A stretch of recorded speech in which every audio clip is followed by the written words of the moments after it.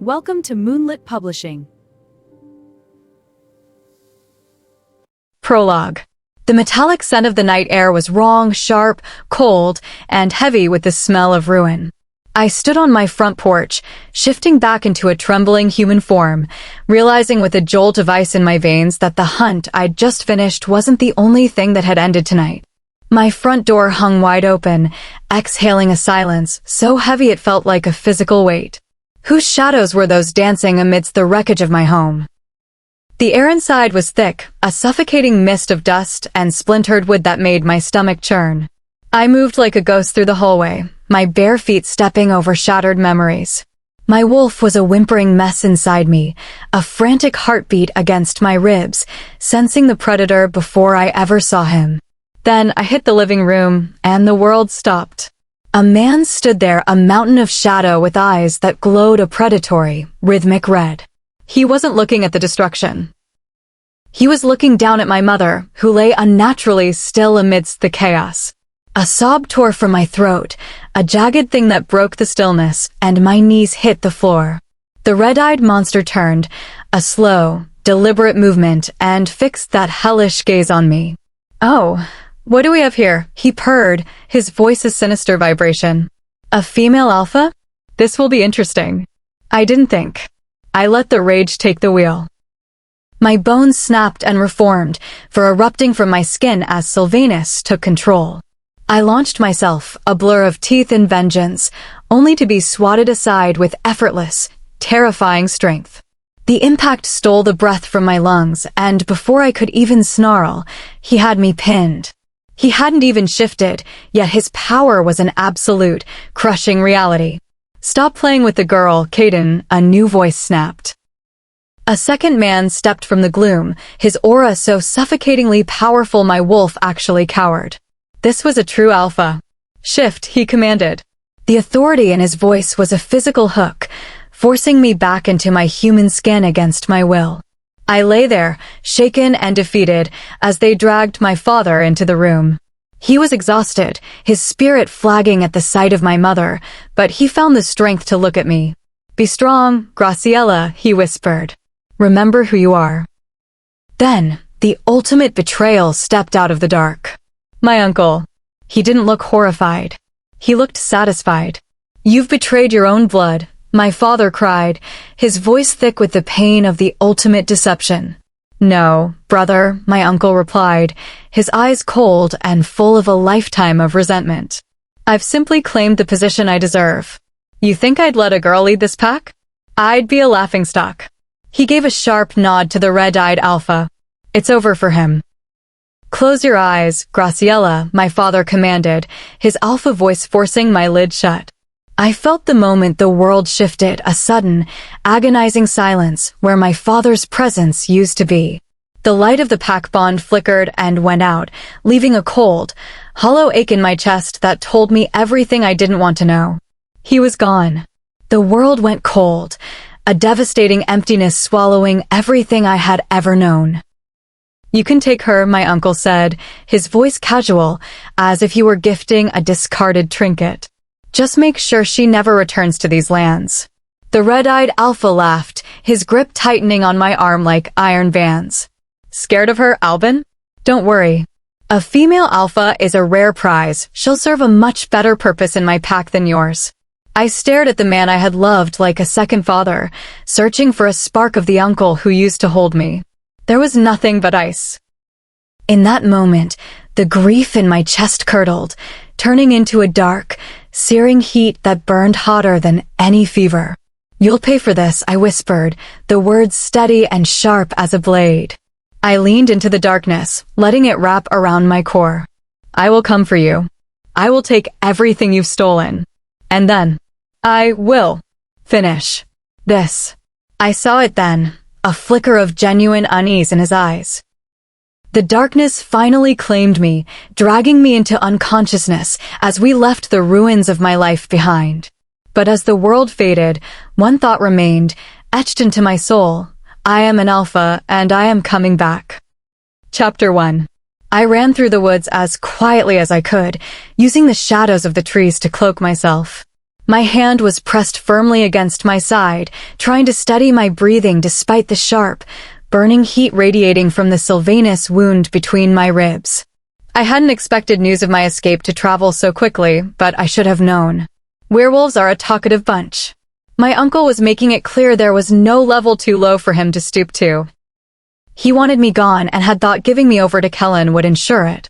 Yet, here we were 2 years later. Kellen was defeated, and I was still standing. I only wish I could have seen the look on my uncle's face when he found out. I caught the scent of humans on the soft breeze and held back a groan as I pushed off the tree I had been resting on. I moved swiftly through the shadows, senses alert. My hearing told me there were at least 4 hunters behind me, hot on my trail.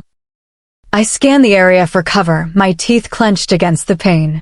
As I searched, I heard the sharp twang of a bowstring. I turned quickly, catching a glint of moonlight off a Silvanus arrowhead. Even with my acute senses, I was too slow. The arrow grazed my forearm with a searing sting, the force of the impact pinning my sleeve and the edge of my skin to the trunk behind me. I gasped, my chest heaving as I fought through the shock of the sudden restraint. The hunter stepped from the shadows. He was tall and willowy, wearing a smug expression as he gave a high-pitched whistle to signal the others. I gripped the shaft of the arrow, my vision swimming. "I wouldn't do that," the hunter said. "You'll only make it worse." I turned a hateful glare toward him. With a surge of alpha adrenaline, I snapped the wood. His eyes widened as I wrenched myself free with a defiant cry. I cradled my arm to my chest, but my legs gave out under the strain, my knees sinking into the damp earth. "Good job, son," a deep voice congratulated. I looked up, panting. A large man stood next to the tall hunter. His calculating gaze focused on me like a predator. Behind them stood another young man and a woman with eyes as cold as ice. The lead man stepped closer. "You know why wolves gravitate toward each other?" "For protection, sir," the tall hunter answered. "Very good," the man said, his steps heavy. I let out a low, warning growl. He only looked amused. "They form packs for protection. It's much harder to take down a whole pack." He towered over me. I glared up, refusing to collapse. If I were going to die, I wouldn't do it as a coward. He squatted down until we were eye level. My wolf shifted beneath my skin, her eyes darkening. "I have no quarrel with your kin. Get out of my way, hunter," I growled. "What do your people call packless wolves?" he questioned. "Omega, the lone wolf," the female hunter, Maud, answered mockingly. "I'm no Omega," I spat. "Then where is your pack?" she asked, looking around with a cocky smirk. I ground my teeth. My wolf took her words as a challenge, her instincts honed by 2 years of captivity. The man held up a hand. "Hold your tongue, Maud." He reached out toward me, and my control slipped. Before he could touch me, I lunged, my hand locking onto his collar and pinning him back with a snarl of raw strength. "I told you," I rasped, "I am an alpha." His eyes widened in surprise as I threw him back. He stumbled nearly 50 feet, landing hard on the forest floor. "Shoot her," he commanded, scrambling to his feet. I used the chaos to dash toward the trees. I barely missed another arrow as I pushed my body to its limit. A smart alpha knows when to retreat. Don't let her get away. A sudden, sharp sting bloomed in my left thigh. I bit my lip until I tasted blood, staggering forward as the Sylvanus's fire raced through my veins. My pace slowed. I spotted a fallen tree and rolled behind it, using the overgrown shrubs as cover. Through the scent of my own blood, I caught something else, another werewolf. I peeked out and saw a young girl, barely 20, creeping through the trees.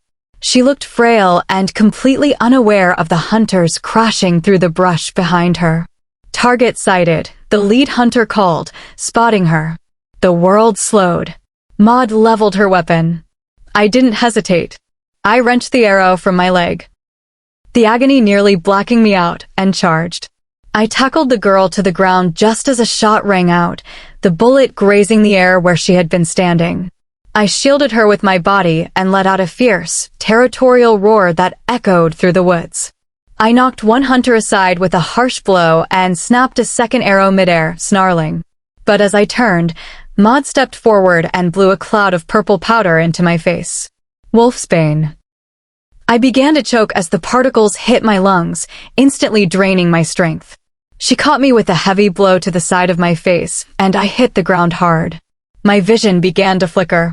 "You're not so tough now, are you?" she whispered, brushing my hair back with a chilling smile.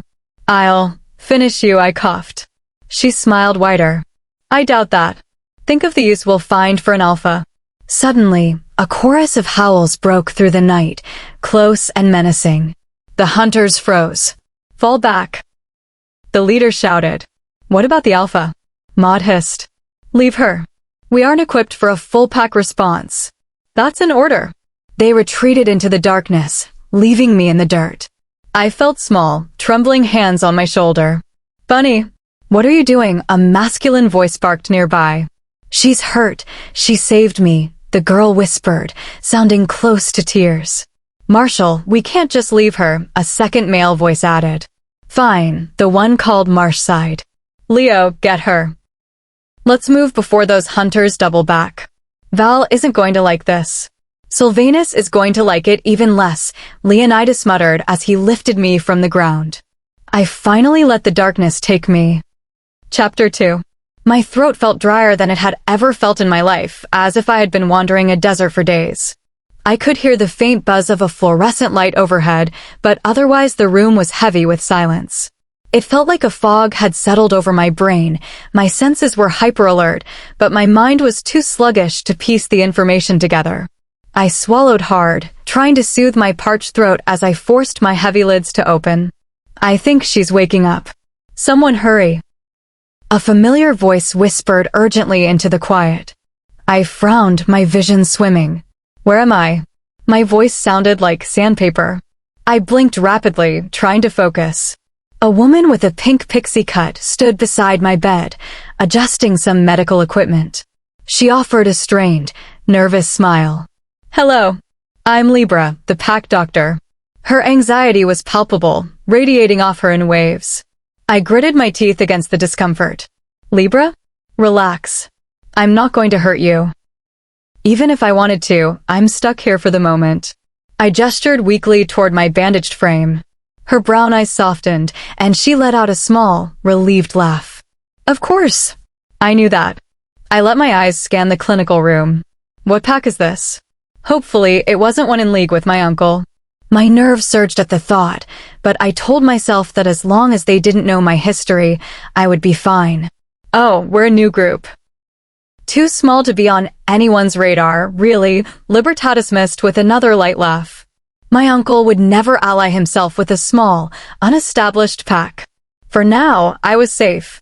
I tried to push myself up, but a sharp, biting pain flared in my side. Libra's hand was instantly there, gently pressing me back. "Don't move yet. You've been through a lot. Between the Sylvanus and the wolfsbane you inhaled, your natural healing is temporarily stalled.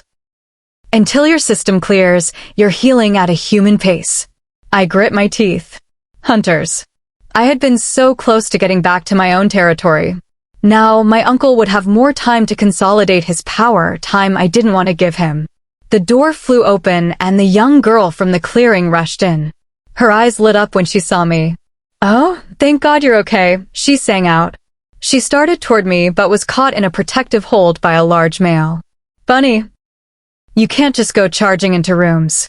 I'm going to have to keep you on a short leash." I recognized the voice, one of my rescuers. Bunny pouted, her shoulders sagging. "But I just wanted to see her, Marshall." Marsh set her down, turning her to face him. "Then tell me first. I would have come with you." "I don't need a shadow everywhere I go, Marshall. I'm a big girl," she insisted with a spark of spirit. Marsh ran a hand through his hair, muttering something under his breath that made me want to smile. Their bond was clear. They were likely mates. Another male hurried in, leaner than Marsh but moving with a wiry strength. He looked panicked. "Hate to be the one to say it, but where is everyone?" A raspy female voice barked from the hallway. The room went dead silent. "I thought she was out on patrol," Marsh cursed. "Leo, come with me, we'll intercept Valerie." "You too," he pointed to Bunny and Libra. "Get her ready. She needs to look presentable fast." "Marshall, she shouldn't be out of bed," Libertad protested. "We don't have a choice." Val is coming. Marsh looked at me, his expression iron serious. Listen closely. You are Bunny's cousin. You came to see her after hearing about her brother. You say nothing about the hunters or the clearing. Understood. My wolf bristled at the command, but I knew I needed their help to recover. I gave a sharp nod. Understood. Who is Valerie? I asked as the men scrambled out. One of our friends, Bunny said, looking at the floor. Liberta rolled her eyes. She's the beta. And she's intense. Don't tell her I said that. Your secret is safe with me. You saved my life. It's the least I could do. I managed to get out of bed with their help, the pain in my side a dull, throbbing roar. I changed into the oversized sweatpants and t-shirt Bunny provided, noting the thick bandages around my ribs. I did my best to stand tall, hiding the limp as I turned to them. How do I look? Like a survivor, Libertad said. The sound of an argument reached the door just before a woman with ebony hair barged in. Valerie's gaze locked onto me, her nostrils flaring as she caught my scent. Any visitors must seek permission from the Alpha. Valeriana snapped, ignoring Marshall's attempts to calm her. She's right, I cut in, stepping forward. Valerie's eyes narrowed with suspicion. I should have sought permission. I was just worried about Bunny. I could see Valerian added by the cousin story for a second. She sensed I wasn't a typical rogue. Our Alpha is away, she stated coldly. Until he returns, I make the calls. And I want you moved to the guest quarters immediately. Of course, I agreed, wanting to avoid a confrontation I couldn't win while injured. I started toward the door, trying to maintain my composure. As I passed through the doorway, a sudden, electric surge of energy washed over me. My wolf, previously dormant from the wolfsbane, suddenly slammed against the surface of my mind, howling in recognition. Why wasn't I told about the guest in Libra's office? A deep, melodic voice asked. I froze. Standing in the hall was a man in dark jeans, his frame lean and powerful. His hair was a striking, pale blonde that almost glowed. Alpha, the room chorused. And who are you? He asked, his voice vibrating through the air. I looked up, my heart hammering against my ribs. I'm Graciela. He stepped toward me, his strides long and confident. He stopped just inches away and reached out his hand. Welcome to the pack, Graciela. The moment our fingers brushed, a literal spark of electricity jumped between us. I gasped, looking into his green eyes that were rapidly darkening to a deep, predatory shade. Our mate. My wolf screamed, her voice a triumphant roar in my head. Chapter 3. I stood there in a complete daze, unable to look away from him. This was something I hadn't been expecting, and to say I was surprised was a massive understatement. He tightened his grip on my hand for a moment, the heat of his skin jolting me back to reality. I quickly pulled my hand free, the intensity of the connection feeling almost like a physical burn. He let out a low, frustrated rumble and stepped closer, clearly affected by my sudden withdrawal and the shock of our bond. My heart thundered in my chest as I fought the conflicting urges to flee the room and to step into his space. He looked down at me with an intense, searching gaze, his alpha energy so potent it made my own wolf dip her head in involuntary recognition. Alpha, Valeriana spoke up, her voice laced with caution. She could clearly sense the room's energy reaching a breaking point. Her intervention seemed to snap him out of the trance. His eyes bled back from a dark, predatory shade to their original forest green. A deep frown marred his features as he finally broke eye contact. I let out a ragged breath and placed a shaky hand to my chest, trying to still my racing pulse. My wolf howled at the loss of the contact, but I was grateful for the air. Alpha, are you all right? Valeriana questioned, her brow furrowed in confusion. I stared at his back, noting the tight coil of his muscles. I told you to stop calling me that, Val, he growled, running a hand through his pale hair. The room fell into an uneasy silence.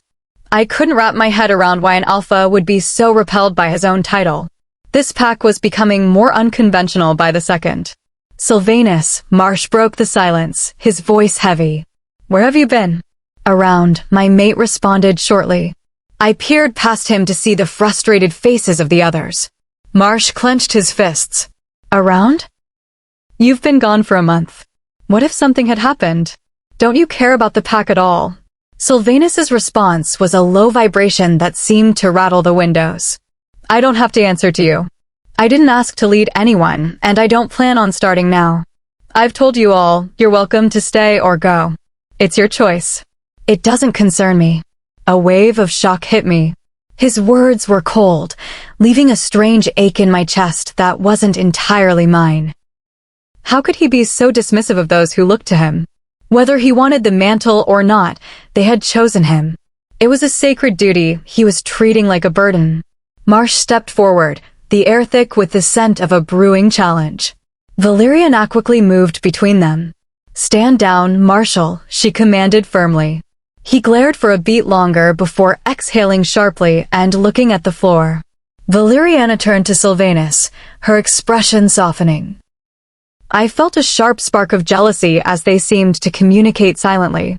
He appeared to relax under her gaze, and I had to fight the urge to growl. Sylvanus let out a heavy sigh. I'm going for a run, I need to clear my head. He headed for the door with long strides, but paused in the archway, glancing back over his shoulder. Valeriana took a hesitant step. You're coming back, right? She asked, her voice uncharacteristically vulnerable. His forest green eyes collided with my stormy gray ones, filled with a sudden, longing curiosity. Yeah, I'll be back. Without another word, he vanished into the hall. My wolf scratched at the surface of my mind, desperate to follow the scent of our mate. The room remained silent long after he left. Valeriana pinched the bridge of her nose. That could have gone better. She turned a sharp look on Marshall. Now, what was that about? Is there something I need to know? The truth about the hunters eventually spilled out, and Valerie's temper flared. Her eyes snapped to me, darkening as she realized the cousin's story was a lie. You're not Bunny's family, are you? I met her gaze head-on. My wolf, already restless from the mate bond, didn't appreciate the hostility. I straightened my posture, letting my own alpha blood simmer just beneath the surface. I would be careful how you speak to me, Beta. I am not your enemy. My voice was calm but carried the weight of authority. Just who are you? She demanded. A traveler who ran into trouble and is trying to get home, I replied simply. And is that trouble coming here? I crossed my arms. If it does, though I plan to be gone before it could, I will handle it myself. Valeriana seemed to weigh my words, likely sensing the power I was holding back. She let out an exasperated breath. Fine. But if you bring trouble to Sylvanus or this pack, you'll answer to me. Clear. Crystal. Valeriana turned on her heel, heading for the exit. I'm going after our alpha. I'll deal with the rest of you when I get back. I watched her go, my jaw tightening at the thought of her following him. As Beta, it was her job to check on him, but the look in her eyes made me wonder if her loyalty was more than professional. Wow, Libertadsaid, breaking the tension. I've never seen anyone stand their ground against Valeriana like that. You're definitely interesting, Graciela. So, Sylvanus, he's the alpha? I asked, testing the word. Libra's shoulders sagged. He's the one we've chosen, Leonidas added carefully. But he hasn't accepted the claim. Not yet. I looked at the doorway where he'd disappeared. Complicated doesn't even begin to cover it, I muttered, feeling the pull of the bond tugging at my very soul. Chapter 4. You're a proper disaster. Now what are we going to eat? Libertad states as she nudges Leonidas aside, moving quickly to open the windows in the small kitchen that is rapidly filling with smoke. I am leaning against the island, watching the two of them squabble over the burnt mess that was supposed to be dinner. Bunny walks into the room and hops up onto the island, settling herself next to me. Ignore them, they're always at each other's throats like that. I turn my attention to her, and she gives me a friendly smile before reaching over and grabbing an apple from the fruit basket. Have all of you known each other for a long time? I ask, curious about this ragtag group. Bunny shrugs as she takes a bite. I've only known them for a couple of months, honestly. I was the new girl around here, well, until you showed up. Did you come here with your mate? She chokes a bit on the apple, her cheeks turning a bright shade of red. No. I didn't know Marsh before I came here, she whispers. I try not to smile at her shyness. It's easy to see why they accepted her. She's a grounding presence. She clears her throat. Do you have a mate, Graciela? I feel my own cheeks heat at her question and quickly look away. Luckily, I'm saved by Marsh strolling into the room. How many times have I told you not to let Leonidas anywhere near the stove, Lib? He has the culinary skills of a startled yearling. Leonidas spins to face Marsh with a heated glare, and Libertad cracks a smile. Marsh approaches Bunny, placing his hand on the counter and sneaking a bite of her apple. Bunny frowns at him. Hey, this is mine. Get your own. And you are mine, so what's yours is ours. This apple is a joint venture, baby, he says with his mouth full. She doesn't look amused, but playfully nudges him. He doesn't budge. So, Graciela, where did you come from before you wound up here? Marsh asks, his tone turning curious. I figured this would come up. I was staying with some friends, Alpha Noak. Perhaps you've heard of him, I say with a casual shrug. Marshall's eyes widen in surprise, and someone coughs behind me. The room falls into an awkward silence. You're telling us you're friends with that Alpha? Marsh stumbles over his words. I narrow my eyes. Is that the reputation he has? I push myself away from the island, the ache in my leg a dull reminder of the hunters. I can assure you he's a loyal ally. If there's anyone to be wary of, it's his mate. She's formidable if you cross her. Just who are you? Marsh questions, looking genuinely shocked. I smile with a hint of amusement. I'm Graciela, just a girl who sometimes runs with the wolves. I keep it light. The less they know about my alpha lineage for now, the better. You know, when I found you, I caught the scent of an alpha, Bunny comments with a small shrug. I feel my smile falter. A female alpha? That's a rare notion, Bunny, Leonidas comments with a laugh. Marsh lets out a low warning rumble in his direction, and Bunny pouts. I know what I smelled, Leo, but obviously the wind was playing tricks. Now that I'm up close, she smells much softer than Sylvanus. I relax, thankful that 2 years of captivity taught me how to mask my scent, even if it wasn't a perfect shield. Why couldn't a female be an alpha? Liberta jumps in. Valerian eyes a beta. So why is an alpha so hard to imagine? I open my mouth to speak, but the front door bangs open, cutting me off. I glance over my shoulder to see Valerian marching into the house, her face flushed with anger. She looks like she's on a warpath. Her attention snaps to the kitchen, and her gaze narrows on me. She marches forward, stopping inches from me. Just who the hell are you? And where did you come from? The kitchen goes still. Something definitely prompted this outburst. When I don't answer immediately, she lets out a growl, her energy vibrating with a challenge. Answer me. I meet her gaze. I feel my wolf rush toward the surface, but I keep her caged. You're making a mistake, but I'm going to overlook it for the sake of this house, I say firmly, my muscles tensing. Valerie's lips curl into a sneer. No, the mistake was letting you waltz in here. Now answer my question, or I'll assume you're a threat to this pack. Val, calm down, Leonidas tries to intervene. Valerie. A deep voice booms from the doorway, sending a literal shiver down my spine. I look up to see Sylvanus. His hair is windblown, and his green eyes have a wild, untamed light. My anger vanishes at the sight of my mate. Valerian stands stiffly, refusing to look back at him. Step back. Now, he commands, and Valerian begrudgingly gives me space. Sylvanus walks toward us, and with every step, I feel my heart speed up. His eyes scan the room. Everyone out, I need a word with my beta. They don't need a second invitation. I watch as they practically flee the kitchen. I, however, remain frozen, staring at him. His eyes lock with mine. You're still here because, he questions, lifting a brow. My wolf snarls at his dismissal. I straighten my back. Clearly, whatever is happening involves me. I'm staying. His eyes roam down my body, and I can't help the heat that rushes to my skin. When his eyes meet mine again, there's a spark of cocky amusement. Remind me, who's the alpha here? I bite the inside of my cheek to hold back a sharp remark. I grit my teeth. You are, I mumble. Exactly. Which means I decide who stays for the conversation. Out. Now. I can't stop the small growl that bubbles in my throat. His eyes sparkle with curiosity. I look at Valerie, who is staring at the ground in silent annoyance. I lean forward, entering her personal space for just a second. You're lucky your alpha showed up when he did. I don't take disrespect lightly.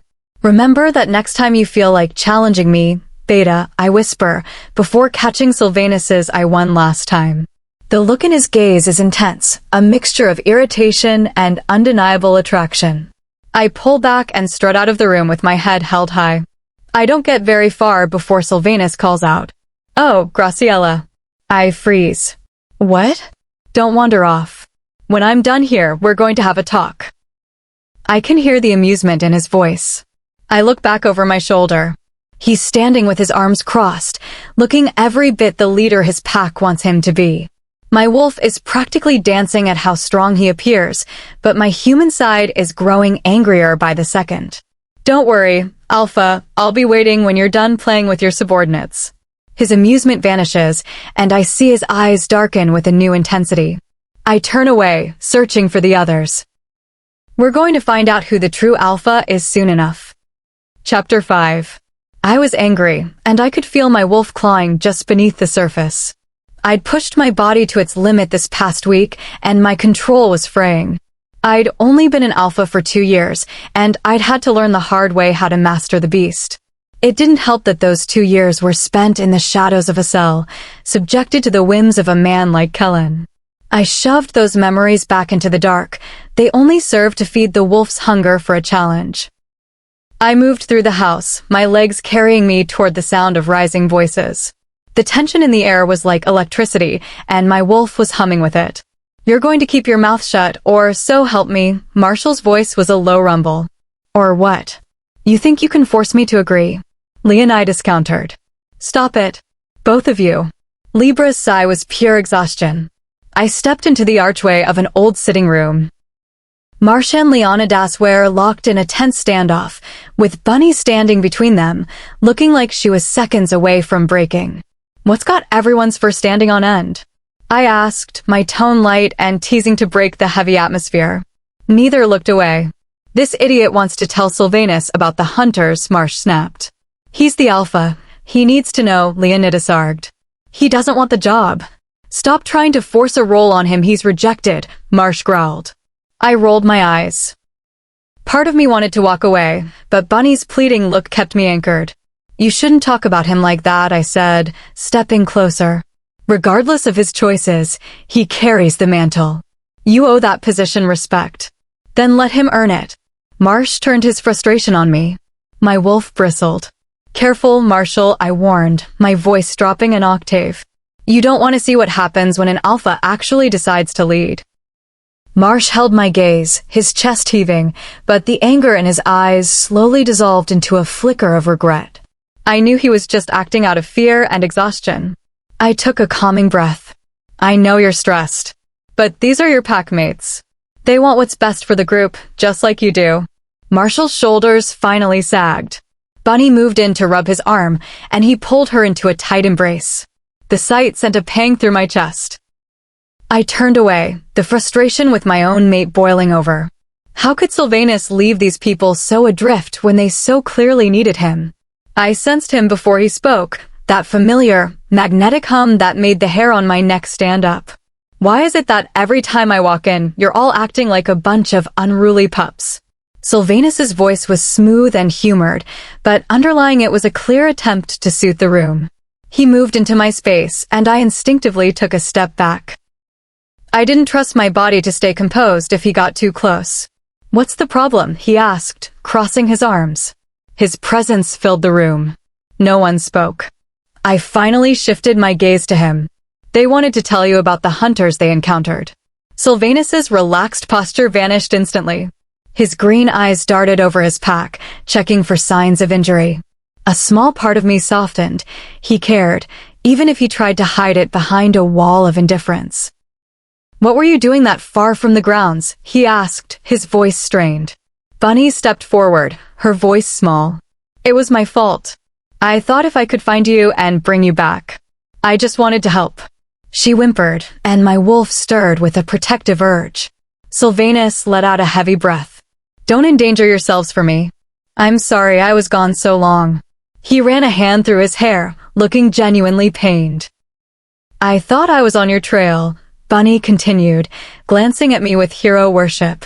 But I found Graciela instead. I wouldn't be here if she hadn't stepped in. Yeah, and she'd be in a lot worse shape if Bunny hadn't found her, Libertad added. I wished she'd stay quiet. I'd lied about my identity, and having this discussion in front of a crowd was the last thing I wanted. I glanced at Sylvanus. He was watching me with an unreadable, heated intensity. She's certainly made an impression, Marsh added. Says she's friends with Alpha Noak. You've got to be one tough wolf to run with that crowd. I felt Sylvanus's power begin to leak out, a heavy, suffocating pressure that would have brought a lesser wolf to their knees. He wasn't just a leader. He was a force of nature. He offered a slow, knowing smile. Graciela has definitely made an impression. I couldn't tell if he wanted to challenge me or claim me, but my wolf was purring. I took another step back. I just have a way with people. Everyone out, Sylvanus commanded, his voice a low vibration. Except Graciela. The group scrambled. I looked toward the door, calculating my own exit. Stay right there, Graciela, Sylvanus growled, sensing my intent. I'm not playing games. The command in his voice was undeniable. My wolf actually dipped her head. He was on a level of alpha I hadn't encountered before. I glared at him. Don't use that tone with me. If you have something to say, say it. You lied to me, he said, his voice dropping. And I hate being kept in the dark. You know more about those hunters than you're saying. So, mate, let's talk about who you really are. I fought the urge to yield to his power. We were mates. We were equals. Fine. I was headed to my old pack to challenge for the alpha seat when the hunters intercepted me. That's it. I left out the years of captivity. He hadn't earned that part of me yet. Sylvanus's eyes darkened. Why challenge for a seat? You're clearly an alpha by blood. I bared my teeth. That's my business. It doesn't concern you. You are my mate, he countered, his wolf clearly taking the lead. Everything about you concerns me. Until there's a mark on my neck, I belong to myself. I snapped. We stood like statues, locked in a silent war of wills. Don't push me, Graciela. Then don't try to cage me. Silvanus moved with a burst of speed, closing the distance between us. I reacted on instinct, my arm blurring as I parried his movement and sent a firm, open-handed strike to his chest to create space. He stumbled back, a look of genuine shock on his face as he steadied himself. His dark gaze swung back to me, a predatory grin spreading across his face. You've got fire. I like that. I'm not a prize to be won, Sylvanus. I'm an alpha. If you want a submissive mate, you picked the wrong wolf. I squared my shoulders, my wolf seething with adrenaline. He returned my smirk with a predatory grin of his own. If this is a contest of strength, prepare to be surprised, mate. The air between us crackled with energy. Two alphas, paired by the goddess. It was a recipe for disaster, or the most powerful bond the world had ever seen. As I watched him focus, ready for the next move, I had to admit, my mate looked incredible in the heat of a challenge. Chapter 6. I had all of Sylvanus's attention as he shifted closer. So, what should we do now, Graciela? I don't desire to fight my own mate, but if you don't back down, I won't have much of a choice. I carry the mantle in this house, after all. I can't have a challenge to my authority, even from you. I shifted my stance, maintaining my ground without being aggressive. I'm not trying to challenge you. I am only saying certain details of my past are off limits for now. Anything that affects you or this pack, I am more than willing to discuss. I tried to be diplomatic, knowing that no matter how strong my wolf was, it wouldn't be in my best interest to start a war with Silvanus. His eyes narrowed, but the tension in his body relaxed, and the stifling energy in the room dissipated. All right, we'll do things your way. I am, after all, a reasonable guy. I relaxed a bit, though I remained alert. I appreciate that. He motioned for me to take a seat on the couch. I sat on the edge of the cushion, still on guard. As I met his gaze, I saw a flash of amusement. Do you ever actually relax, Graciela? I furrowed my brows. What? Why do you ask that? I looked down at myself. Am I doing something weird? My insecurities flared. I hadn't exactly had a normal social life for the last 2 years. Sylvanus walked toward the couch and sat next to me, leaning back with a deep sigh. I could feel the heat of his body radiating toward mine, launching a fresh assault of butterflies in my stomach. I cleared my throat and tried to nudge toward the armrest. He glanced over, a smirk tugging at his lips. "I'm not going to bite, Graciela. Relax. Even if you tried, you'd find I'm not an easy target," I replied quickly, which earned a hearty chuckle. Heat rushed to my face as he smiled at me, no longer trying to hide his amusement. "You did get a good hit in earlier. It's been a while since someone caught me off guard like that. I'll give you that much." His hand moved forward, his fingers lightly brushing the skin of my arm. I gasped at the electric warmth that raced through me, a literal spark of the mate bond. "So, let's chat. Tell me about the hunters and why they were on your trail." His green eyes sparkled with sharp intelligence. I leaned against the armrest to gain space. "They were trying to eliminate me. I gathered that. But why?" I took a moment to think. I didn't want to drag him into the depths of my trauma, but the threat was relevant. "My uncle wants me gone. He has for a while. I suspect he hired the hunters to do his dirty work so he wouldn't have to face me himself." Sylvanus let out a low rumble, his eyes darkening with a protective edge. "This is the uncle you're planning to challenge for your title?" I nodded and looked at my lap. "The very same. The pack is mine by birthright, but he stole it." I could feel the darkness creeping back. My wolf was pressing against my skin, demanding justice for the betrayal. A warm hand settled on my arm. I let out a low, reflexive growl before remembering where I was. I pulled back and stood up, needing air. "Sorry," I gritted out, feeling the heat of embarrassment. "It's fine, Graciela. You're not the first wolf to find me frustrating," he teased, trying to break the tension. I clenched my hands into fists. "Not helping, Silvanus." He let out an awkward chuckle. "Right." He stood up, and I was struck again by his natural dominance. He didn't even have to try. It just seemed to saturate the air around him. He closed the distance, a gleam of mischief in his eyes. "So tell me then, how can I help you de-stress, Graciela?" My eyes widened. It's fine. I'm fine. Don't worry about it," I stumbled, taking a cautious step back. My distress only seemed to pique his wolf's interest. He smirked, showing a set of dimples I hadn't noticed before.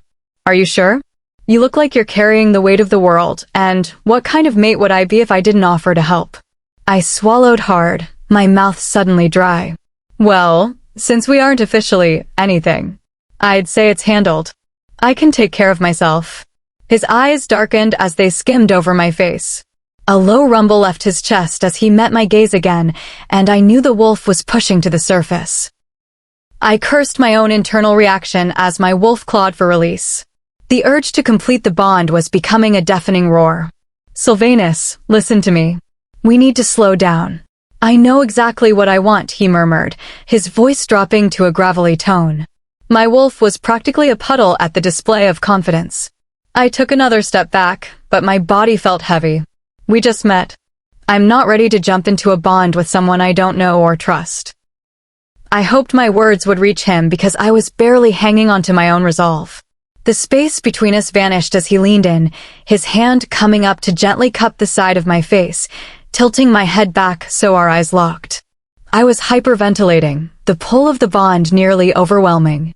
"Please, Sylvanus," I whispered, torn between wanting him to stop and wanting him to never let go. He stared at me for a long, silent moment.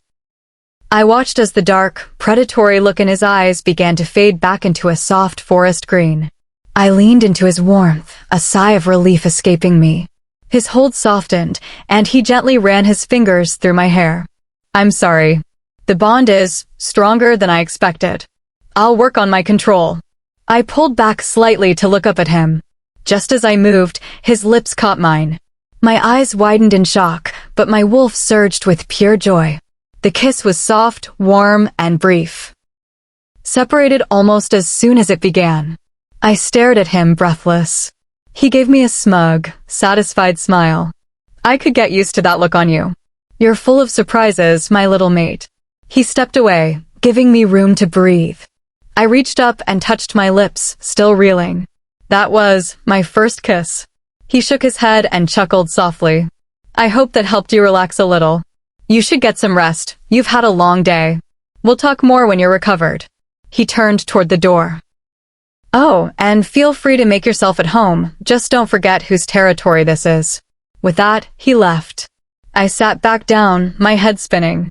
Sylvanus was a total contradiction. He acted like an alpha but claimed he didn't want the title. He wanted me, yet he gave me space.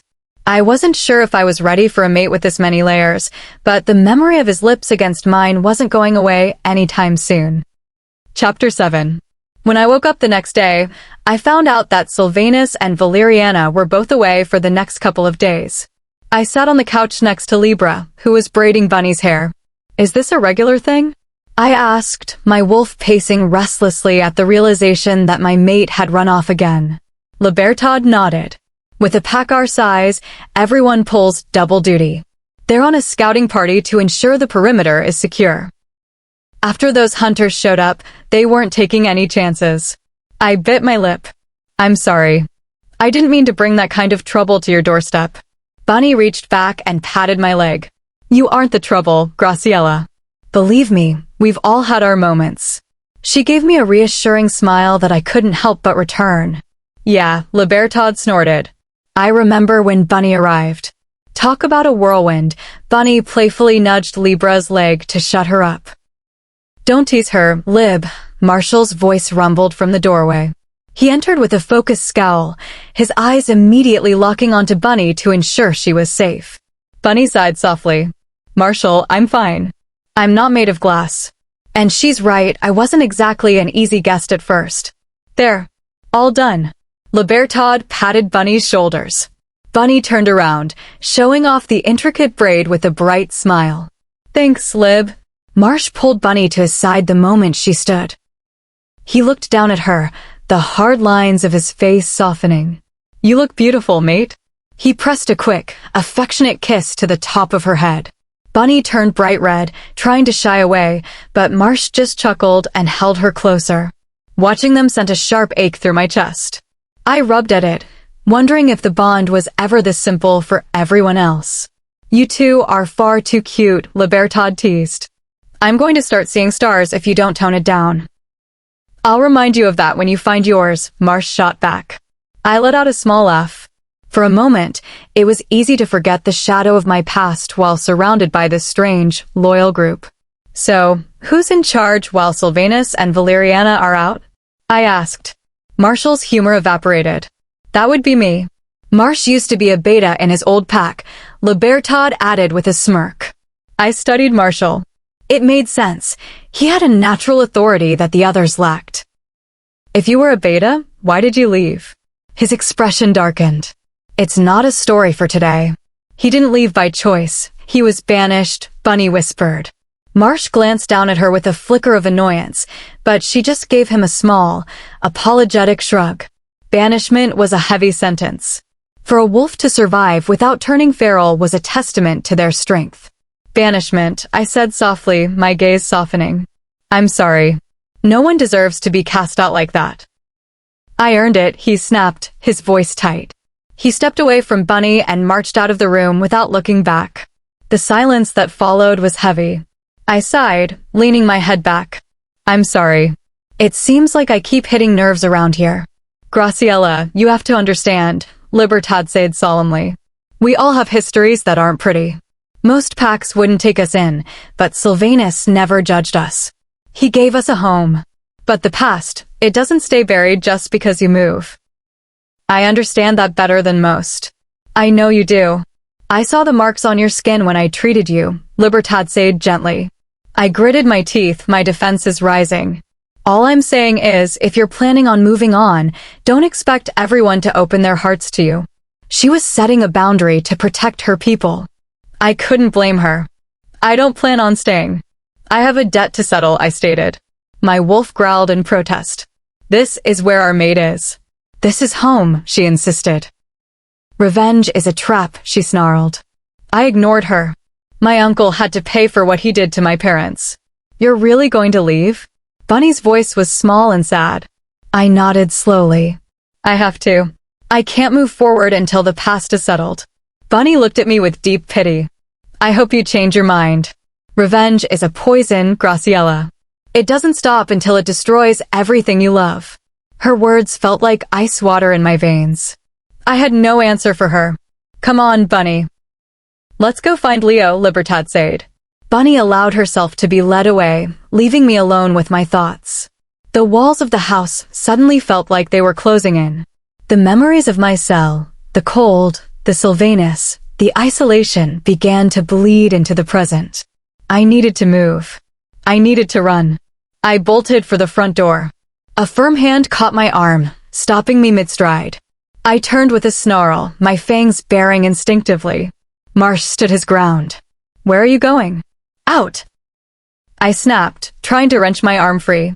He moved to block the door. I can't let you do that, Graciela. You think you're going to stop me? If I have to. Panic flared in my chest. The feeling of being trapped, of being kept against my will, was a trigger I couldn't control. Get out of my way. You can't keep me here. Sylvanus's orders, Marsh stated firmly. He told me to keep you safe until he returns. The word kept echoing in my head like a prison door slamming shut. The air in the room grew thin. I staggered back, my breathing becoming shallow and erratic. Please, I whimpered, the strength leaving my legs. I just need to get out. Marshall's expression shifted to concern. Graciela, look at me. You're safe. Just breathe. He reached for me, but I lashed out, my mind lost in a fog of fear. Libertad and Bunny rushed back in, their faces blurred by my rising panic. Stay back, Marsh warned them. She's having a flashback, Libertad realized, moving toward her medical kit. The world began to spin. I saw shadows of my past captors in the corners of the room. I let out a low, desperate growl as the panic peaked. Before I could shift or lash out, I felt a sharp, cold sting in my shoulder, a sedative from Libra's kit. The room grew hazy as the chemical took hold, forcing my racing heart to slow. The crushing weight of the panic began to lift, replaced by a heavy, dreamless exhaustion. Sorry, Graciela, I heard Libertad whisper. It's for your own safety. Sylvanus is going to be worried, Marsh muttered as he caught me before I hit the floor. Everything faded to black as the darkness finally provided the escape I was looking for. Chapter 8. I don't know how long I floated in the darkness, but I eventually returned to consciousness with only a mild headache. Thank you, Healing Jeans.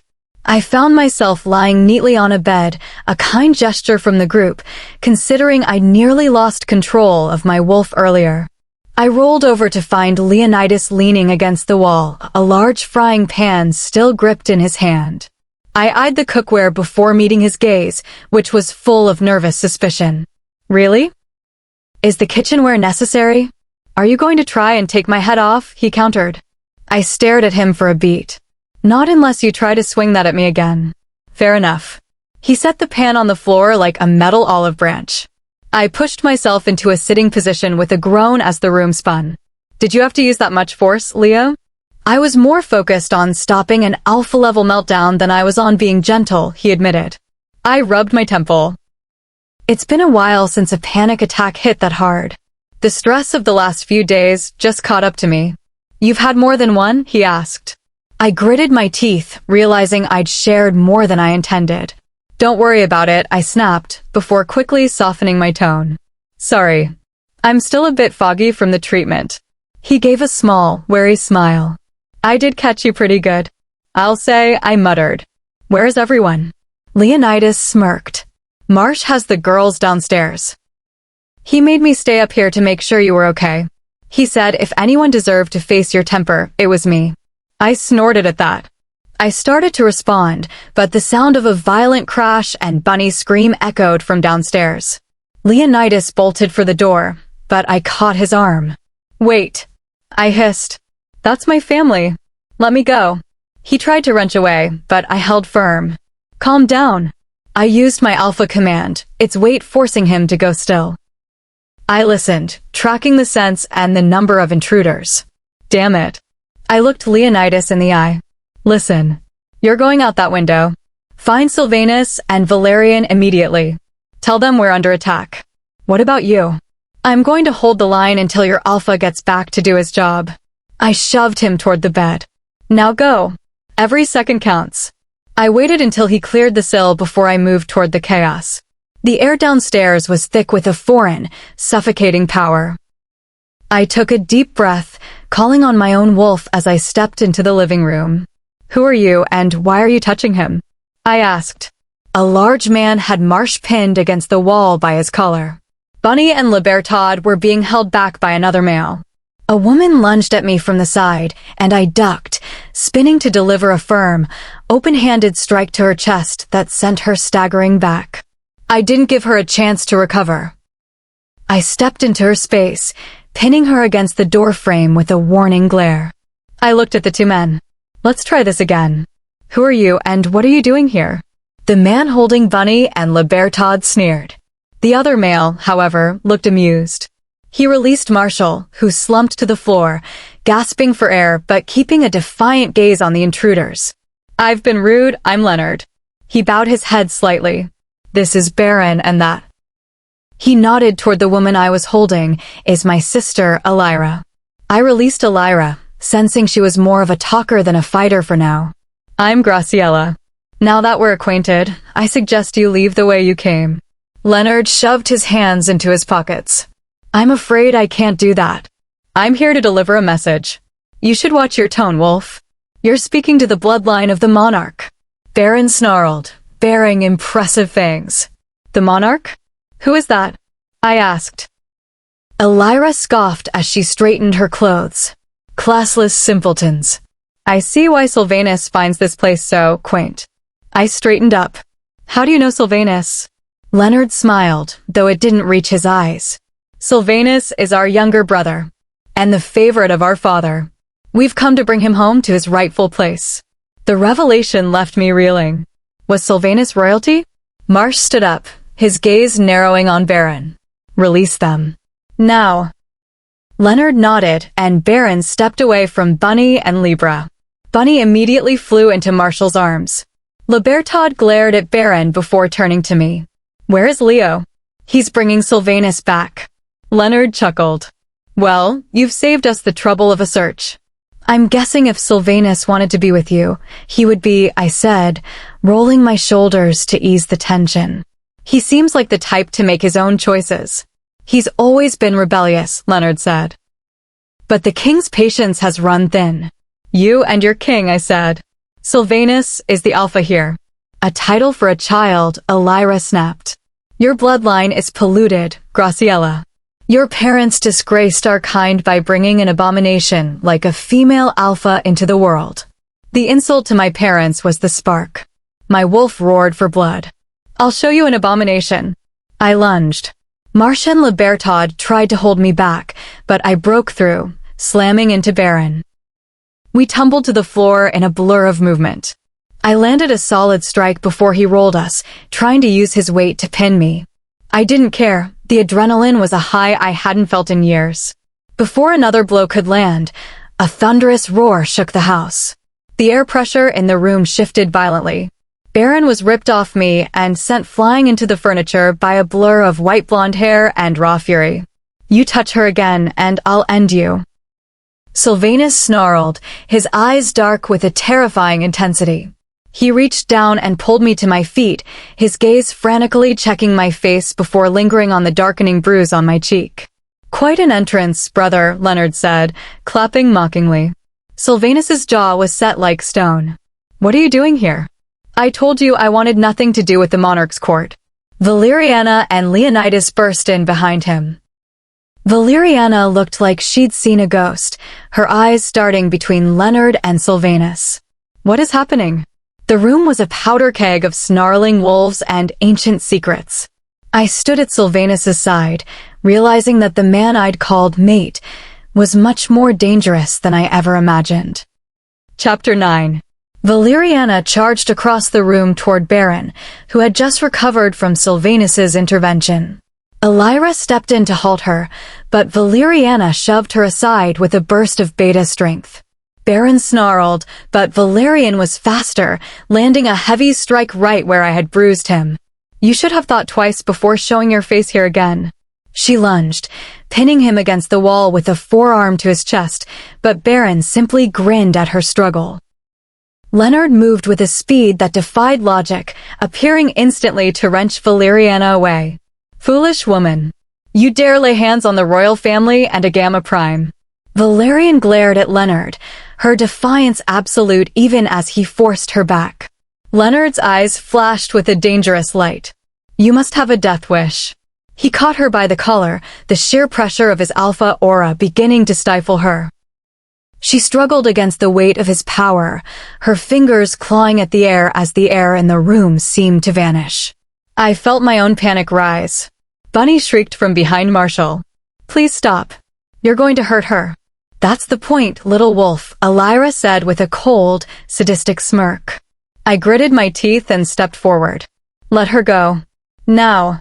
Leonard turned his dark gaze toward me. Why do you care? This isn't even your pack. Brother. Sylvanus snapped, his voice vibrating through the floorboards. Let her go before you find out exactly how much of father's temper I inherited. Leonard offered a mocking smile before releasing Valerie. She hit the floor with a thud, gasping for breath as the crushing weight of his aura lifted. My apologies, Leonard said, his tone a blatant taunt.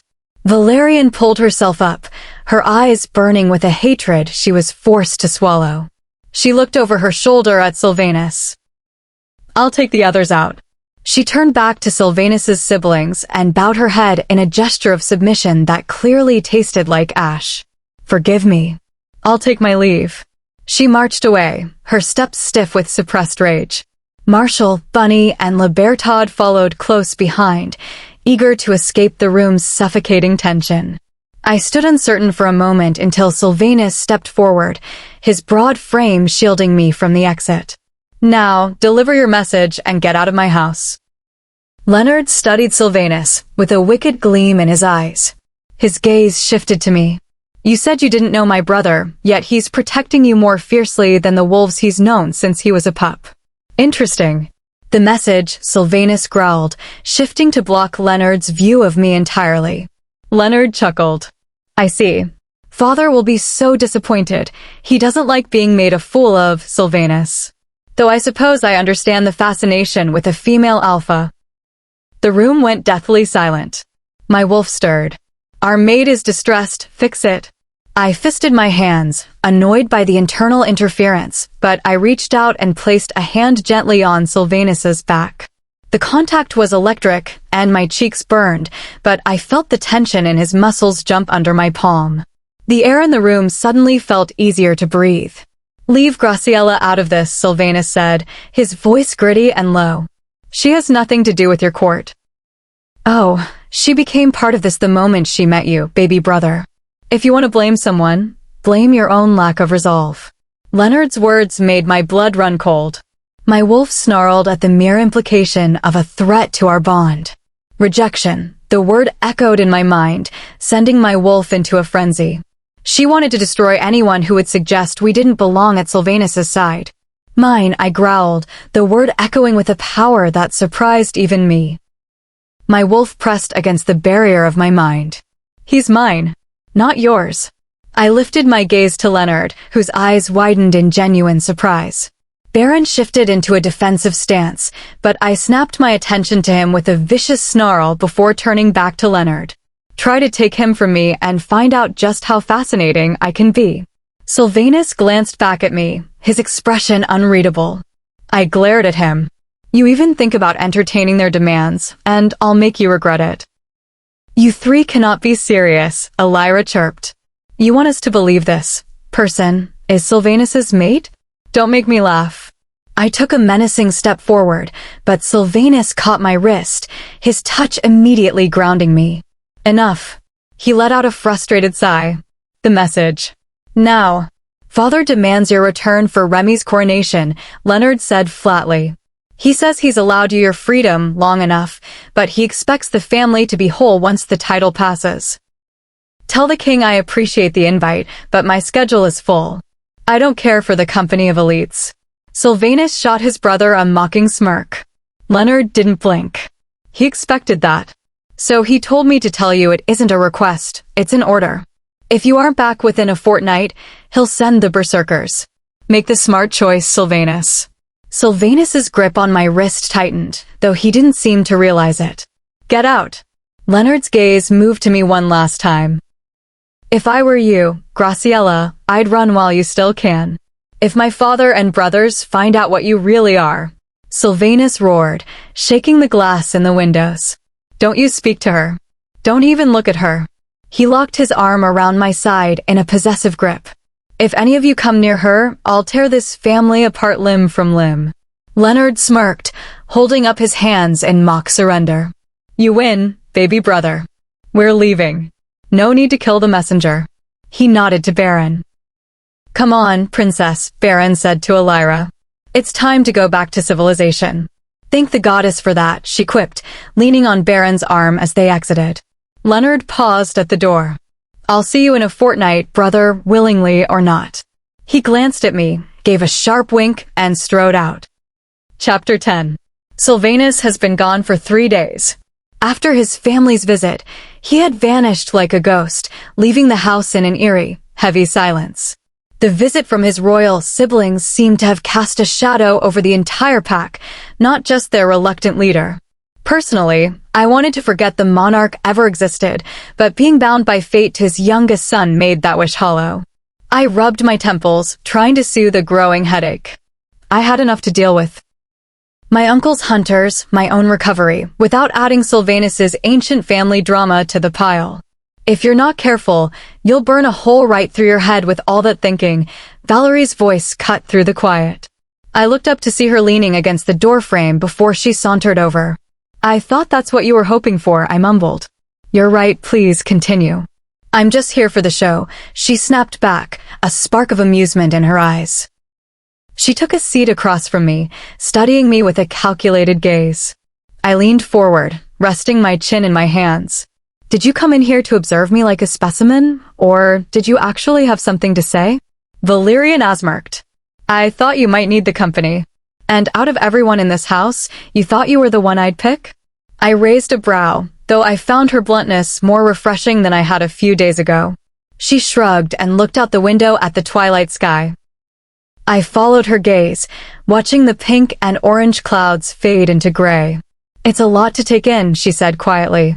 Honestly, Valerie, after the last 2 years, a couple of arrogant royals aren't the scariest things I've faced. She gave me a thin smile, but it didn't reach her eyes.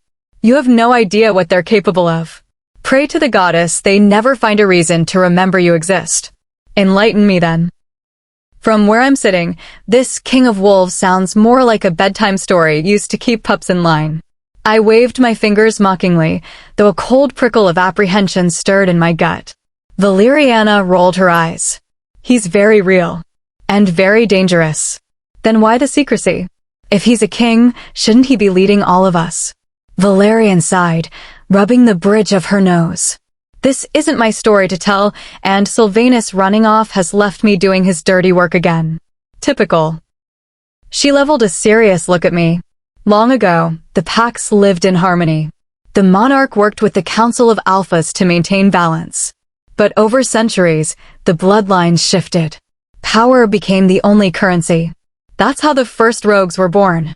I flinched at the word, memories of my parents flashing briefly before I shoved them back.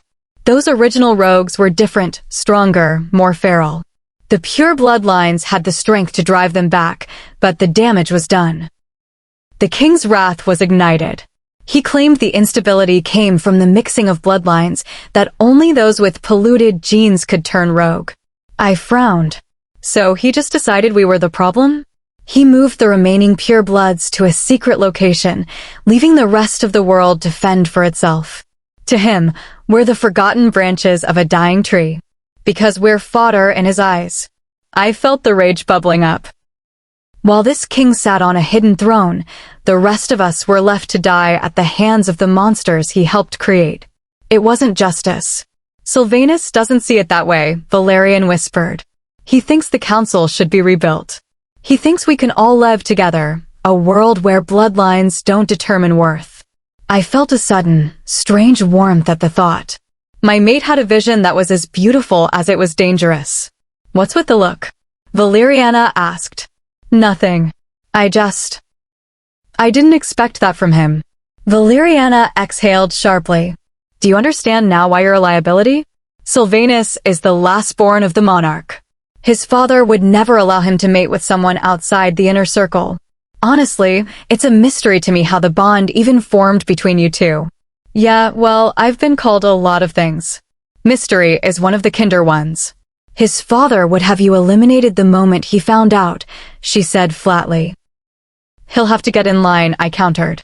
The list of people wanting me dead is already quite long. Valeriana started to retort, but suddenly she gasped, her hands gripping the table so hard that her knuckles turned white. Her breathing became ragged as the air around her seemed to vibrate with a sudden, dark energy. Val? What's wrong? I stood up, reaching for her. Her eyes were nearly black as she looked through me. Something is wrong. A wave of visible distress washed over her, and she slumped forward, her body trembling under the weight of an invisible force. What is it? Tell me. I knelt beside her. Valeriana gritted her teeth, her entire frame vibrating. Not me, she managed to wheeze. It's the bond. It's shattering. She let out a sharp cry of pain, as if she were being physically struck by an invisible blow. What do you mean? Sylvanus, she gasped, her eyes glazing over. He's in pain. My heart skipped a beat. A cold, hollow feeling opened up in my chest. If Valerie, his beta, was feeling this through their link, then Sylvanus was in serious trouble. What is happening? Marsh barked, bursting into the room with Libertad and Bunny close behind. Get back! Libertad shouted, moving to Valerie's side. What happened? I don't know, it just hit her, I said, my voice shaking. Sylvanus, Valerian whispered one last time before slipping into a dazed silence. I took a step back, the reality of the situation crashing down on me. I didn't understand their royal history or their psychic links, but I knew my mate was out there and suffering. I turned to Bunny. You! She jumped. Yes! We're going. Now. We're finding him. Absolutely not. Marsh stepped in, his expression fierce. It's too dangerous for her to be out there. I turned to him, letting the full weight of my alpha blood rise to the surface. She is the only one who can track him, and I am going to find my mate. You will stay here and protect this house until we return. Do you understand? I didn't just ask, I commanded. I saw the struggle in Marshall's eyes, the urge to fight the order, but the raw power of my intent forced his resistance to crumble. His shoulders slumped. Fine, he growled. But if she's hurt, you'll answer to me. Let's go, I told Bunny, ignoring him as I headed for the door. I hope you're as good a tracker as they say, because if he's not dead when I find him, I'm going to kill him myself for scaring me like this. How would you like Graciela to handle the discovery of Sylvanus's location, should she find him in the middle of a battle, or perhaps captured by the very hunters she's been running from? Chapter 11. Sylvanus POV. She was utterly breathtaking. The way she had held her ground with unshakable force, staring down her enemies, had stayed with me. In her eyes, I had seen a future, a release from my past demons, and a chance at redemption. I wanted her more than I had ever thought possible, but I knew that if I were to take her, it would eventually destroy her. Our worlds were too different. My family would not stop until she was gone. For once in my life, I would do the selfless thing. I would let her go. I wouldn't reject her, but I could ensure she lived a full life by not marking her as mine. My wolf rose within me at the thought, snarling like a ravenous beast. Mine. My body trembled as he pushed against the mental block I had built. He was no mere wolf in my mind, but a force far too destructive to be released. Nothing good had ever come from him. My father told me I was blessed by the moon goddess, gifted with the spirit of the great wolf. Gifted? Blessed? It felt more like a curse to share my body with a shadow from the pits of the abyss. My brothers had always been jealous of how our father treated me growing up. They knew he would have given me his crown if he could, but I was not the firstborn. Years later, I discovered the truth of my lineage. My mother had named me Sylvanus for a reason. I was meant to be her vengeance against the man who stole her freedom. Vengeance was exactly what I called the beast within. He had made his presence known early. I shifted for the first time at 5 years old. He was violent, and the urges he gave me were bloodthirsty, except when I saw Graciela. Somehow, the beast stilled at the sight of her. That shocked me. He had never been quiet, not once, until her. The sound of a twig snapping pulled me from my thoughts. I tuned my hearing to the woods, searching for the source. A strange prickling crawled over my skin. I wasn't alone. Someone was stalking through the shadows. A Sylvanus-tipped dagger whistled through the air. I dodged as it embedded itself into the tree behind me. I turned toward the shadows it had emerged from. A feminine giggle carried on the breeze. "Come on, Wolfie, let's play." I didn't move. If there was one hunter, there were others. Graciela had warned me they hunted in groups. "You're no fun," I could hear the pout in her tone. "My sister said your girlfriend was a lot of fun. I guess I'll just have to wait until they catch her to play." My wolf battered against my mind, sweat breaking out on my forehead. I let out a low growl. "You touch her, and I'll make you wish for the end." The hunter giggled again. "What if I already have, Mr. Wolf?" she teased, launching another dagger. I ducked as it whizzed over my head. My skin burned as my wolf tried to force the shift. I held him back, siphoning his power to strengthen myself without losing control. The hunter had threatened Graciela. She had to be stopped. An angry snarl crashed through my teeth as I charged toward the sound of her voice. She scurried through the trees, taunting me. "Hurry it up, Mr. Wolf." I pumped my limbs, picking up momentum. I could see her now tall, lithe, moving with the Graciela of a dancer. She looked back over her shoulder, a smug smile on her lips. She began running backwards, seemingly effortlessly. "If you want to catch me, you'll have to try harder." "Why not shift?" she asked. I growled in frustration, pulling on more strength, dangerously close to the edge. She shrugged. "Well, suit yourself. Don't say I didn't warn you." She gripped something at her side. In a quick movement, she fired a flare into the sky. Light exploded above us. As I squinted at the flash, I noticed the silhouettes in the trees overhead. Trap. Ambush. My mind screamed, but it was too late. A heavy Silvanus chain net plummeted from above. It was weighted, and it seared my skin the moment it touched me. I struggled, but the Sylvanus began to sap my strength instantly. I sagged to the earth, falling to my knees as the burning intensified. "I told you, Mr. Wolf." The hunter approached, her blue eyes standing out like frost against her tan skin. "I guess now we'll get 2 alphas for the price of 1. Another female hunter pushed to the front of the gathering group. "Wasting time. Secure him, now." 2 large males approached, carrying heavy Silvanus restraints and weighted pins. I thrashed, calling on the beast to free us, but even a demon had weaknesses. "Once the net is off, move fast," the lead hunter ordered. "If he lunges, shoot him." They pulled the net free. I clenched my teeth as the Silvanus links dragged across my skin, leaving behind searing welts. I tried to rise, but a hard kick to my chest sent me back to the dirt. Before I could move, they were on me.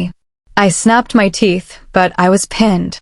A sudden, agonizing heat flared in my shoulder as they used heavy Silvanus shackles to bolt my arms to the earth. The Silvanus scorched my veins like liquid fire. They moved to my other side and repeated the action. I lay fastened to the earth, the wildfire of the Silvanus burning through me. More restraints were hammered into place at my thighs, leaving me completely at their mercy. The lead hunter crouched beside me. "If everything goes to plan, your female will come looking for you. You see, she's the one I really want." My beast roared, and I arched against the Silvanus, the rage pouring out of me as I realized the truth. I was the bait. I was being used to trap Graciela, and I was powerless to protect her. I prayed she wouldn't come, but the bond told me otherwise. She was coming, and the hunters were ready. Chapter 12. "This way, Graciela." Bunny calls back to me. I rush after her. She maneuvers through the underbrush with the ease of someone who has run these woods 1,000 times. I follow her lead, but my senses are dialed to the maximum. If Sylvanus is truly compromised, we are heading into a storm. I skid to a stop when a haunting, whistled tune drifts on the evening breeze. The woods go deathly silent. Someone is watching us. Here, Wolfie, Wolfie, Wolfie. The voice is a playful, taunting whisper. My blood turns to ice. It's a lure, and they used my mate as the bait. I clench my jaw. Hunters. I put on a burst of speed, desperate to reach Bunny before she walks into the center of the trap. A figure blurs through the trees to my left, keeping pace. Better shift, or I'll catch you just like the other one. A high-pitched giggle follows the threat. I ignore the taunt and pump my limbs harder. Sylvanus's scent hits me. Heavy, magnetic, but underscored by the sharp, metallic tang of blood. He's hurt. My wolf slams against the walls of my mind. Free me, she demands. My vision edges into red as her fury becomes my own. I fight to keep my human form, focusing entirely on the clearing ahead. These hunters have no idea what they've unleashed. I nearly collide with Bunny, who has stopped just ahead.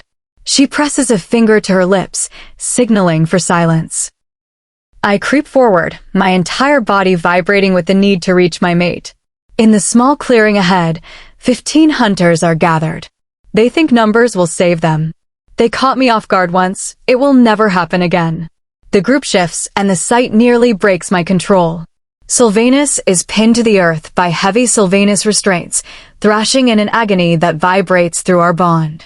I start to lunge, but Bunny catches my arm, pointing upward.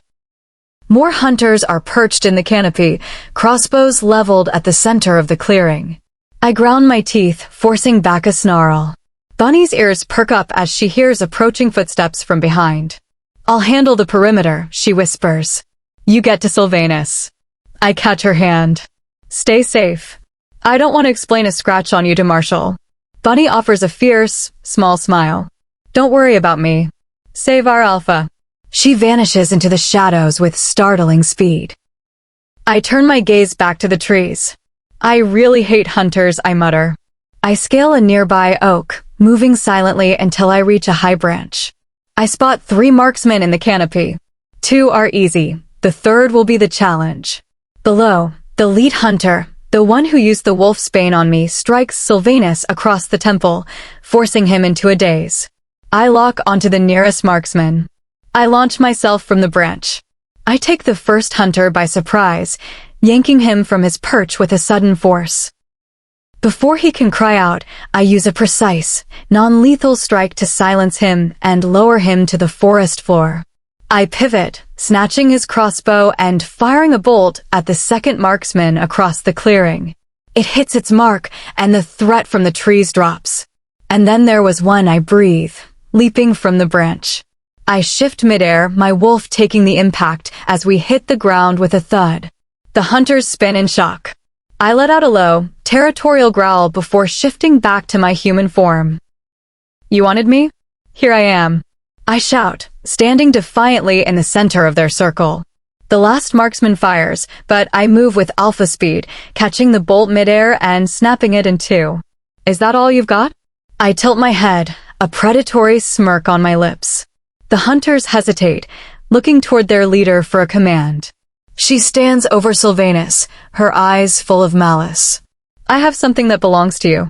She steps aside, and my heart stops. Sylvanus's eyes have gone pitch black, his wolf fully surfaced in a state of pure, agonized rage. The sight of me triggers a roar that shakes the very trees. My own wolf surges with such force that my body hunches over. Run, I gasp at the lead hunter, because if I catch you, the woods won't be deep enough to hide you. The hunters scatter, fear finally overriding their training. My wolf takes over, a blur of Sylvanus fur and righteous fury. I tackle the nearest threat, my strength overwhelming his defenses in seconds, with a powerful shove that sends him skidding across the dirt. A sharp sting hits my shoulder, a Sylvanus-tipped blade. My wolf swipes out, a powerful blow sending the attacker crashing into the underbrush. Now only the female leader and one man remain. She shoves her subordinate toward me and vanishes into the dark of the forest. Before I can strike, the male hunter collapses as a projectile hits him from the shadows. Bunny emerges from the trees, breathing heavily, her eyes wide with the heat of the hunt. I regain control, shifting back to my human form. I stagger toward Sylvanus, the exhaustion finally hitting me. He's fighting his beast with everything he has left. "Leave me," he rasps, his voice a distorted growl. "Not a chance. If you free me." "I don't know if I can stay in control," he warns. I look him in the eye. "Do you want to hurt me, Sylvanus?" "Never." "Then let's get you out of here." "Bunny, help me." We kneel on either side of him, our hands burning as we grip the Sylvanus restraints. With a synchronized surge of strength, we wrench the weights from the earth. Sylvanus lets out a pained howl that echoes through the night. I ignore the sear on my palms and toss the Sylvanus aside. I move to the final restraint at his shoulder. Sylvanus's gaze locks onto my neck, his instincts raw and demanding. "Graciela." I feel it in my soul. Once those restraints are gone, he will claim the bond. I know what this means, a lifetime tied to the son of a monarch, a life of war and secrets. "I know," I whisper. I meet his dark gaze. "I accept you." I yank the final restraint free. Sylvanus lunges, his strength surprising me even in his weakened state. He pulls me down, and I feel the sharp, electric sting as he marks me. I gasp, the initial pain melting into a profound, overwhelming peace. I can feel him now. A warm, solid presence settling into the corner of my mind. Mine, his voice echoes in my thoughts. His strength finally fails, and he falls back, slipping into a deep, healing unconsciousness. I let out a long, shaky breath. "Let's get him home." Bunny clears her throat, looking at the mark on my neck with a mixture of awe and respect. "Sounds like a plan, Alpha." Chapter 13. Bunny and I moved Sylvanus through the woods, both of us far too drained to maintain our shifted forms for long. Eventually, I had to take the lead. At the rate we were walking, we'd never reach safety. I pushed through my own fatigue, Sylvanus's weight a heavy reminder of the cost of the night. When the house finally flickered into view through the trees, Bunny let out a triumphant shout and used the last of her energy to sprint ahead. I followed at a steady trot, careful not to jostle Sylvanus's wounds. The front door swung open, and Marsh was there in an instant, catching Bunny in his arms. Leonidas was the next through, his eyes wide as he processed the sight of Sylvanus and me. He held up his hands in a non-threatening gesture as he approached. "I'm just here to help with Sylvanus, okay?" He spoke with a caution that suggested he knew exactly how protective a mate's wolf could be. I offered a tired huff of agreement, and he stepped in. "Marshall, I need a hand. The reunion can wait until we're sure our Alpha is stable." Marsh let out a low rumble of protest, but quickly stepped in to help. He heaved Sylvanus up, his expression turning grim as he felt the coldness of Sylvanus's lingering effect. "Is he breathing?" Marsh grunted. Leonidas checked quickly. "He's alive, just deep in a healing sleep. Probably for the best. Let's get him to Lib before she loses her mind." They moved Sylvanus into the infirmary, the boys huffing under the weight. Libertad spun around, a sharp remark on her tongue until she saw the state of her Alpha.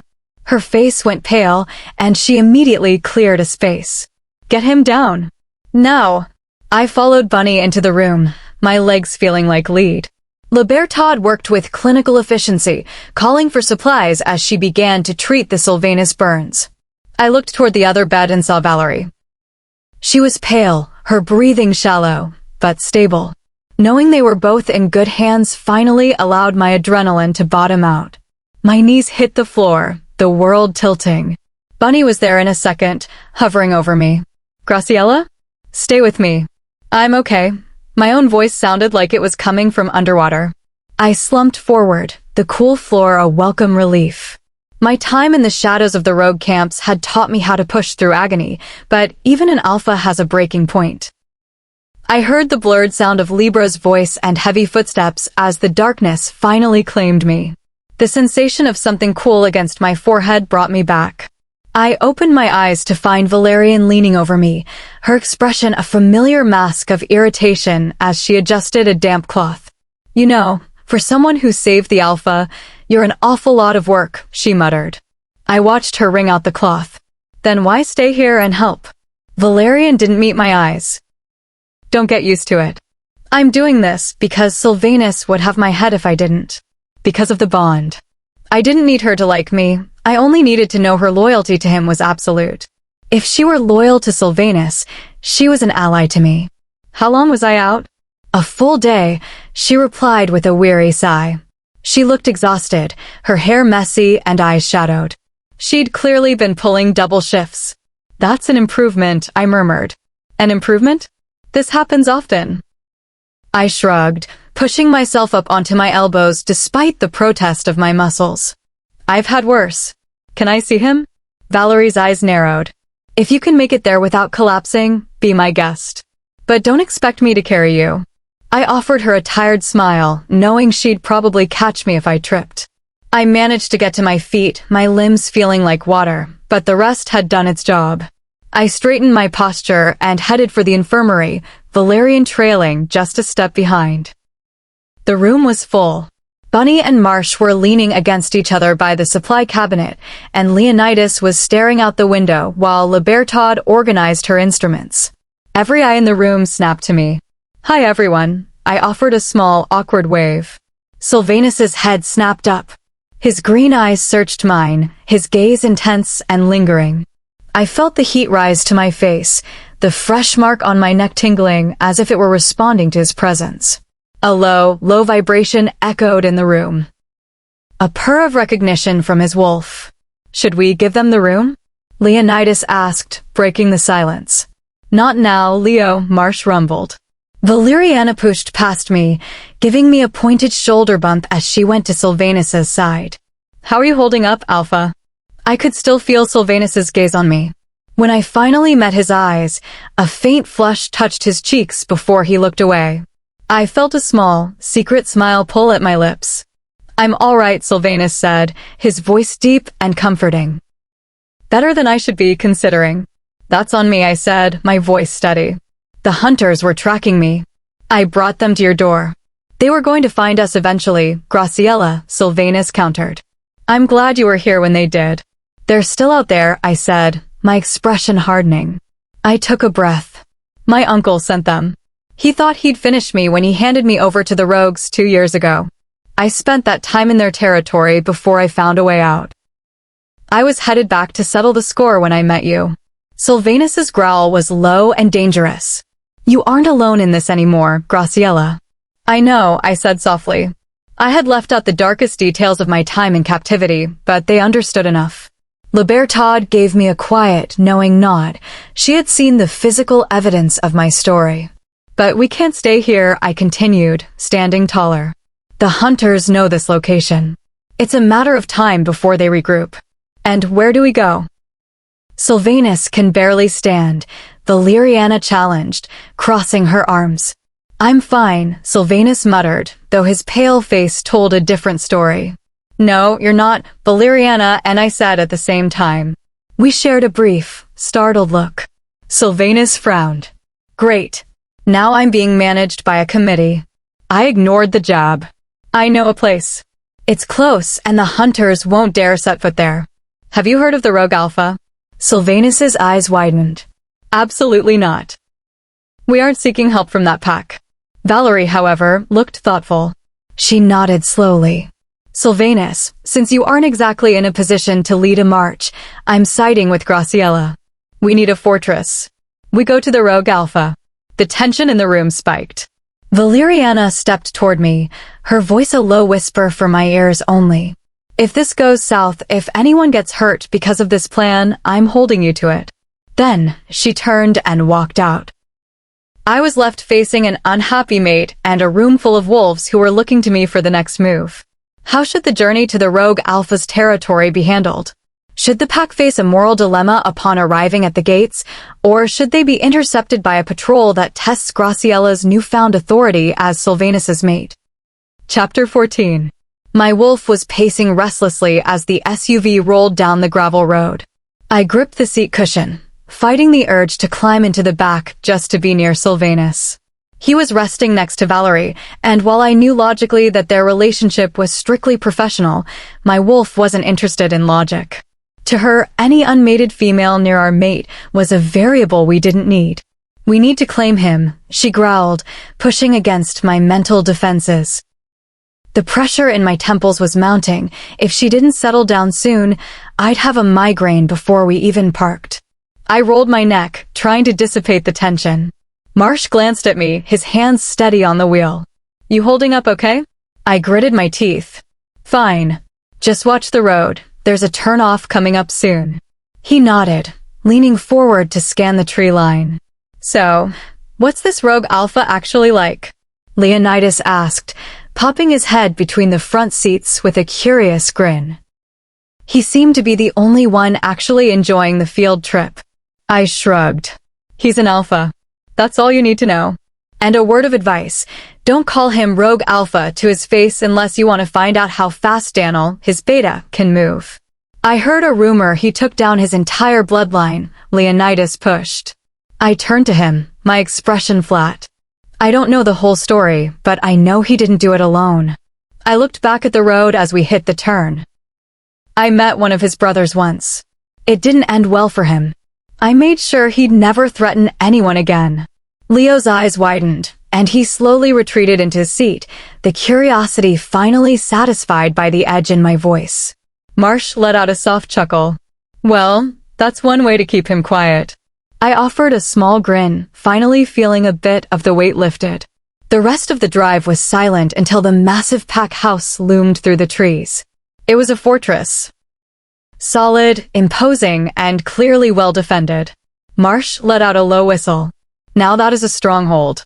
As we pulled into the drive, dust swirled around the SUV. A few members of the pack were milling about, their eyes sharp with suspicion. The front door swung open, and Noak marched out, Daniel trailing half a step behind him. I looked back at my group. "Let me do the talking. Be calm, be non-threatening. That means you, Marshall." "I'm the picture of peace," Marsh replied, though his posture was already stiffening. I stepped out, the fresh air hitting my lungs. Scarla came flying off the porch, a wide smile lighting up her face when she spotted me. "Look who's back," she called out. Noak froze, glancing over his shoulder. "Scarla, I told you to stay inside until we knew who it was." She narrowed her eyes, stepping right past him. "Noak, you know perfectly well that your orders are mostly suggestions to me." She patted his cheek teasingly as he growled in frustration. Her gaze swept over our ragtag group. I was expecting a slightly larger entourage. "This isn't my," I started, but a hand suddenly clamped onto my arm, yanking me backwards. The air was instantly filled with a chorus of defensive growls. I found myself staring at a broad, muscled back. Sylvanus was on his feet, his alpha aura flaring despite his injuries. I wrenched my arm free, shoving him lightly to the side while trying not to aggravate his wounds. "What is the matter with you?" I hissed. Sylvanus was locked in a staring contest with Noak, who had stepped protectively in front of Scarla. I sighed, the sound loud in the tense silence. "He's a friend, you idiot. If you want a peaceful night, you will stop acting like a territorial pup." Scarla shouted from behind Noak. Noak's growl cut off instantly, though he didn't stop glaring. Scarla shouldered her way between the two alphas. "Men. This is exactly why the goddess gave us patience, or nothing would ever get accomplished." Scarla turned to us with a warm smile. "Forgive my mate. He's still learning how to be a host." I shot a look at Sylvanus. "Mine too." Scarla's eyes widened as she took Sylvanus in. She smirked at me. "So, this is the mate? Well, Graciela, I have to say, you have excellent taste." Noak let out another low rumble. "Hush, you," Scarla laughed, leaning back against him for a second. "You're still my favorite pain in the neck."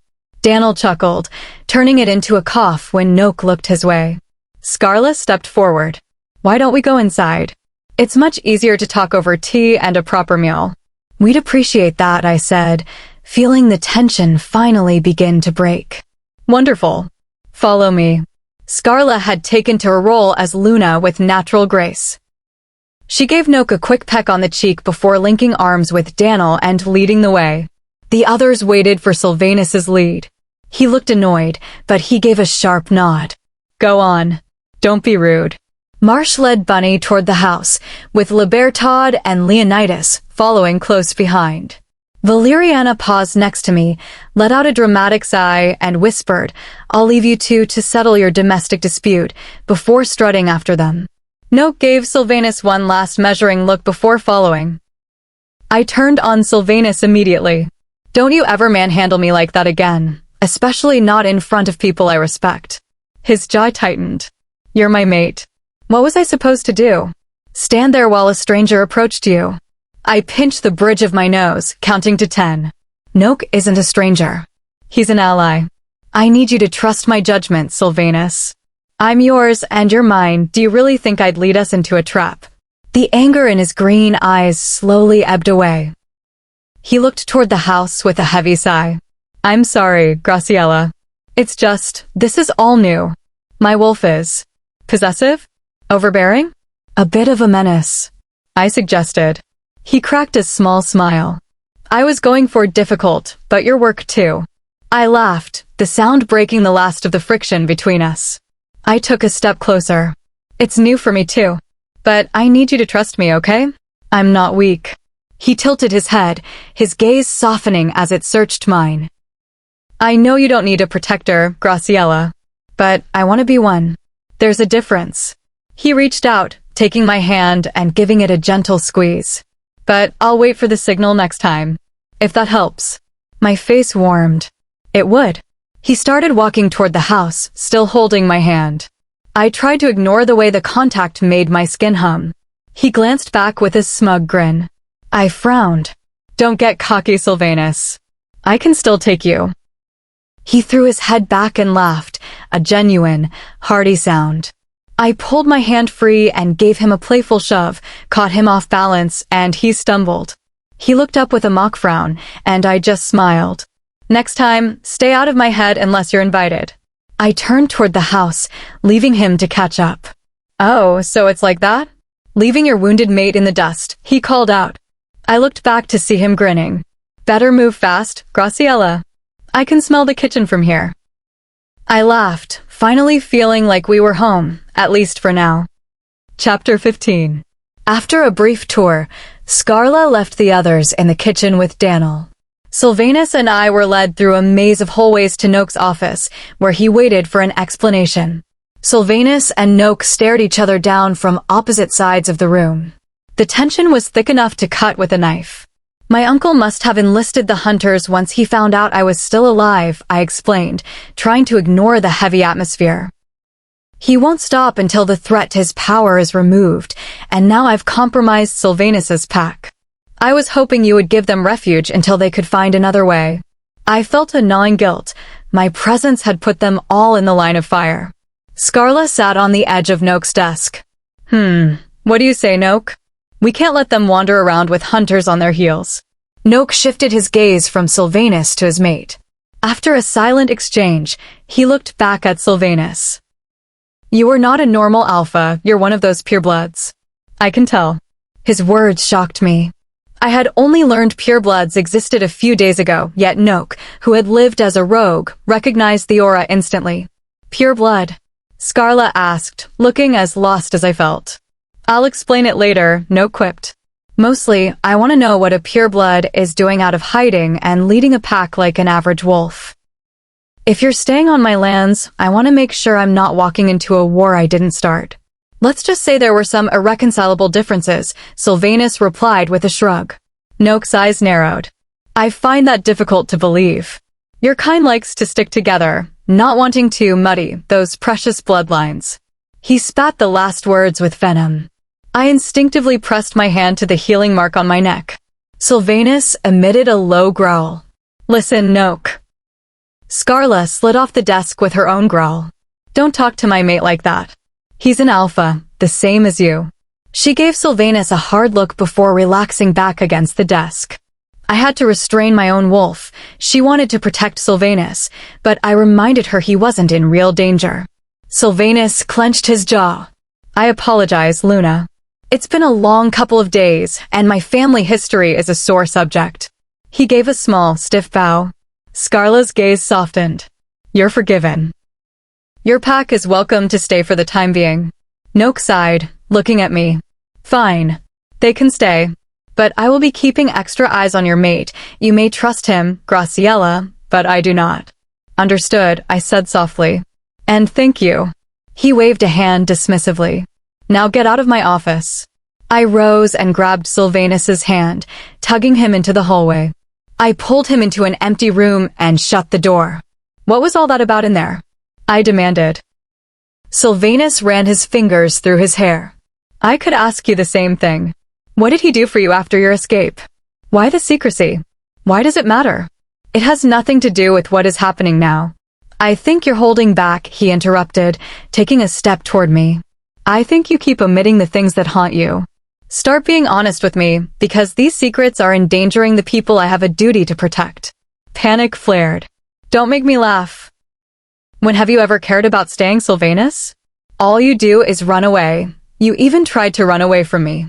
If I'm holding back, what does that make you? I was trembling, my wolf sensing a threat in my own mate's intensity. Sylvanus looked as if I'd slapped him.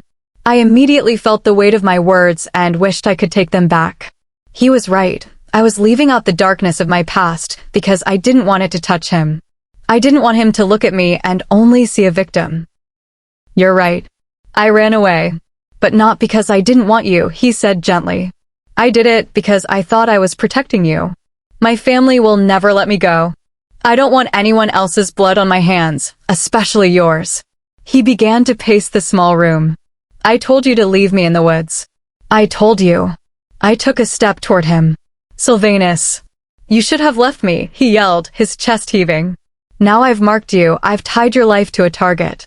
His eyes fell to the mark on my neck. Sylvanus, I'm not going to die, I whispered. I will fight just like I always have. I didn't come this far to lose. I took another step. You called me a liar. You said I was omitting things, and you're right. I told you I don't need you to protect me. That was a lie. I might not need you to protect me from the monsters you can see, but I do need you to protect me from the ones you can't. I took a shaky breath. Darkness and pain have been my companions for years. You are my beacon. I need you. We stared at each other. He let out a shaky breath. I wish that. What? His eyes hardened. I wish that I hadn't marked you. The words felt like a knife. I flinched as he moved toward the door. I will never be what you need, Graciela. I'm not your hope, I'm your destruction. So you're just going to run away again? I yelled as he reached for the handle. It's what I do best, he replied, slipping out. Yeah, run away. You're a coward. I shouted after him, desperate for him to turn back. He didn't. I slammed the door so hard the pictures rattled. Chapter 16. Sylvanus POV. Sweat poured off me as I hammered the punching bag, trying to vent the aggression roiling in my chest. The look in Graciela's eyes when I walked away had seared itself into my soul. No matter how hard I moved, I couldn't outrun the vulnerability I'd seen there. I need you, she'd said. Left hook.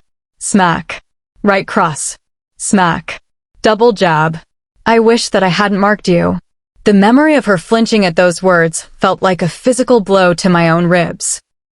I slammed my fist into the heavy bag with a roar of frustration.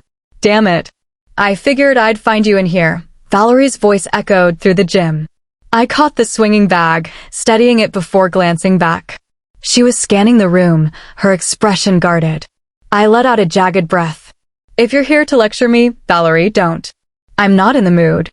You're never in the mood to hear the truth, and I'm rarely in the mood to tell it, she replied flatly, stepping further into the light. But we both know how this ends. Not today. I snapped, the warning clear in my tone. Why? Because you're spiraling over your mate, she taunted, her lip curling slightly. Focus, Sylvanus. This is bigger than one fight. Your father's timeline hasn't changed. Time is running out, and you're in here acting as you have forever. My wolf surged, and before I could think, I had crossed the gap, gripping the front of Valerie's shirt. I pulled her close, our personal space vanishing in a blur of alpha dominance. Watch your tongue. I am your superior, and it would be wise to remember that before you speak on things you don't understand. I released her with a firm shove to re-establish the distance. She straightened her shirt, her eyes flashing with a brief spark of defiance before she masked it. My apologies, Alpha. I didn't mean to offend. I turned back to the bag, my jaw tight. She was right, as much as it galled me to admit it. I was pretending the berserkers weren't coming. The longer I stayed, the more I turned this pack into a target. Right hook. Smack. Left-right combination. Smack. Smack. We have to go, Valeriana said, her voice dropping to a softer, more urgent level. I clenched my fists, my wolf snarling at the mere thought of leaving Graciela behind. A hollow, hopeless weight settled in my gut. I delivered one final, thunderous strike that snapped the chain, sending the heavy bag skidding across the floor. I dropped to one knee, chest heaving. Valerian placed a hand on my shoulder. I know it's hard. Probably the hardest thing you've ever faced. But doing what's right is rarely easy. I shifted my shoulder, causing her hand to drop, and stood up. I stared at the down bag, seeing only the wreckage of my choices. If you stay, you're bringing a war to her doorstep that she can't win, Valeriana pressed. The pack is loyal, Sylvanus. They'll stand by you until the end, but they have no idea what my father is capable of sending. I stared at the ceiling, the silence of the gym feeling like a tomb. We leave. We do, she agreed quietly. I closed my eyes, and Graciela's face filled the darkness. She was everything I hadn't known I was allowed to want.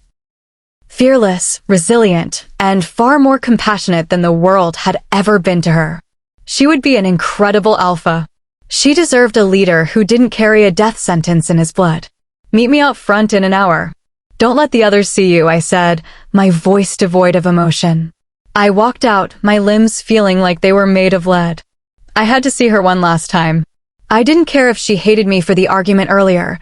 I just needed to look at her before I disappeared. I knew she'd think I was rejecting her, but the truth was the opposite. Everything I was doing was to keep her breathing.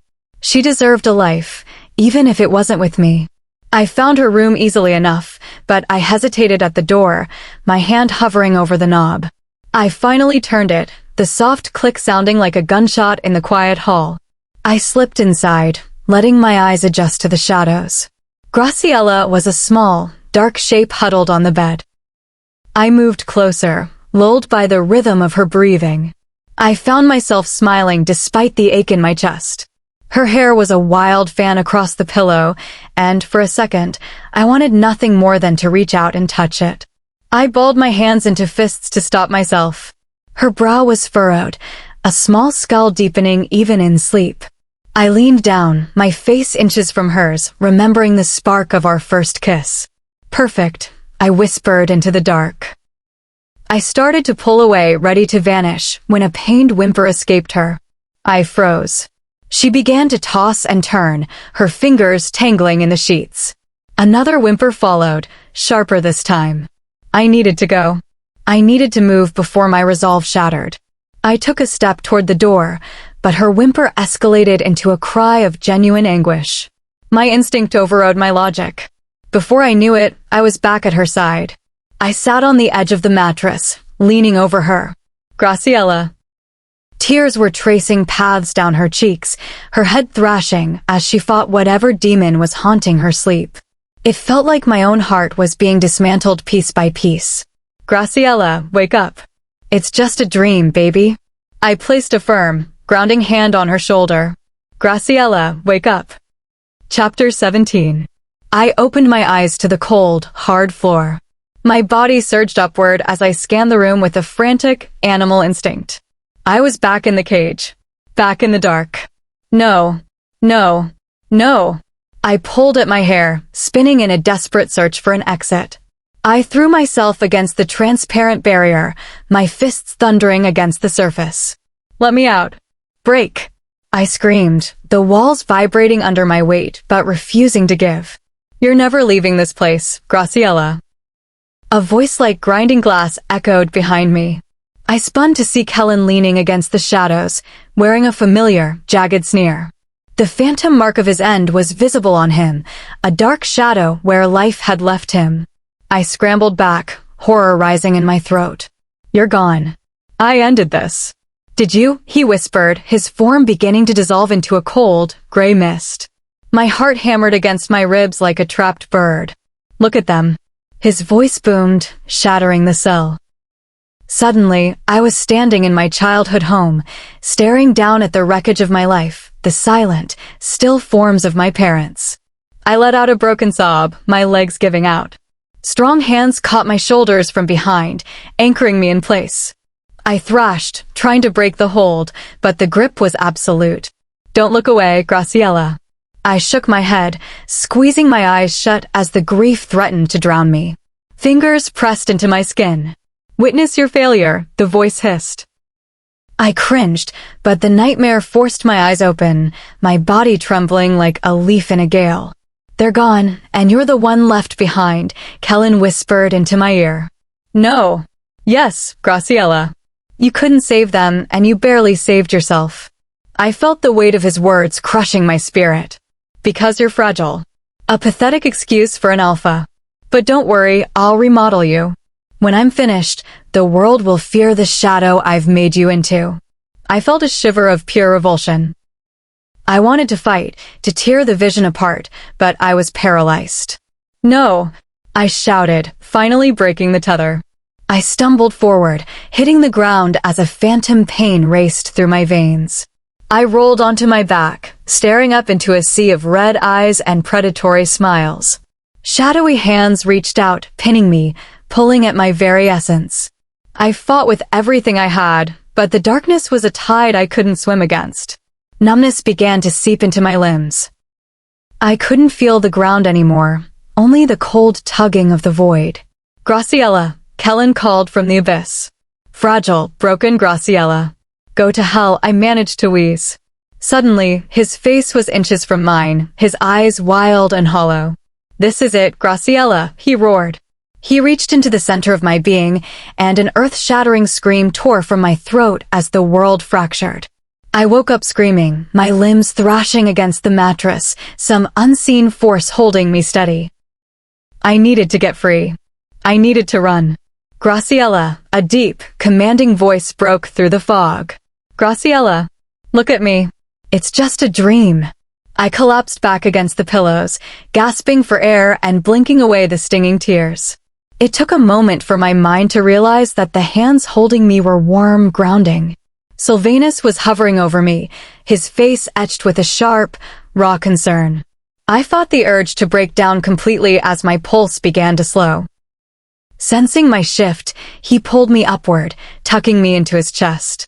I let out a small, startled sound, but I didn't pull away. I buried my face in his neck, breathing in the scent of pine and lightning that only belonged to him. His arms were a fortress, and his hand moved in slow, soothing circles across my back. "It's over now. It was just a memory. You're awake, and I've got you," he whispered. I clung to him, my fingers bunching the fabric of his shirt. "Don't leave me," I breathed. His body went rigid for a heartbeat at my words. "Shoo. I'm right here," he murmured into my hair. I pulled back just enough to see his face. He met my eyes with a gaze of intense, quiet reassurance, his thumb moving to catch a stray tear. I wanted to ask why he was here, how long he'd been watching, but the words died in my throat. I just wanted the fear to stay away. My need for his presence outweighed my pride. He seemed to see it in my eyes. He let out a low sigh and pressed a lingering kiss to my forehead. "Come on. Let's rest." He settled us back onto the mattress, his arms wrapping around me as I tucked my head under his chin. It had been years since I felt this kind of peace. I hadn't realized how much a soul could ache for it. "Close your eyes, Graciela," Sylvanus said, his voice a calm anchor. "I'll stand watch." I settled against him, not caring how it looked. "Thank you." I felt his lips brush the crown of my head. "You don't owe me thanks, Graciela. You're my mate. I'd do anything for you." I closed my eyes and let his warmth pull me under. Slowly, the exhaustion took over, his steady heartbeat acting like a lullaby to my frayed nerves. "Forgive me," Graciela. The words were so faint I thought I'd imagined them, but they made my heart skip as I finally drifted into a dreamless sleep. I woke later to a frantic pounding on my door. I groaned, rolling over to reach for the warmth beside me. But I met only cold sheets. I sat up, my heart jolting into my throat. I ran to the door, flinging it open to find Marsh looking breathless and grim. Graciela. The hollow feeling in my chest told me the truth before he could speak. Forgive me, Graciela, he had said. Valeriana and Sylvanus are gone. We've searched the grounds, there's no sign of them. He looked at me, waiting for the order to pursue. I swallowed hard, forcing my voice to remain steady. Stop the search. It's over. Let them go. But Graciela, he's your. No. I growled, the alpha in me overriding the grief. He chose his path. If they want to run, let them. I slammed the door shut, leaning my back against the wood. I pressed my hand over my mouth, but it couldn't stop the sob that tore through me. He was gone. He had walked away. I was alone. Again. How should Graciela lead the remaining pack members now that Sylvanus has left?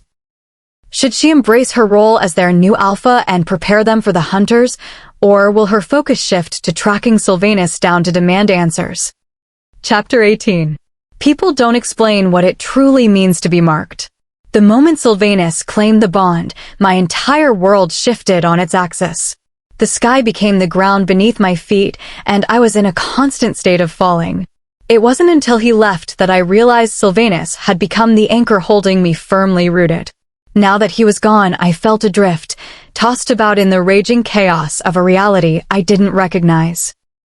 Before Sylvanus, my anchor had been survival and the cold need to avenge my family. Now, my mind was in a loop of a single name. Sylvanus. Sylvanus. Sylvanus. It was an endless cycle of longing, and it was starting to infuriate me. No matter how hard I tried to distract myself, he clung to my thoughts like an unshakable shadow. I slammed my palms down on the kitchen counter, making the nearby pack members jump. Enough. What did the counter ever do to deserve that? A voice chirped beside me. I turned to see a woman giving me a cheeky, knowing smile. Her complexion was deep, and a faint scar on her cheek gave her features a sharp, resilient edge. She chuckled, her dark waves swaying. You must be Graciela. We didn't get to meet during your last stay. I gave her a tight-lipped nod. And you are? I'm Nadine. You've probably met my mate, Ryder. She held out a hand. I hesitated for a second before shaking it. Nice to meet you. I slipped my hand back and wiped the flour onto my jeans. She watched me as she went back to kneading dough. So, what's got you so wound up, Graciela? Nothing, I replied quickly. Right. Because nothing usually leads to people testing the structural integrity of my kitchen, she said sarcastically. I frowned. It's not worth talking about. Yet it's all you're thinking about.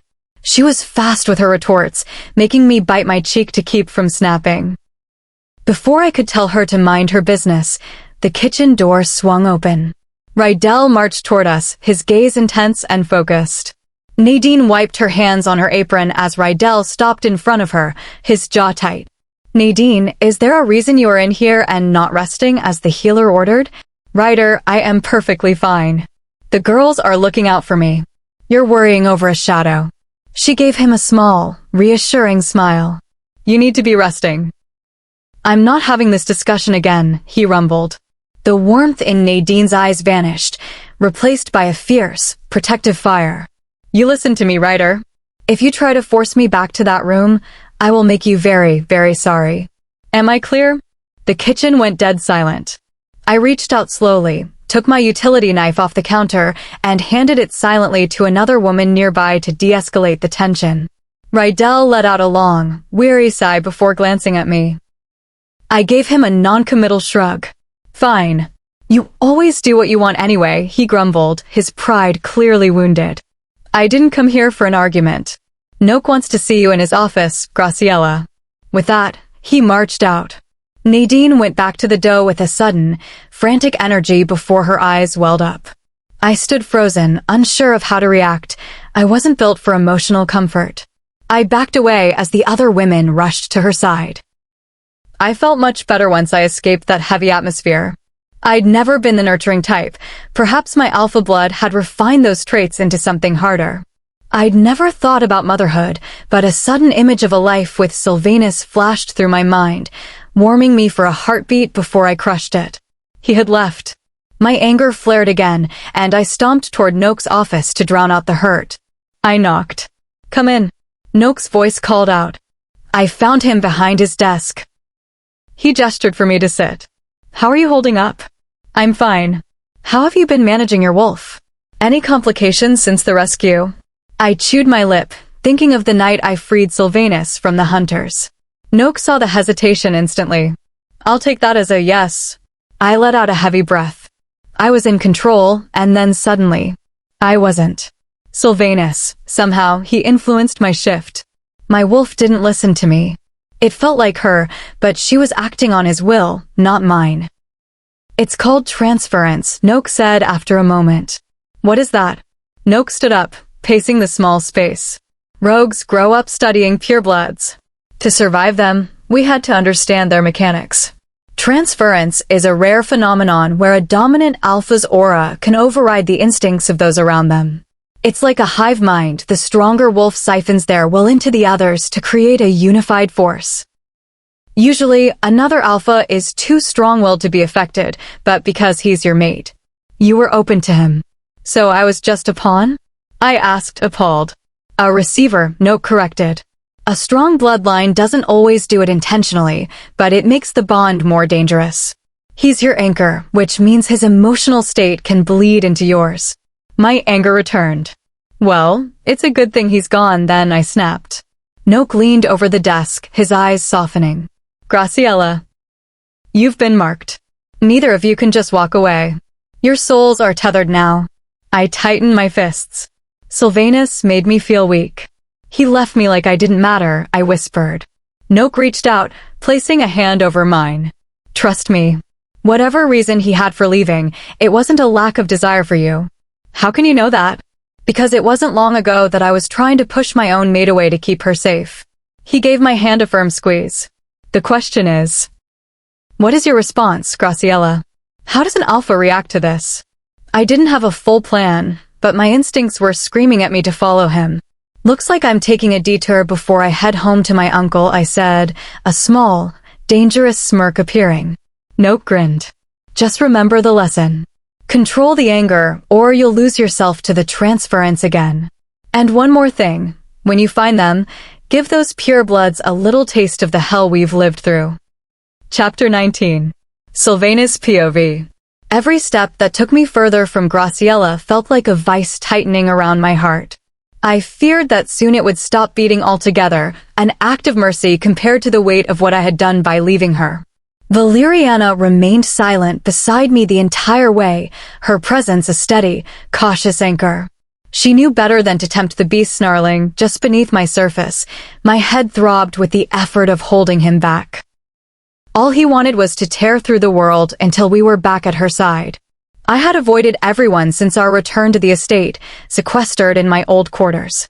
But my time to hide was over. A summons from my father's guard brought me to the dining hall for a family dinner. "I see you've chosen to return of your own free will." "Pity," Leonard remarked, his voice dripping with his usual carefree boredom. He barely looked up from his wine. I glared at him, the urge to silence his arrogance nearly overwhelming my restraint. "It seemed you all were struggling to maintain order without me." "So, here I am," I replied flatly. Valerian stood at my shoulder, eyes fixed on the floor, the expected posture in the presence of the monarch's bloodline. Leonard leaned back, a sharp glint in his eyes. "And how was your little project when you left? Did she put up a fight?" I clenched my jaw so hard it ached. Twirling a Sylvanus fork between his fingers, he continued, "A shame you didn't bring her. I would have loved to see what makes a common wolf so interesting to you. Though I suppose once you're finished with her, brother." He trailed off with a mocking smirk. The restraint snapped. I leaned across the table, catching him by the collar and hauling him halfway over the mahogany surface. "Mention her again. I dare you." For a split second, the practiced boredom in his eyes flickered into genuine alarm. "Sylvanus." Release him. The command came from the doorway. My oldest brother, Remy, entered the room. I let out a low growl of frustration before dropping Leonard back into his seat. Remy was exactly as I remembered, tall, graceful, and wearing a mask of absolute indifference. His shield followed him silently, pulling out the chair at the head of the table. "So lovely of you to join us, Remy," Leonard remarked sarcastically. Remy didn't even acknowledge him. "This dinner is going to be a chore if Remy is setting the tone." Elira's voice cut through the silence as she entered with Connor, my third oldest brother. Connor's hatred for me was a living thing. His eyes narrowed the moment they found mine. If it isn't the prodigal son. Truly, a day for the history books. He clapped his hands with theatrical mockery. "Connor." I muttered his name like a bitter oath. Valerian shifted closer, sensing the volatility of my wolf.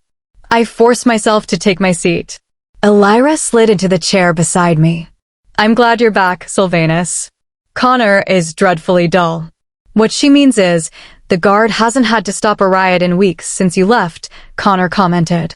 I shifted, trying to ignore the pulsing need to walk out. Leonard peered at me with a grin. "Oh, I think you'd be surprised how much our little brother has changed. He's learned a few things about control." He held my gaze for a moment before a heavy presence filled the room, making the air feel thick and cold. "Good evening, children," our father said, his tone deceptively cheerful. It warms my heart to see the family whole again. I kept my eyes on the table, refusing to look at the man who had spent my life trying to mold me into a weapon. Servers began to set our meals down, but the sight of the elaborate dishes made me sick. After the honest, hard-won meals of the rogue pack, this opulence felt hollow. "Is the meal not to your liking, Sylvanus?" my father asked. His hair was perfectly styled, the gray at his temples more prominent than I remembered. His face was a map of stern authority. He lifted a brow, waiting for my reply. "Perhaps he needs something a bit more unrefined, father." After all the time he spent among the savages, Connor added with a chuckle. "You should have seen them, father. They have no respect for lineage.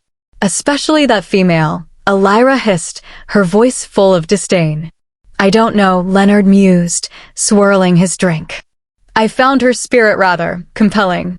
I reached for a glass of amber liquid and downed it in one go, fighting to keep my mask from cracking. "An alpha female? Your standards are slipping, Lenny," Elira huffed. "What did you just say?" Our father's voice cut through the chatter, the humor vanishing instantly. The room went silent. Elira blinked, startled. I was just teasing Leonard about his taste in." "No. Before that. You said the female was an alpha. Is this true?" He leaned forward, his elbows on the table, his posture radiating a sudden, predatory intensity. Leonard cleared his throat, sensing the shift in the room. "Yes, father. It's true. A strange anomaly of the lower bloodlines, I imagine. Nothing worth our concern." A chill raced down my spine.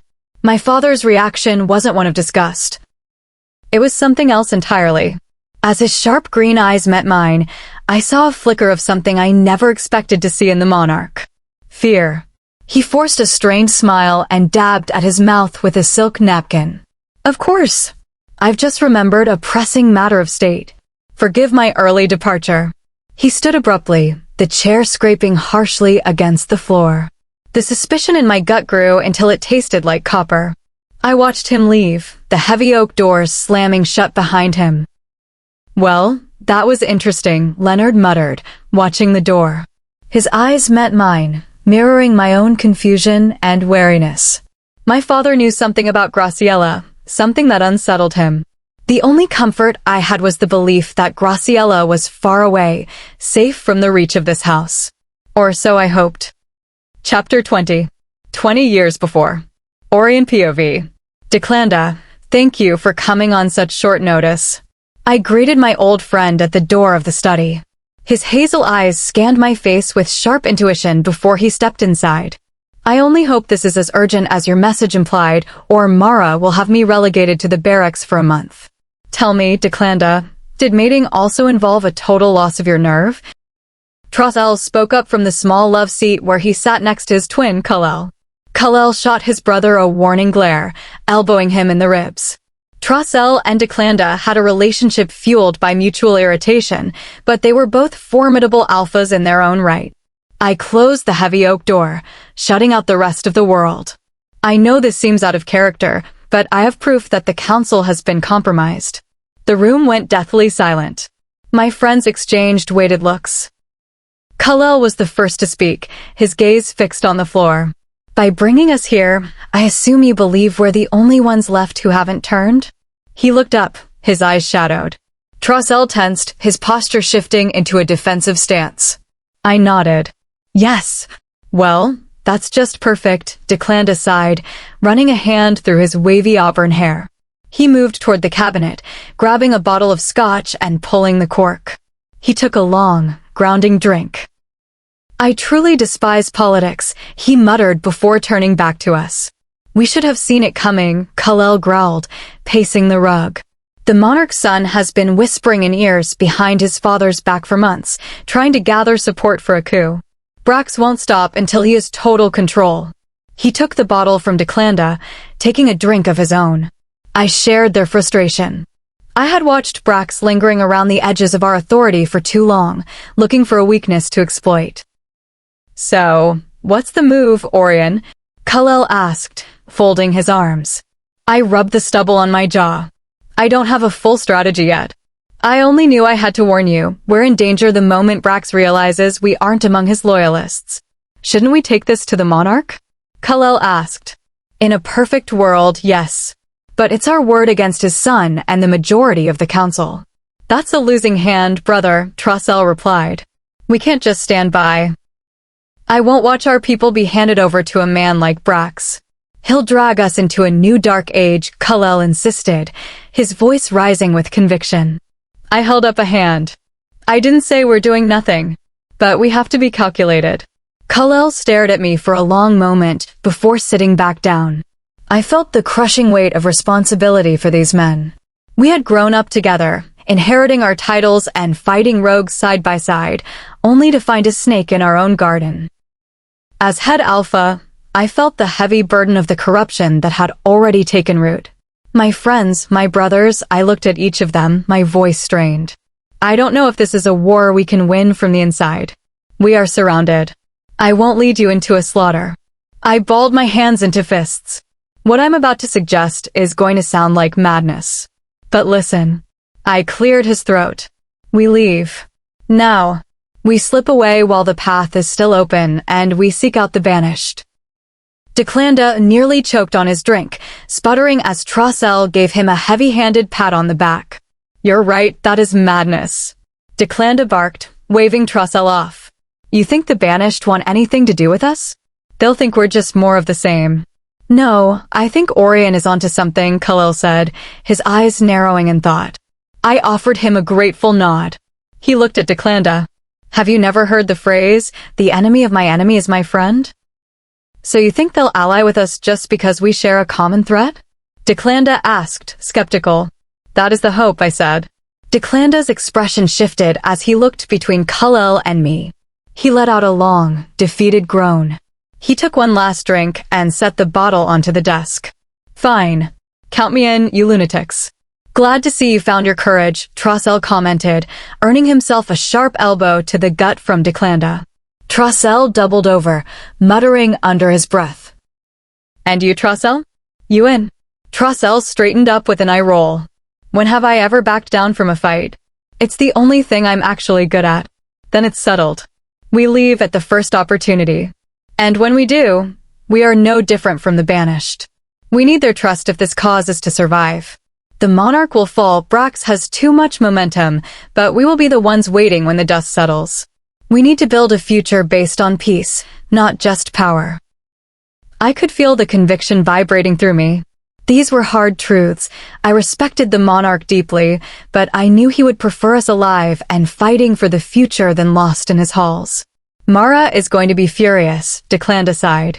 Here we go, Trosel groaned. We're going to hear about it for the next 500 miles. Kal-El and I shared a small, fleeting smile. Declanda glared at us. Just wait until you're all mated. We'll see who's laughing then. The thought sobered me instantly. A mate. A family. With the shadows closing in, I wondered if I'd ever get the chance to find the other half of my soul. Chapter 21. I can't believe I let you guys talk me into this, Leonidas whined, his footsteps heavy as he trailed behind us. Taking on purebloods in their own backyard? This is a one-way trip, I'm telling you. His voice dissolved into a series of anxious mumbles. Libertad let out a low, dangerous growl. Keep it up, Leo, and the purebloods won't be the ones you need to worry about. I stifled a cough to hide my smirk. Leonidas subsided into a silent pout, clearly not wanting to test his sister's patience further. I kept my focus on Bunny and Marshall. Bunny was deep in a tracking trance, her senses locked onto Sylvanus's distinct scent. Marsh stayed half a step behind her, his posture tight and alert, scanning the tree line for any sign of an ambush. How will we know when we've crossed the border? Leonidas whispered after a few minutes of tension. We've been in their territory for the last 3 miles, Bunny replied without breaking her stride. I felt my muscles lock. How can you tell? The air smells older. It's heavy. They smell like Sylvanus, but sharper. More clinical. She stopped suddenly, tilting her head back to catch the breeze. I followed her lead, closing my eyes. Now that she mentioned it, Sylvanus's scent was a roar in my senses, but it was surrounded by a chorus of other alphas. I realized then how much my distraction over Sylvanus's departure had dulled my instincts. We were deep in the lion's den. Give me a second to lock onto. Bunny's eyes snapped open. They're here. They know. Marshall's gaze met mine, a silent question hanging between us. We could stand and fight a force we didn't understand, or we could try to maneuver. I wasn't one for running, but I wouldn't gamble the lives of Sylvanus's pack on a blind skirmish. Bunny, take Libertad and Leo. Head north, stay off the ground as much as possible to mask the trail, I commanded, pointing toward a thick cluster of ancient oaks. Marshall's expression darkened at the thought of parting from Bunny, but he didn't argue. He pulled her into a brief, fierce embrace. You remember what I told you? She nodded, her eyes bright with unshed tears, before she pulled back to frame his face with her hands. And you remember your promise to me. I expect to see you again soon. She gave him a lingering kiss before turning to the others. Let's move. I watched them vanish into the thicket before turning to Marshall. I placed a hand on his shoulder. She's a survivor, Marshall. Trust her. He offered a small, proud smirk. I do. So, I said, my own wolf rising to the surface. How about a game of tag? Marshall's smirk turned into a deadly grin. My favorite. We took off in the opposite direction, putting distance between ourselves and the others. Within minutes, the woods felt like they were closing in. The hair on my arm stood up, we were being stalked. A massive wolf exploded from the underbrush, cutting off our path. I skidded to a halt, my heart hammering. Marsh let out a thunderous growl and shifted in a blur of motion. I stared in shock as a brilliant, mahogany-coated wolf stood where he had been. He was massive, larger than our attacker, and the aura he radiated was pure alpha. I realized then that Marsh had been suppressing his true nature all along. During my split second of shock, another wolf barreled into me. My back hit a tree with a sickening crack, and I gasped as the air left my lungs. I looked up into the snarling face of a predator, its teeth inches from my throat. The wolf lunged to intimidate me, but I didn't flinch. I waited for the opening and landed a heavy right hook directly to its muzzle. The wolf yelped, its head snapping back. I used the momentum to roll clear and delivered a powerful kick to its ribs, sending it tumbling. I turned to see Marsh locked in a vicious struggle with the first wolf. My own wolf scratched at the back of my mind, but I held her back. I wanted to see if I could handle this in my human form. The wolf I'd kicked scrambled up, its ears flattened in a murderous rage. These wolves were stronger than any I'd faced, but I was an alpha in my own right. It began to circle me. I kept my breathing steady, watching its eyes. It snapped at my legs, and as I jumped back, my heel caught a root. I hit the ground hard. Seizing the moment, the wolf launched itself at me, jaws wide. I threw my arms up, catching its upper and lower mandibles just before they could snap shut on my face. My muscles screamed as I fought to keep the jaws apart. With a growl of pure desperation, I kicked upward into its solar plexus while shoving with all my might. The wolf flew backwards, crashing into a tree trunk. I scrambled to my feet, chest heaving. Enough, a deep, cultured voice commanded. I spun to see Baron standing at the edge of the clearing with a dozen reinforcements. Beside him was a tall man with piercing green eyes that mirrored Sylvanus's. I gritted my teeth as they moved to surround Marsh and me. Marsh shifted back, looking bloodthirsty even as he stood defiant. Baron stared at Marshall, his eyes wide with disbelief. "An alpha? You've been hiding in plain sight." He quickly masked his shock with a sneer. "You are trespassing on royal lands. Turn back now or answer to the monarch." "We didn't come this far to turn around," I said, meeting Baron's gaze. "I'd like to see this king for myself." The green-eyed man beside Baron let out a cold chuckle. "You must be the one my brothers are so fixated on." He approached me, his gaze traveling over me with a look of clinical appraisal. "I see the appeal. Proud. Fierce." I felt a wave of revulsion as he started to circle me. "A female alpha. A curiosity of the lower bloodlines," he mused. He reached out as if to touch my hair, and I snapped my head toward him with a warning snarl. He held up his hands in mock surrender, a wicked glint in his eyes. "You're here for Sylvanus, aren't you?" he asked, stopping in front of me. "Whatever bond you think you have, it's a fantasy. My father would never permit such a dilution of our line." He reached out and caught a lock of my hair between his fingers. "Though I wouldn't mind keeping you as a trophy." The memory of my past flared in my mind, a dark, cold fire. I caught his wrist in a grip that made his bones creak. "I am no one's trophy." I twisted his arm with a sudden, violent torque, forcing him to his knees. The circle of wolves around us erupted in snarls. Baron was shouting at me to release Connor, but I tuned him out. I leaned into the man's ear, increasing the pressure. "Know this, royal prick. The last person who tried to own me ended up in the dirt. I have no problem adding a prince to the list. Release him, or your friends pay the price." Baron roared. I looked up and saw two men dragging Bunny into the clearing. Marsh let out a roar of pure agony, his body beginning to shift in a frenzied burst. I saw Libertad and Leonidas being held at the edge of the woods. I let out a frustrated growl and shoved Connor away. He scrambled up, his face contorted with rage, and delivered a heavy strike to my jaw. The world tilted as the ringing in my ears began. "Graciela." Bunny's voice felt a mile away. A powerful hand caught me by the collar and hauled me off my feet. The pressure of Connor's alpha aura began to stifle the air in my lungs. He stared at me with a sadistic, triumphant grin. "I'm going to enjoy breaking you. I think I'll make Sylvanus watch the process." Black spots began to cloud my vision. "When I get free, I managed to rasp, 'I'm coming for you.' And Sylvanus will help me finish it. Take them to the cells." Baron's voice was the last thing I heard before the darkness took me. Chapter 22.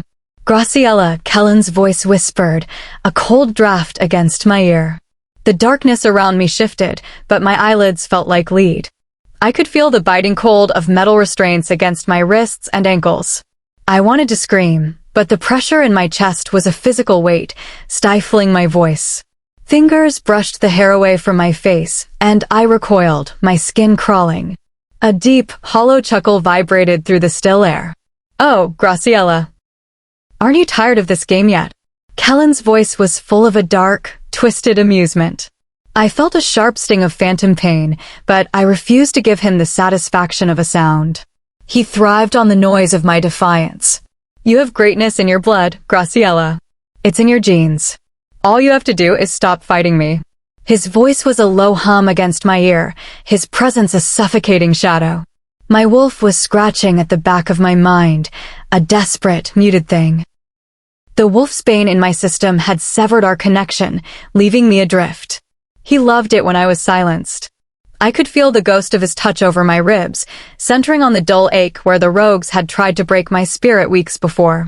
"Look at me," he commanded, his voice dropping into a growl. I kept my eyes shut. Looking at him made the world feel small and hopeless. It was better to remain a void because Kellen fed on the light of my anger. "Look at me," he bellowed. My eyes snapped open, my wolf responding to the sheer force of his rage. My canines descended instinctively, and I strained against the metal bonds, snapping at the empty air between us. He hovered just out of reach, a jagged grin splitting his face. "Fierce. Beautiful. You have so much potential, pet." "I am no one's pet." I snarled, the metal table rattling under my struggle. "We shall see. Perhaps more time in the dark will sharpen your perspective." He shrugged with an indifference that chilled me. He leaned in, his eyes shimmering with a dark, unnatural light in the dim space. "You don't even realize the power you're suppressing." His hands moved with a sudden, predatory speed, pinning me. I thrashed against the table, my heart hammering like a drum in the silence. He watched my struggle with a clinical, satisfied smile. My eyes burned, and for a fleeting second, I wanted it to end. I wanted the cycle to break. What was left for me in a world that only offered cages? He sensed the dip in my resolve and chuckled, a sound like dry leaves skittering on stone. "Don't fade on me yet, Graciela. I'm going to strip away the weakness and build you into something the world will fear." He wanted to remake me in his image, a weapon for his rogue army. I would never be his instrument. I would be his end first. I narrowed my eyes, my voice a jagged blade. "I hate you." "Good," he whispered. Hate is a much better foundation than hope. I woke up gasping, my lungs burning as if I'd been underwater. My head throbbed with a rhythmic, agonizing pulse. I met the hard, damp concrete beneath me and recoiled, my mind reeling. I pushed myself up, my limbs shaking as I tried to regain my equilibrium. My eyes darted around the enclosure, the walls closing in. A familiar, icy panic clawed at my chest. I didn't want to be awake. I wanted the dream back, at least in the dream, I knew the rules. I inched toward the door of the cell, my mind a whirlpool of past horrors. I licked my dry lips, reaching a hand toward the bars. The moment my skin touched the metal, a searing heat raced through my palm. I yanked it back with a hiss, staring at the red welt forming across my skin. Sylvanus. The bars were laced with Sylvanus. This was real. I collapsed to the floor, pulling my knees to my chest. The world felt like it was spinning on a broken axis. I could hear Kellen's laughter in the corners of the room. I could see his shadow on the wall. My body shuddered as my wolf scratched at my skin, the need to shift a frantic, painful pressure. I began to rock, a rhythmic motion to keep the shadows at bay. "Kellen is gone. You ended him, Graciela. He's gone. He's gone. Look at me." His voice thundered through my skull, and I squeezed my eyes shut, my nails digging into my legs. "You aren't real. You're a ghost. You aren't real." I whispered, a mantra against the dark. "Pathetic. Fragile." His laugh sent a chill through my marrow. I snapped my eyes open, searching the empty cell for his red-eyed stare, but there was only the damp stone. A broken sob escaped me. "No. No. Please," I gripped my hair, the silence louder than the screams. "Something is wrong with the prisoner," a distant, muffled voice called out. I was too far gone to care. Every blink brought a flash of his apathetic smirk. They were going to take me back to the interrogation room. I couldn't go back there. "You belong to the dark, Graciela. You'll never be free." I whimpered, my wolf thishing blindly against the mental barriers. I pressed my palms to my temples. "Go away. Get out." I screamed. The screech of metal on concrete made me flinch. 2 guards filed in, their movements efficient and cold. I scurried back, my limbs tangling. "Stay back. Don't touch me." The lead guard held up his hands. "Calm down. You're disrupting the block." His partner moved around the side, and I caught the glint of a needle in his hand. My lip curled into a sneer as I backed against the wall. I wouldn't be sedated. Not again. I lunged, trying to catch them off guard. The lead guard intercepted me, and we hit the floor in a tangle of limbs. I threw a desperate elbow, catching him in the face. He let out a harsh grunt. "Subdue her." "No. No." I clawed at the stone, tears blurring my vision. I felt the sharp, cold sting of the needle at the base of my neck. The world immediately began to blur, the edges of the room melting into gray. I reached for the open door, my fingers dragging on the floor as the darkness took hold. I could still hear the ghost of a laugh. "You're mine, Graciela." A shock of cold water pulled me back to the surface. I could hear voices, sharp, demanding, but my eyelids felt fused together. A stinging slap to my face forced my eyes open. I was kneeling against the back wall, my arms shackled to a ring in the stone above me. I groaned, my mind a fog of chemicals and Sylvanus ache. I focused on the guard standing over me. "Are you with us, prisoner?" I frowned, my voice gravelly. "I didn't realize you were waiting on me." Another slap snapped my head to the side. I tasted copper and spat it out before meeting his gaze. "Now you have my attention." "You have been summoned to face the royal family," he recited, his voice full of disdain. 2 more guards entered, looking like grim reapers in their formal armor. I focused on the sharp pain in my cheek to clear the fog. I didn't realize a little trespassing warranted the full royal treatment. "Am I that special?" The guard let out a low growl. "You will learn respect, or you will lose the ability to speak at all." My wolf stirred at the threat, and a dry chuckle escaped me. "And you should learn how to talk to a lady. Didn't your mother teach you manners?" I watched his hand twitch. "I'd rethink that," I said, meeting his eyes with a cold, level stare. "I've got a very long list of people I'm going to deal with when I get out of here." "You're climbing it very quickly." His jaw tightened, but he took a step back. "Secure her. The theater is waiting." He turned and marched out, the heavy echo of his boots following him. Chapter 23. Khalil PV. Alpha, one of the patrols intercepted a trespasser on the North Ridge this morning, Draken reported, his voice steady but layered with an unusual urgency. I looked up from the map spread across the stone table. I had been discussing supply lines with my other beta, Coden, but Draken's expression pulled my full attention. He quickly averted his gaze from mine. "I believe this is someone you'll want to handle personally, sir." "Why?" I asked, raising a brow. "I trust your judgment, Draken. That's why you hold the rank of beta." "Normally, yes. But this is a pureblood," Draken replied, his eyes meeting mine tentatively. "And he claims to be the second son of the monarch." The air in the cave seemed to freeze. I stared at him in stunned silence. How's that possible? How would he even find us? Coden stood up, his chair scraping harshly against the stone. "If he's here, he could have led a strike team right to our doorstep." Draken shook his head. "I've tripled the patrols and sent out scouts. As far as we can tell, he came alone. He wasn't even hiding." "Take me to him," I growled, pushing past them and into the winding tunnels of the mountain stronghold. My wolf was pacing in the back of my mind, his fur bristling with a decades-old hunger for justice. "Is it time?" he whispered. Over the last 20 years, I had sacrificed everything to keep Orion's flame alive. When Orion and his family were reported lost, it felt like the heart of the rebellion had been torn out. Many fled, terrified of the monarch's reach, but I had stayed. I had regathered the broken pieces of our force, because I refused to let my friend's sacrifice be for nothing. In the years since, I had lost Declanda and Trocel as well. I would have joined them if not for the resilient pack that called these mountains home. When I entered the main cavern, a crowd had gathered. In the center stood the prisoner, guarded by a tight circle of my best warriors. I couldn't see his face yet, but the scent was unmistakable, the cold, clinical ozone of a high-tier pureblood. The patrol leader saw me and signaled his men to break formation.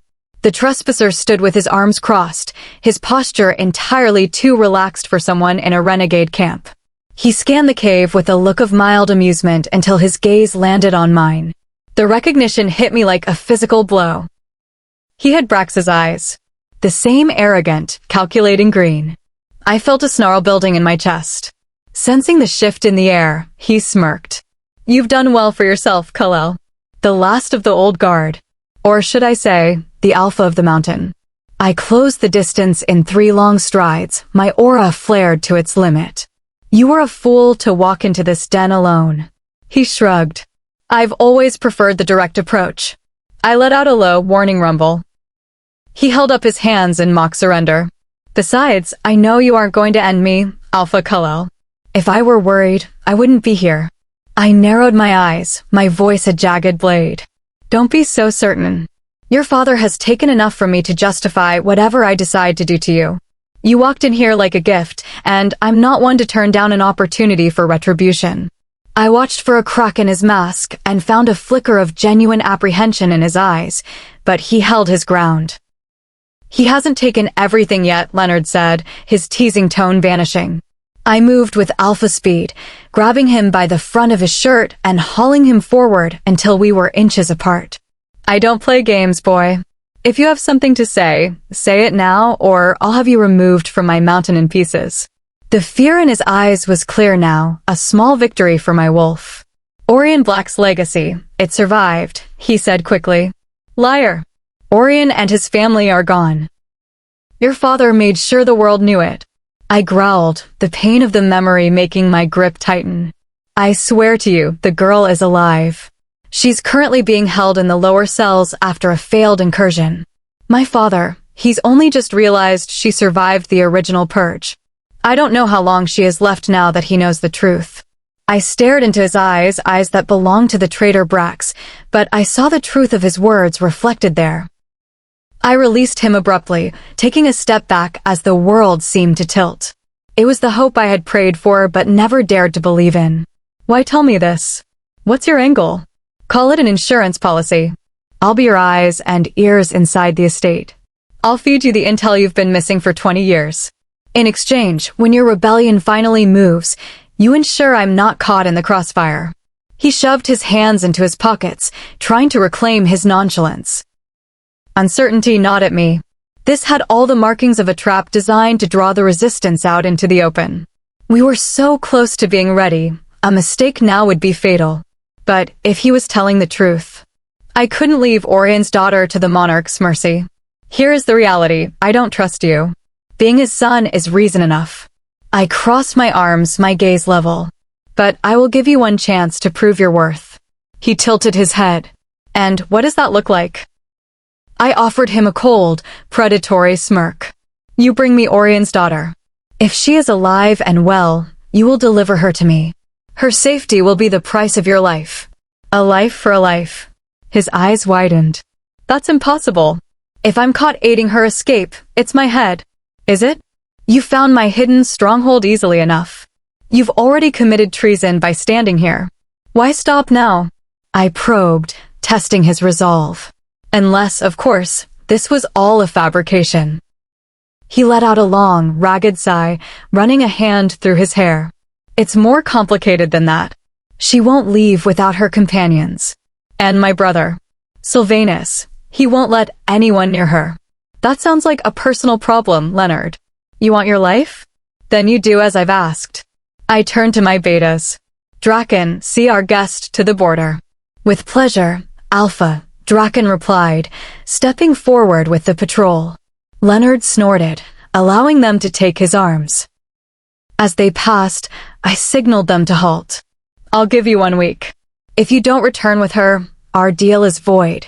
The next time we meet, I won't be in a talking mood. I waved them off, and they led him out into the light. Coden approached me, his voice thick with a cautious hope. Do you think it's possible, Kal-El? Could she really be alive? I turned away, staring into the dark of the tunnels. I don't know. But if she is, the monarch is about to find out that some fires can't be put out. Chapter 24. I stood shackled to a podium in the center of the great hall. All around me, rows of purebloods watched with a clinical, detached curiosity, as if I were a curiosity on display. I yanked at the Silvanus-lined chains, the metal burning my skin, but I refused to let the winds show. A guard nearby stepped forward, his baton raised in a silent threat. I met his eyes with a cold, mocking smile before turning my gaze back to the room. The announcer strode into the center of the hall, his voice echoing off the high, arched ceilings. The royal family. The assembly rose as one as the heavy oak doors swung open. Elira entered first, draped in silk and leaning on Connor's arm.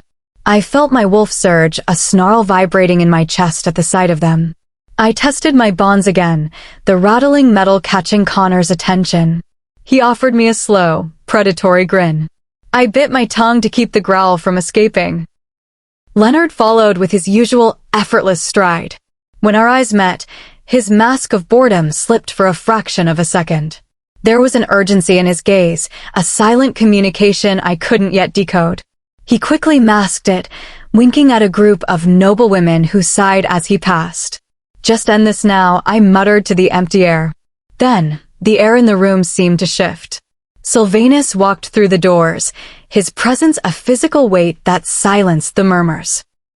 He looked more imposing than I remembered, his brow set in a deep, troubled frown. I watched as he caught sight of me, his entire body stiffening mid-stride. When our gazes locked, the world outside that connection ceased to exist. The hollow ache that had lived in my chest since he left vanished instantly. I took my first full breath in weeks. It didn't matter that I was in chains or facing a death sentence. Sylvanus was alive, and he was right there. I saw the flash of relief in his eyes before it was buried under a wave of fury. My wolf whined, confused by his anger. He took a seat near Leonard, his posture radiating a dangerous tension. Leonard leaned in to whisper something, earning a sharp snarl from Sylvanus, though Leonard only offered me a subtle, knowing wink. "The monarch," the announcer cried. I focused on the man entering the room. His power was a cold, suffocating wave that preceded him. He had the same white blonde hair as Sylvanus and the same sharp features, but his green eyes were muted, hollow. Looking at him was like looking at a more refined version of Kellen. They were built from the same dark ambition. "Today, we witnessed the trial of this prisoner for her incursions against the crown," the king declared, his voice a smooth, lethal baritone. He turned to me. "State your name for the record." I ran my tongue over my teeth, my voice steady. "Graciela Renee Black." The hall erupted in hushed, frantic whispers. The king raised a hand, and the silence was immediate and absolute. "Is your father Orion Merrick Black?" My brow furrowed. "Why does that matter to you?" The guard behind me swung his baton, catching me squarely behind the knee. I hit the floor with a grunt of pain, my teeth gritted. Slowly, painfully, I forced myself back to my feet. "The prisoner will answer the question," the prosecutor stated coldly. I spat a mouthful of copper to the side. Yes, that was my father's name. The shock in the room was palpable. I didn't understand why a name from my past carried more weight than my presence in their woods. I looked at Sylvanus. He was staring at the guard with pure, murderous intent. "Silence," the prosecutor shouted. The monarch sat in the center of his kin, his gaze a physical pressure. He didn't just see a trespasser, he saw a ghost. Kellen's laugh echoed in the back of my mind, and I fought to stay grounded. "As your father's successor, you inherit the weight of his history," the king explained. "You stand accused of high treason. Your father conspired against this throne to build a splintered army. The shadows of that rebellion still move in his name." I stared at him, stunned. "You're mistaken. My father wasn't a rebel. He was a good man whose life was stolen by a traitor." "You speak of things you don't understand," the king said, rising slowly from his seat. "You remind me of him, Graciela. Brave, but dangerously short-sighted. I heard your parents were lost to the rogues, swept away in a moment of weakness." My wolf snarled, the sound vibrating through the podium. The king stepped closer, his voice dropping. "I heard you were held by those same rogues. A captive. A tool for their amusement." The rage hit me like a tidal wave. I yanked at the chains with everything I had. The Sylvanus-laced metal groaned, the links screaming under the pressure of an alpha's fury. The hall gasped as the chains snapped with a thunderous crack. I lunged over the podium, catching a glimpse of a dark, satisfied smirk on the king's face before the shift took me. My wolf emerged with a roar of pure, unadulterated bloodlust. "Father, wait!" Leonard shouted, standing up. "She's been claimed." The room froze. "Explain yourself," the king growled, his eyes never leaving mine. "Sylvanus has taken her," Leonard said, his voice regaining its practiced ease. "She bears his mark. You can smell it on her." "That's right." Sylvanus's voice thundered as he stepped into the center of the hall. "She is mine. By the ancient laws, her actions are my responsibility. Any judgment against her is a judgment against me. The king inhaled sharply, catching the scent of the bond. He turned to Sylvanus, his expression one of cold fury. You are a fool. Do you have any idea what you've done? He delivered a sharp, backhanded strike that sent Sylvanus's head snapping to the side. I lunged forward with a snarl, forcing the king to step back. I moved to Sylvanus's side, pressing my shoulder against him. He ran a grounding hand through my fur, the warmth of his touch finally quelling the fire in my blood. His father watched us with a look of pure loathing. And what is the verdict, father? Is it an execution then? Sylvanus challenged. I realized then that he was offering his own life to shield mine. The king let out a growl of pure frustration. I will reserve my judgment until I have reviewed the facts of this bond. Until then, you will keep your prisoner under constant watch. She is never to be without a tether. He stepped closer to us, his voice a lethal whisper. This is far from over. Then he turned to the court with a practiced, political smile. Let it be known that I am a just and merciful monarch. The room broke into applause as he exited. Sylvanus's hand tightened in my fur. We need to talk, he said, his tone promising a reckoning. Leonard approached us with a smirk. A pleasure to see you again, Graciela. I gave a low warning rumble, which only made him grin wider. You're welcome, brother. I'd say I've saved your mate from a very dark fate today. Sylvanus snorted. Let's go, Graciela. Before you find a way to break anything else. He led me away from the prying eyes of the court. I didn't understand the depth of the monarch's hatred, but as I walked beside Sylvanus, I knew I was exactly where I was meant to be. Chapter 25. Sylvanus led me silently through a house that felt more like a fortress disguised as a palace. Guards were stationed at every intersection of the endless, high-arched hallways, their eyes tracking us with a cold, professional detachment. I spotted Valeriana leaning against a heavy oak door, her expression one of pure weariness. When she saw me trotting at Sylvanus's heel in my wolf form, her eyes widened in a flash of disbelief. So, this is the cause of the royal uproar? Valerian directed a sharp look my way. I let out a low, territorial rumble, purposefully brushing against Sylvanus's leg to assert my place. Sylvanus's fingers threaded through my fur, a grounding touch. It seems so. I suspect the rest of her pack is being held in the lower levels. Valeriana let out a long sigh. I'll check the holding cells. I'll leave you two to navigate this. Sylvanus offered a brief nod of thanks before she vanished back the way we had come. He whistled softly, signaling me into an open suite. I stepped past him, and he followed, the heavy door clicking shut with a finality that made my ears twitch. Sylvanus moved toward a dark mahogany dresser and pulled out a clean, oversized t-shirt. I don't have anything that will fit you properly, but he held it out. I took the fabric in my teeth. His green eyes stayed locked on mine until I gave a sharp huff and tilted my head toward the corner. He smirked. You really want me to turn around? It's not like I haven't seen the transition before. I let out a warning growl that made him chuckle. Fine. Professional courtesy. He held up his hands and turned his back. I shifted back into my human form in a blur of heat and bone snap, quickly pulling the shirt on. It hung loosely, barely reaching my mid-thigh. You can turn around now, lover boy, I mocked, trying to regain my edge. He turned, his gaze traveling over me with a slow, weighted intensity before meeting my eyes. The air in the room suddenly felt too thin. Have his eyes always been that piercing? I shook my head to clear the fog. You look better in my clothes than I expected, he commented, a hint of a smile touching his lips. I felt my jaw tighten. Don't get used to it. You have some explaining to do. He leaned against the dresser. I imagine I do. What are you doing here, Graciela? I thought I'd made it clear that staying away was your best chance. I crossed my arms, my gaze narrowing. You thought wrong. I would have let you walk away if it weren't for this. I pulled at the collar of the shirt, exposing the fading mark on my neck. You claimed me. My wolf hasn't given me a moment of silence since you left. She couldn't understand why our mate walked out on us. Sylvanus's gaze fixed on the mark, his eyes darkening with a sudden, raw hunger.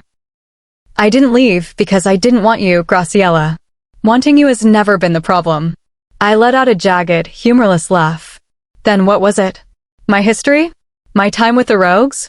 Does the fact that I was held captive by men like Kellen make me too unrefined for a pureblood? Is my blood not clean enough for your throne? My chest heaved with a sudden, sharp anger. Sylvanus remained silent, his jaw working. That's it, isn't it? I felt the sting of tears and cursed myself for the weakness. I didn't choose that life. I didn't ask for any of it. I just wanted a chance to be whole. For my mate. Sylvanus's expression fractured, a look of pained realization crossing his face. He turned and slammed a fist into the stone wall with a thunderous crack. Damn it. I watched, startled, as he turned back, his voice thick with suppressed rage. Graciela, I don't care about your history. I don't care about anything other than the fact that you're here. It makes me more than angry to think anyone ever restricted your freedom. If I could find them, I'd burn their world down. I already took care of it. They're gone, I replied, a strange warmth spreading through my chest. He snorted, a brief flash of humor lighting his eyes. Right. I keep forgetting you don't need a savior. He stepped forward, closing the distance and pulling me into a fierce embrace. I stiffened for a second before melting into his strength. But even if you don't need it, I still want to protect you. I relaxed against him, the scent of pine and lightning finally calming the storm in my head. I wanted to keep you away from this mess, but I should have known you were too stubborn to stay put, he whispered. I burrowed my face into the crook of his neck. You're an idiot. Did you really think I'd just let you walk away? I pulled back to look at him. He was watching me with a mix of amusement and something much deeper. Yeah, I am an idiot. But can you blame me? You met my family. I'm not exactly bringing you home to a welcoming committee. I don't care about welcoming. We're a team now. No more running. Got it. Sylvanus's smile faded, replaced by a solemn intensity. He pressed his forehead to mine, the connection sending sparks through my system. I promise. I won't leave you behind again. Leaving you the first time nearly cost me my mind. I closed my eyes, the Sylvanus ache in my body beginning to dull. Don't think this means you're forgiven yet, I mumbled. He chuckled, the vibration of it warming me through. I'll earn it. Every day.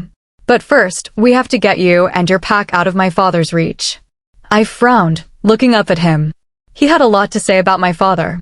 Do you have any idea what he meant by high treason? Sylvanus stepped back, his expression turning grim. I only know the royal version of history.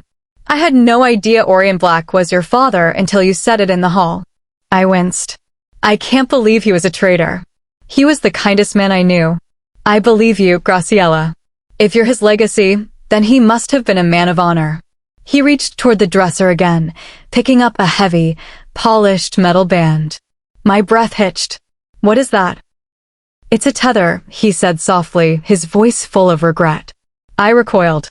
No, not a chance. I am not wearing that. Graciela, listen to me. He met my eyes, his gaze pleading. It's the only way my father will allow you out of a cell. Without this, you're a prisoner on sight. It's weighted with a dampener. It'll keep you from shifting, but it means you can stay with me. Otherwise, he'll have you moved to the deep dungeons tonight. I snatched the metal band from his hand, the cool weight of it a mockery of my freedom. You'd better start making a very long list of ways to make this up to me.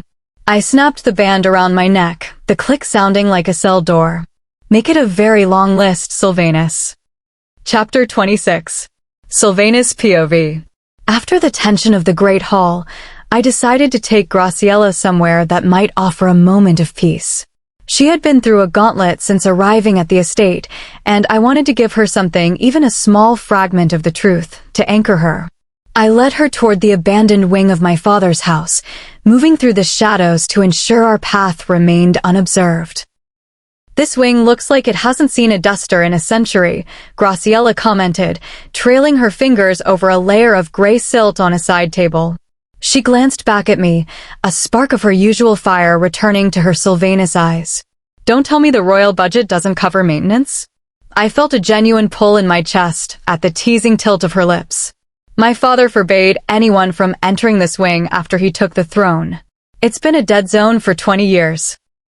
Her smile widened as she leaned slightly toward me. Quite the rebel, aren't you, Sylvanus? She pulled back after a heartbeat, her eyes scanning the vaulted ceiling. So, why the secret tour? I closed the distance, taking her hand in mine. A small, sharp intake of breath left her, and the contact sent a jolt of static through my system. I tightened my grip, grounding us both. I thought there might be something here that belongs to you. This is the old Alpha Council chamber. Graciela's expression went unreadable. For a second, I worried I had overstepped, bringing her to the site of her father's alleged treason. I shifted my weight, reaching up to rub the back of my neck. Maybe this was a mistake. I was cut off by the feather-light pressure of her lips against mine. It was a brief, tentative kiss, but it resonated through my entire being. I swallowed hard as she stepped back, a soft smile on her face. Thank you, Sylvanus. This is more than I expected. Graciela moved deeper into the chamber, her eyes wide with a mix of reverence and curiosity. I watched her, giving her the space to process the history built into the stone. I knew she missed her father. This was a way to reach back through the years to the man he had been before the purge. A sharp, startled gasp pulled me from my thoughts. I went on full alert, my protective instincts flaring as I scanned the room for a threat. I relaxed only when I saw her standing before a section of the wall that had shifted, revealing a narrow, hidden passage. She looked back at me, her face lit with excitement. Did you know about this? I shook my head, joining her at the threshold. I spent half my childhood sneaking around this wing, but I never found a seam in this masonry. I peered into the dark void beyond. Graciela caught my hand, her fingers interlacing with mine. Come on, let's see where the rabbit hole goes. She led the way into the cramped corridor. I had to duck my head to avoid the low-hanging stone. We moved about 50 feet before the passage opened up into a small, dust-choked room. Graciela let go of my hand, moving toward a heavy desk covered in weathered parchment and leather-bound volumes. Jackpot, she whispered, pulling a small, embossed leather book from a hidden drawer. What is it?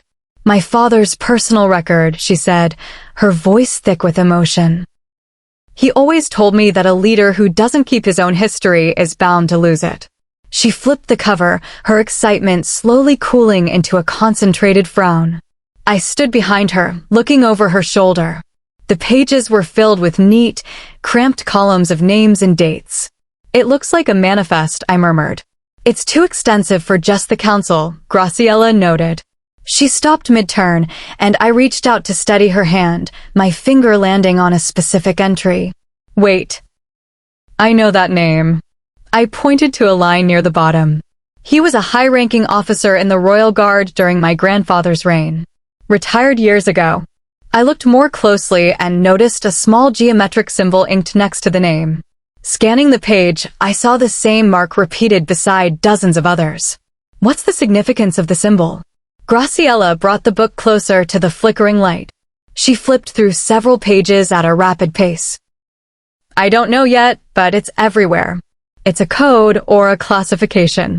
I tensed as a faint, rhythmic echo reached us from the hallway. We need to move. If the guard is doing a sweep, we can't be caught in here, I whispered near her ear.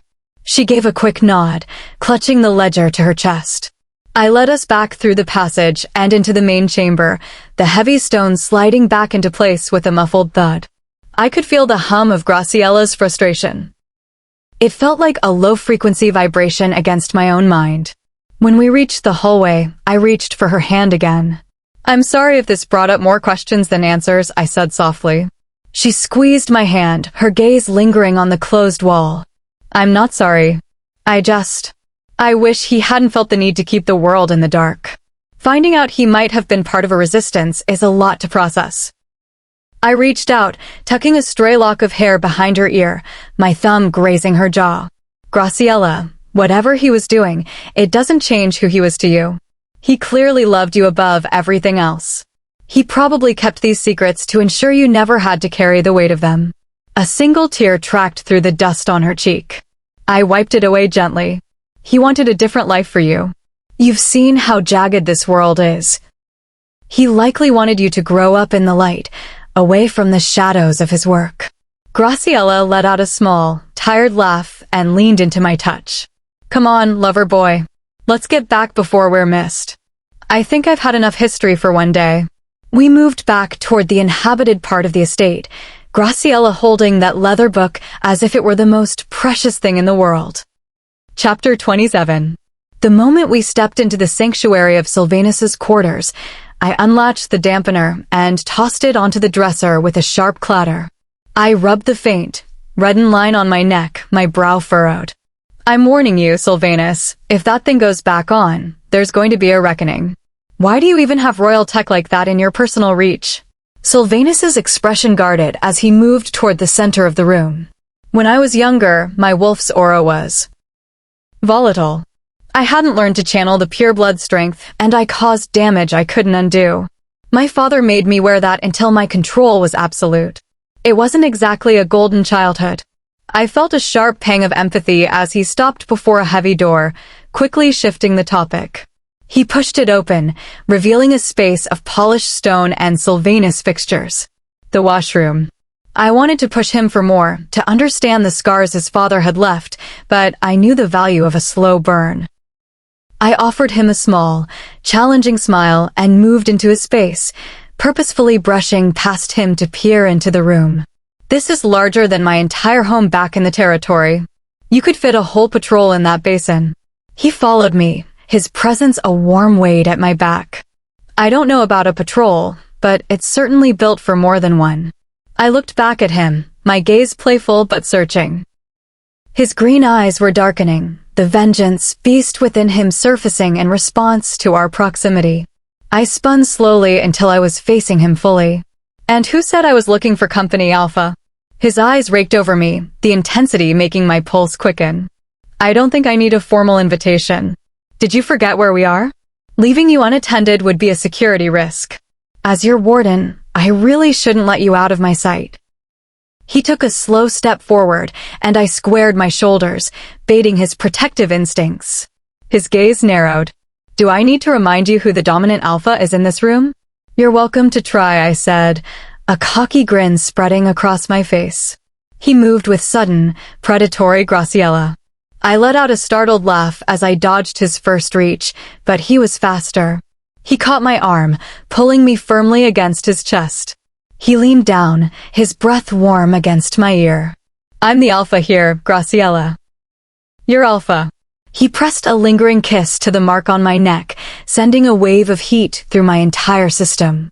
I leaned back into him, my breathing hitching. You are my alpha, I conceded, feeling his wolf rumble in deep, vibrating satisfaction. His grip loosened slightly, and I turned in his arms. But there's always a catch with you, isn't there? I placed my hands flat against his chest, meeting his gaze with absolute resolve. If you're my alpha, it means I'm yours. Equality, Sylvanus. That's the deal. I didn't give him a chance to negotiate. I closed the gap between us, meeting his lips in a kiss that tasted of long overdue desperation and fire. I didn't care about the king, the rebellion, or the guards outside the door. My wolf was screaming for her mate, and I was done ignoring her. Sylvanus's arms locked around my waist, lifting me until our hearts beat against one another. With a low groan of surrender, he let his own walls crumble. I nipped at his lip, a silent challenge, and he met it with a ferocity that matched my own. His hands were steady anchors, holding me close as I trailed kisses down the line of his jaw. Who do you belong to? I whispered against his skin, my body vibrating with the strength of the bond. He leaned his head back against the stone wall, his voice a raw, jagged rasp. You. Always you. I moved to the crook of his neck, my canines beginning to lengthen as the alpha in me took full control. And who holds your loyalty? I felt him shudder as he fought the urge to shift, his power rolling off him in waves. You do. I hovered just above his skin, the bond humming between us like a live wire. Do you accept me? Truly? Yes. Claim it, Graciela. Sylvanus's hand moved to the back of my head, holding me to him as my beast finally surged to the surface. I let out a low, focused growl and claimed the bond, my teeth piercing the skin in the ancient rite of the High Alphas. The world exploded into a kaleidoscope of his memories, his pain, and his fierce, unyielding love for me.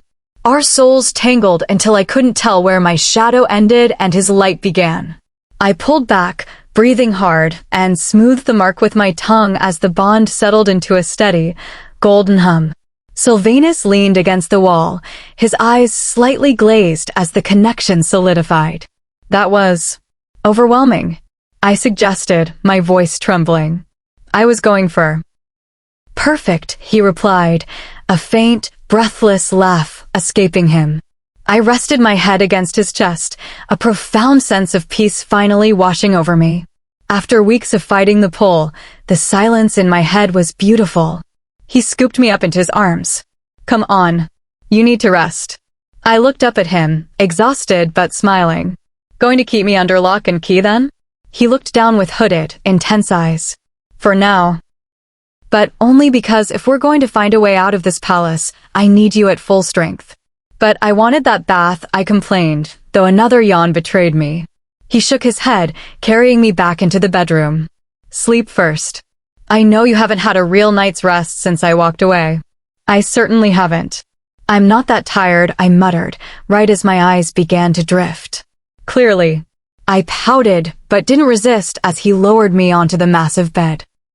He leaned over, pressing a soft kiss to my temple. I'm adding this to the list of things I owe you. I smiled as the darkness of sleep began to pull at me, my wolf finally sated and still. Silvanus climbed in beside me, pulling me into the crook of his arm. Just sleep, Graciela. I'll be right here. We'll face the king together when you wake. Promise you won't vanish? I whispered. I promise. I'll be the first thing you see when the sun comes up. I burrowed into his warmth, falling into the first dreamless, peaceful sleep I had known in years.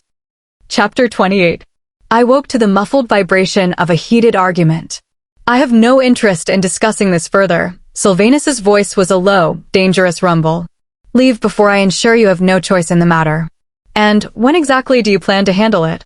When the monarch decides the review is over and clears the great hall for an audience with the headsman.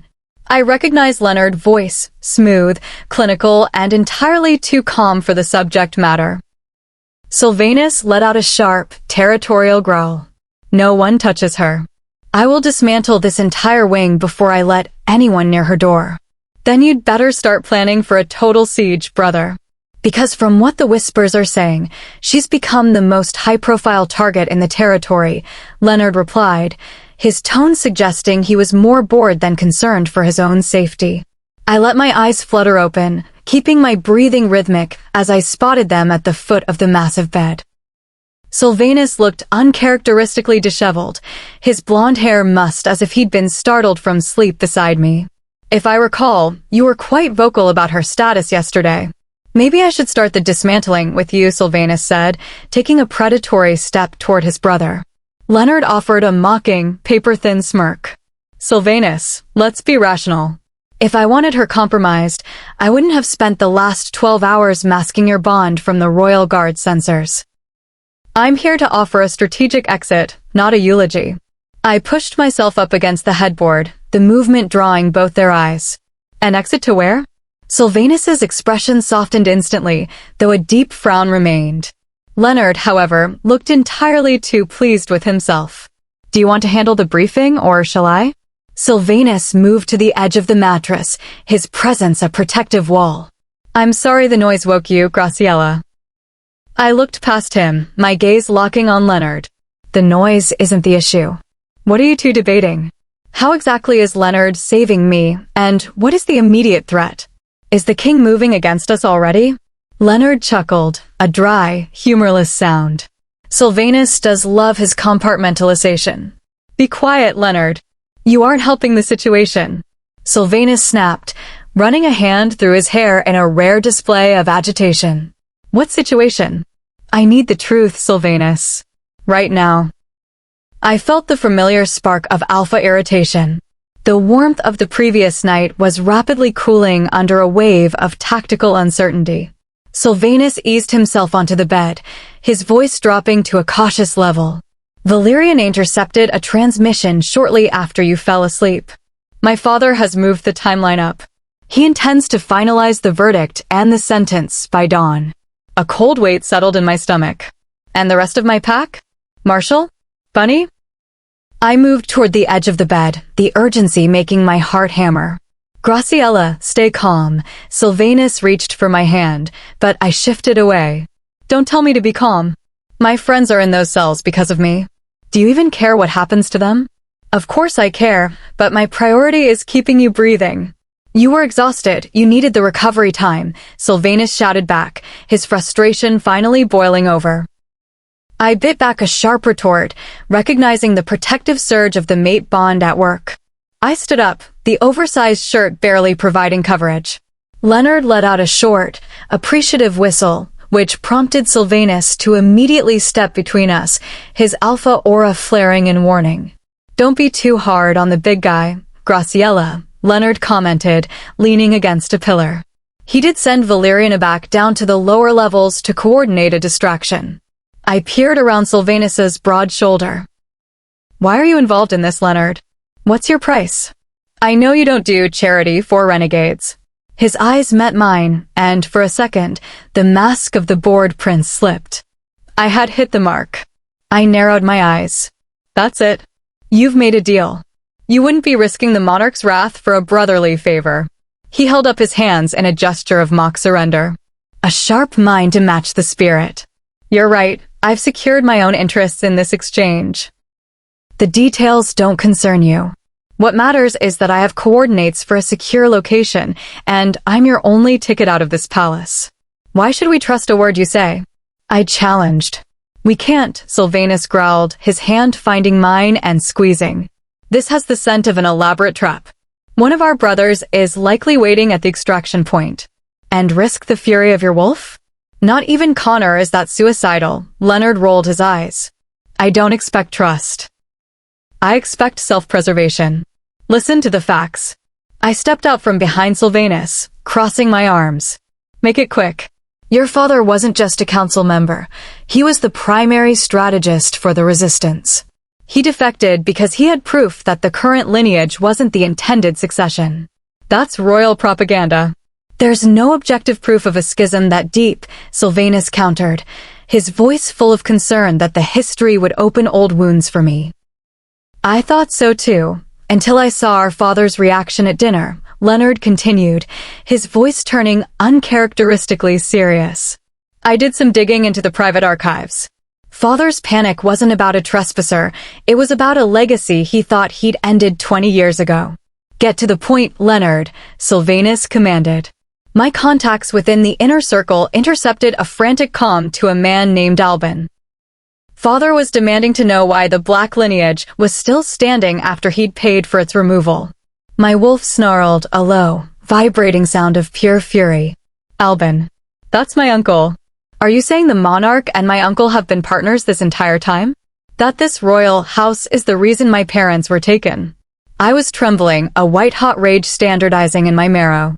Silvanus's hand tightened around mine, the warmth of the bond pulling me back from a blind shift. We'll handle this, Graciela. Together.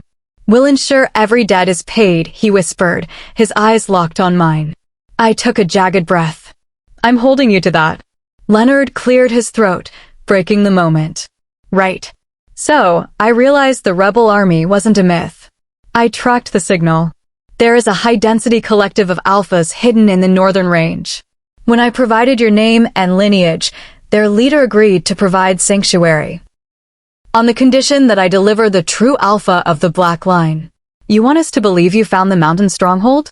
Silvanus asked, his disbelief clear. You'll believe it when you see the numbers they're pulling. Your mate is about to become the catalyst for a war that has been brewing since before we were born, Leonard said with a grim, humorless laugh. The thought of Silvanus being caught in a crossfire for my sake made my stomach knot. I'm not going anywhere without Silvanus.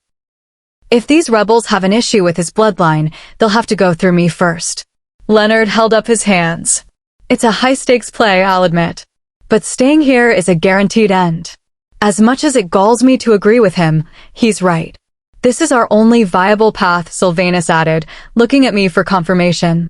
I looked at Sylvanus and saw the resolve in his green eyes. Fine. We follow the lead. But understand this, Leonard. If this sanctuary turns out to be a trap for my mate, you won't live to see the fallout. Leonard let out a slow breath, his posture stiffening. I'm starting to see why the bond chose you two. You're both terrifyingly single-minded. Sylvanus leaned down, pressing a firm kiss to my temple. Pay him no mind. I think you're exactly what this world needs. Chapter 29. I wasn't thrilled about navigating the darkened corridors in nothing but a thin shirt, but shifting wasn't an option. The sound of a transformation would have drawn every guard in the wing to our position. My skin itched with hyper-awareness as we passed sentries moving to their evening posts. Sylvanus threw frequent glances over his shoulder, his eyes searching for me in the gloom to ensure I was still within his reach. I stepped closer to him when I noticed a pair of guards lingering a second too long on our group. Sylvanus sensed my unease and adjusted his pace, falling back so I was sandwiched safely between him and Leonard. I appreciated the gesture. Even though I could handle myself, there was a quiet comfort in his instinct to shield me. Leonard led us down a service corridor that veered away from the opulent heart of the palace and toward the utility sectors. I kept my eyes scanning the shadows, half expecting the king to have anticipated Sylvanus's move. Leonard slowed as we reached a heavy, unassuming door. This leads to the western garden. The drainage system runs directly beneath it, Valyrian eyes likely using the maintenance access as an extraction point for your friends, he whispered. I looked to Sylvanus for confirmation and found him glaring at his brother's back. Leonard let out a faint, mocking scoff. Your predictability is your biggest weakness, brother. I felt Sylvanus's aura flare. He looked ready to settle the score then and there, but I pressed my hand against his chest to steady him. Save the family drama for later. We need him to get everyone out in one piece. Sylvanus let out a sharp, frustrated rumble but subsided. I fixed Leonard with an expectant stare. Move. Before I stop holding him back. Leonard grumbled something inaudible and pushed the door open. The cool night air hit me like a physical blow, and I shivered, once again feeling the vulnerability of my scant attire. I took a steadying breath and stepped into the gardens. My wolf surged to the surface as I scanned the perfectly manicured hedges, my body coiled and ready for an ambush. Sylvanus reached out, catching my hand and lacing his fingers with mine. I just need the connection right now, he murmured, his voice strained with the effort of maintaining his human mask. I didn't argue. His protective instincts were running on overdrive, and I knew the contact was as much for his stability as mine. I focused on the world around us, but the garden was deceptively still. Only the rhythmic pulse of crickets and the distant croak of frogs broke the silence. Leonard moved quickly, leading us toward the far western corner where the landscaping turned wild and overgrown. The hedges here were twisted and mangled, reaching toward the moon like jagged claws. Sylvanus, give me a hand, Leonard called out. Sylvanus reluctantly released my hand to help his brother. As I approached, I saw them straining to hoist a heavy iron grate from the soil. The scent of damp earth and stagnant water rushed up, making me wrinkle my nose. You took your sweet time. Valerie's voice hissed from the dark as Sylvanus and Leonard hauled her up. She shot me a brief, icy look before turning away. Her dislike was a constant, but as long as she was loyal to the pack's survival, I could tolerate it. One by one, the others were pulled from the depths. They looked ragged and exhausted, but alive. Marsh was the last to emerge, and he looked the worst for wear. He groaned, clutching his side as they set him on the grass. Bunny was at his side instantly, her face a mask of controlled panic. Marshall? He looked up at her, forcing a pale, reassuring smile. I'm all right, Bunny. Just a bit stiff. He pulled himself up with effort, his jaw tight against the pain. Leonidas let out a long, audible sigh of relief. I have never been so happy to breathe fresh air. I could kiss the ground. He turned and threw his arms around Leonard in a burst of frantic energy. Leonard stiffened, looking down at Leonidas with utter bewilderment before firmly uncoupling him. Please, keep your distance. I'd rather not share your current aroma. Leonidas pouted, turning to Libra, who was watching the exchange with a mix of amusement and suspicion. Do I really smell that bad? She rolled her eyes and pulled him close. Ignore him. You smell like a survivor. A survivor who needs a bath, Leonard added, smoothing his silk shirt. Will you all shut up? Valeriana hissed, her head swiveling toward the palace. We are trying to. Her warning was cut short as the garden erupted in blinding white light. I snarled, shielding my eyes as flashbangs detonated around us. Hunters. This was their signature entry. Someone grabbed my arm, and I fought back with a snarl until a familiar scent hit me. Graciela, it's me. Sylvanus growled, pulling me toward the tree lean. Through the brush. Move. Leonard yelled over the ringing in my ears. I saw him grab Leonidas by the collar and haul him forward, Libertad close behind. Valeriana and Bunny were supporting Marshall, moving with a desperate urgency. I glanced back and saw a dozen silhouettes moving through the mist, hunters, their weapons raised. Sylvanus doubled his pace, his grip on my arm absolute. I heard the sharp thwack of a bowstring and felt a searing heat as a Sylvanus-tipped bolt grazed my upper arm. I cried out, my knees buckling for a split second, but I forced myself forward. Sylvanus's growl was low and lethal. I'm fine. I hissed through gritted teeth. It's just a scratch. Keep moving. We broke through a dense thicket only to find the path ahead blocked. A second team of hunters stood waiting, their crossbows leveled at our chests. Leonard stood at the front, shielding Leo, Libra, Bunny, and Valerianor boxed in with the wounded Marshall. We were caught in a classic pincer maneuver. I'll take the rear, I whispered to Sylvanus, my wolf already pushing at the seams of my skin. Help your brother clear the front. Sylvanus tensed, his eyes flashing green. You can't hold them off alone, Graciela. That's suicide. I gave him a sharp, alpha look. Watch me. Clear the path, or we all end up back in those cells. I didn't wait for his approval. I pulled away and shifted in a blur of fur and muscle, my wolf emerging with a roar that shook the leaves. Chaos descended. I ignored the sting in my arm, focusing entirely on the hunters closing in from the rear. One fired, the bolt whistling past my ear, but I was already in motion, shattering their formation with the weight of an alpha's charge. The air was filled with the sounds of combat, the sharp crack of firearms, the snarls of shifted wolves, and the shouts of the hunters. I didn't hold back. I sank my teeth into the lead hunter's shoulder, the force of my jaw making him cry out as I threw him aside. I felt a sharp pain in my flank as another hunter tagged me with a bolt, but the agony only fueled my rage. I spun, catching the hunter who had fired before he could reload. I knocked him to the ground, my claws leaving deep furrows across his chest as I neutralized the threat. I saw another hunter aiming for Sylvanus's back. I lunged, my body a blur of gray fur, slamming into her and sending her crashing into the mangled hedges. She went still as the jagged branches caught her. I turned back to the clearing. The skirmish was over as quickly as it had begun. Sylvanus and Leonard stood amidst the fallen hunters, their muzzles stained and their eyes wild. I shifted back, my breath hitching as I reached down to rip the bolt from my leg. I tossed the Sylvanus tip aside, the wound already beginning to itch as it healed.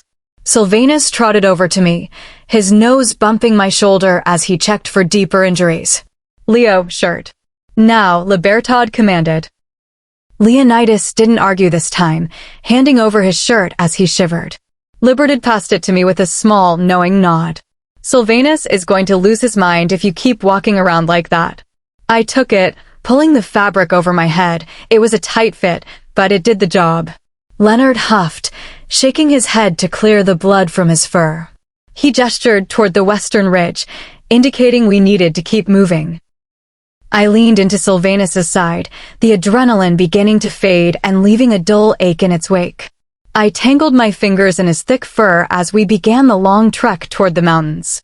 Have I ever mentioned, I whispered as we walked, that I really hate hunters? Sylvanus let out a soft, huffing sound, the wolf's equivalent of a laugh, and pressed his head against my side. Chapter 30. My body screamed at me to stop moving and find relief for my stinging wounds. We had been wandering through the wilderness for what seemed like ages. Looking out on the scenery around us, it didn't appear as though there was an end to it. We were surrounded, more like drowning in a sea of trees. Sylvanus and I kept ourselves posted at the back of the pack. For myself, it was because I couldn't get my injured leg to move at a consistent speed without causing me trouble. For Sylvanus, I imagined it was his need to make sure he could keep his watchful eyes on everyone in his pack. Leonard was still posted at the head of the group, guiding us through the strange labyrinth. Every so often, he would glance back over his shoulder at everyone to make sure we were all still there. Though I felt his eyes were focused on one particular member more than the others, I kept my mouth shut about it. I gritted my teeth against the pain in my leg when my foot caught on a fallen branch that had me tripping up. Libertad cast a quick look over her shoulder at me, her eyes zeroing in on the injury. I placed my hand over the scratch and shot her a reassuring smile, not wanting to draw unnecessary attention my way from the others. She pursed her lips, but turned away. It was a minor wound, and of everyone, Marsh was the one who should be most concerned. Marsh was squeezed between Bunny and Valerie, who were helping him along. I couldn't see his face, but from the tension in his back, I knew he was struggling. I had no idea what was wrong with him, but I assumed some of his ribs must be injured by the way he took shallow breaths. I felt guilt swell up in my chest like a geyser ready to burst. Sylvanus brushed himself against me, and I let my hand brush against his soft fur. The brief connection eased the darkness that was trying to seep back into my mind. How much further is this place? Are you sure you know where you're going? Leonidas broke the silence that had developed over the past couple of hours. Lennox's ears flattened against his head, and he threw a look in Leo's direction along with a growl before speeding up his steps. Leonidas crossed his arms over his chest and glared at the back of Lennox's head. I would also like to know how much further. Bunny spoke up, sounding a bit strained. Perhaps we can rest for a moment? Sylvanus let out a low whine beside me, and I chanced a brief look at him. I could tell he wanted to help this pack, but he also knew, as I did, that resting wasn't an option. We had to put as much distance between the monarch and us as fast as possible. The only way of guaranteeing everyone's safety was for us to get to the rebels. Everybody stop! I yelled. The group faltered in their steps and cast wary looks in my direction. Leonard let out a growl of irritation, but I ignored him. I think it would be best if we put Marsh on Sylvanus's back. Marsh turned himself toward me. I'm fine. No, you're not. Now stop acting like an idiot. I can't go on much longer like this, Marshall, and neither can you. You are pushing yourself to the brink. Bunny's voice broke a bit at the end, and I could tell that all her worry for her mate's well-being had brought her to the breaking point. Marsh stared down at her silently before he heaved a sigh. Okay. Bunny let out a tiny sob of relief before burrowing herself into Marshall's side. I watched him wince, but he held back any other display of how much discomfort he was in. I walked towards them with Sylvanus following beside me. I hope you don't mind me offering you up like this. Sylvanus's ears wiggled back and forth, which I took as a sign that he didn't mind. It took us a couple of minutes, but we finally got Marsh situated on Sylvanus's back. I could see the look of relief on Marshall's face as he eased himself forward and got a firm grip of fur. I gave Sylvanus a pat on the shoulder. All right, now that we've taken care of that, let's get this show back on the road.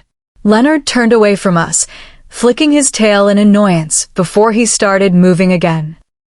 Leonidas released a small groan, but was the first to follow, the rest of us picking up pace behind them. The silence enveloped us once again, which didn't bother me much. In fact, I welcomed the silence after all the excitement over the past couple of days. It was only when I heard a twig snap in the distance that the silence became unsettling. I turned my face towards the sound and halted. I waited for a minute, but I couldn't sense anything out of the ordinary. It was probably a deer or something, I thought to myself to calm the paranoia. I began moving again, but in the back of my mind, my instincts were screaming at me that something was off. There was another snapping twig, followed by the sound of rustling leaves on the ground. My wolf surged toward the surface, instantly alert. My eyes traced the trees around us as the hair on the back of my neck rose on end, telling me that someone was watching us. What was that? Leonidas questioned with a tense voice. Probably a deer, Libertad suggested, trying to calm down her brother's obvious panic.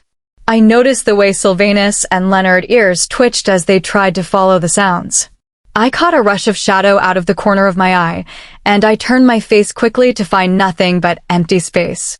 I picked up my pace, as did everyone else, knowing that we weren't in the best condition to be caught up in another entanglement with the enemy. A low rumble echoed through the trees. That doesn't sound like a deer to me, Leonidas whispered to his sister. A wolf stepped out of the tree line in front of us, its head hung low, and its fur bristled as it stared down Leonard. Leonard let out a low warning growl. His growl was drowned out when a choir of growls echoed in the trees around us. My eyes narrowed as I watched wolf after wolf step into view, completely boxing us in. "Dear, my foot." Leonidas growled softly as he moved closer to his sister. The wolves surrounded us, snarling and pawing at the ground as if waiting for the signal to strike. I pulled my lip back in a snarl of my own, taking up a protective stance near Silvanus and Marshall. Leonard was growling low in his throat as he turned in a slow circle, taking in the fact that we were completely surrounded. I felt my skin prickle with awareness when the formation around us broke apart and a large man stepped into view, a pair of shorts hanging low on his waist. He was clearly a wolf of authority, but he wasn't an alpha, that much I was certain of. His dark eyes skimmed over our group, faltering for a moment when they landed on Libra. He recovered himself quickly with a shake of his head.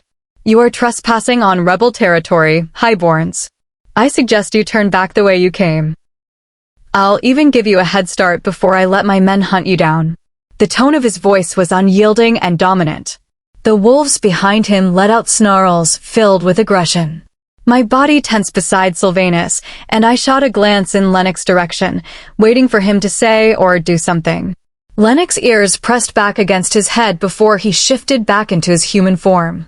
I noted the look of uncertainty in his eyes. Clearly, he had not been expecting this welcoming committee. So the snake has returned. It's been longer than a week. The man spoke with a twinge of amusement. I understand that, but no buts. The Alpha told you the conditions of your agreement. It was a limited time offer, and you failed to deliver on time. He barked over Leonard, not allowing him time to explain himself. I could tell that these men just wanted a reason to push back against the city dwellers. Their resentment for them clouded their reason. I gritted my teeth in frustration. "I demand to speak with your Alpha." The man's attention cut to me, and his eyes narrowed. "And who are you that you feel you can demand things from me?" "This is Orion Black's successor. You know, the one I told you I would bring you." Leonard spoke for me, his voice carrying an air of smugness. The man's eyes widened as his gaze trailed over me. "She doesn't look like much. Are you sure this is his successor?" His earlier hostility had been lost, and now he stood in disbelief. "Yes, she definitely is," Leonard replied. "She can speak for herself," I snapped in Leonard's direction. "And she will gladly show you how much she is like her father if you don't tell your men to stand down." "I don't respond kindly to being threatened," I said with a pointed glare cast toward the man in charge. He lifted his hand, and the wolves behind him relaxed, but I could still see the glares cast in our direction. "I apologize. This was all just protocol for us." The man bowed his head toward me in a submissive pose briefly before lifting his face. "I'm Coden, one of Alpha Kalel's betas. Listen, Coden, my friends and I have been through a lot recently, as you can probably tell. I'm not really in the mood to deal with pack politics or the he said she said of some ridiculous agreement you made with the guy over there." I tossed my head in Lennox's direction. "What I want is for you to escort us to your Alpha safely without any trouble from your pack mates. Do you think that is something you can handle?" Leonidas gave a small laugh at my condescending tone, which earned him a glare from both Leonard and Coden. I rolled my eyes and waited for a response. Coden turned his gaze back to me, eyeing me for a moment. It would be a pleasure to escort you and your friends to my alpha. Hopefully, we can clear up any misunderstandings. Yes, hopefully, Leonard mumbled under his breath. Coden and his men escorted us through the woods, though it felt more like we were prisoners of war, given our current condition. I did notice that the wolves around us moved as a unit. It was clear that they had extensive training as warriors, and had they been released to hunt us as Coden had threatened, I'm sure they would have been formidable opponents. When we got closer to the mountain base, the wolves began to break off in different directions. I let my eyes take in the fortress of a mountain and the opening that stretched before us. In the opening stood a tall man with a large scar that stretched from the left side of his face to his neck. It made him exude a threatening atmosphere, and I could tell by the way he stood that this was the Alpha. The man who had supposedly defected with my father and had built a rebel army. He stood as though he were the gatekeeper. It wasn't hard to imagine him leading an army of wolves. Coden stopped in his approach. "Wait here," he commanded us before he moved towards his Alpha with steady steps. I watched as the two of them exchanged words before the Alpha's eyes snapped back to our group. They roamed over every single one of us, as if in slight surprise as he catalogued us. The two of them approached us. "This is Alpha Kal-El," Coden introduced him to us, though mainly focusing his gaze on me. "Alpha." I lowered my head slightly in acknowledgement of his position. "I heard we might have some things to discuss." He tilted his head to the side as he examined me. "You are Orion's daughter.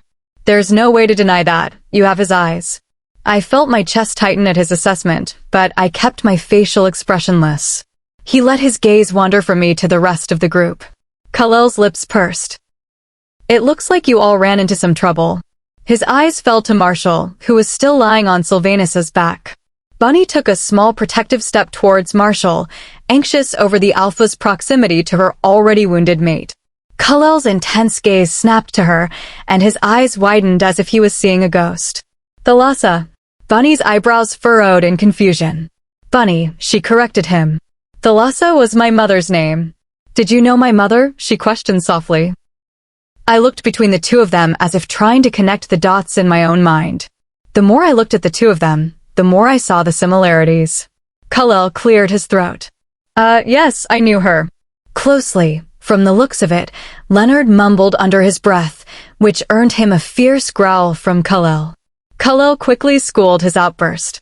"You and your friends may enter, but the city dwellers may not." "We all may enter, or we will all turn around and head back the way we came," I corrected. Kal-El stared me down, looking much more imposing than he had before, which I thought would be difficult. I wasn't about to be intimidated. "You're the one who wanted me to come here, not the other way around. So if you want me to remain here, then you will let us all in. All of these people have proven themselves trustworthy, even him." I motioned to Leonard. "I give you my word as my father's successor." There was a long moment of silence that fell between us before he nodded his head. "Fine. You all may enter, but I reserve the right to deal with that 1 inch. He pointed to Leonard if he betrays us. "Deal," I said without hesitation. Chapter 31. Kal-El stood at the far end of the small cave, leaning against the wall with his arms crossed over his chest, staring into nothingness. I sat next to Sylvanus on soft pillows after having spent the past few hours being fed and cleaning up from our journey. I cleared my throat and tucked some hair behind my ear. "I imagine you didn't want me to come here just so we could enjoy each other's company," I prompted, tired of sitting in silence. Kal-El turned his gaze towards me.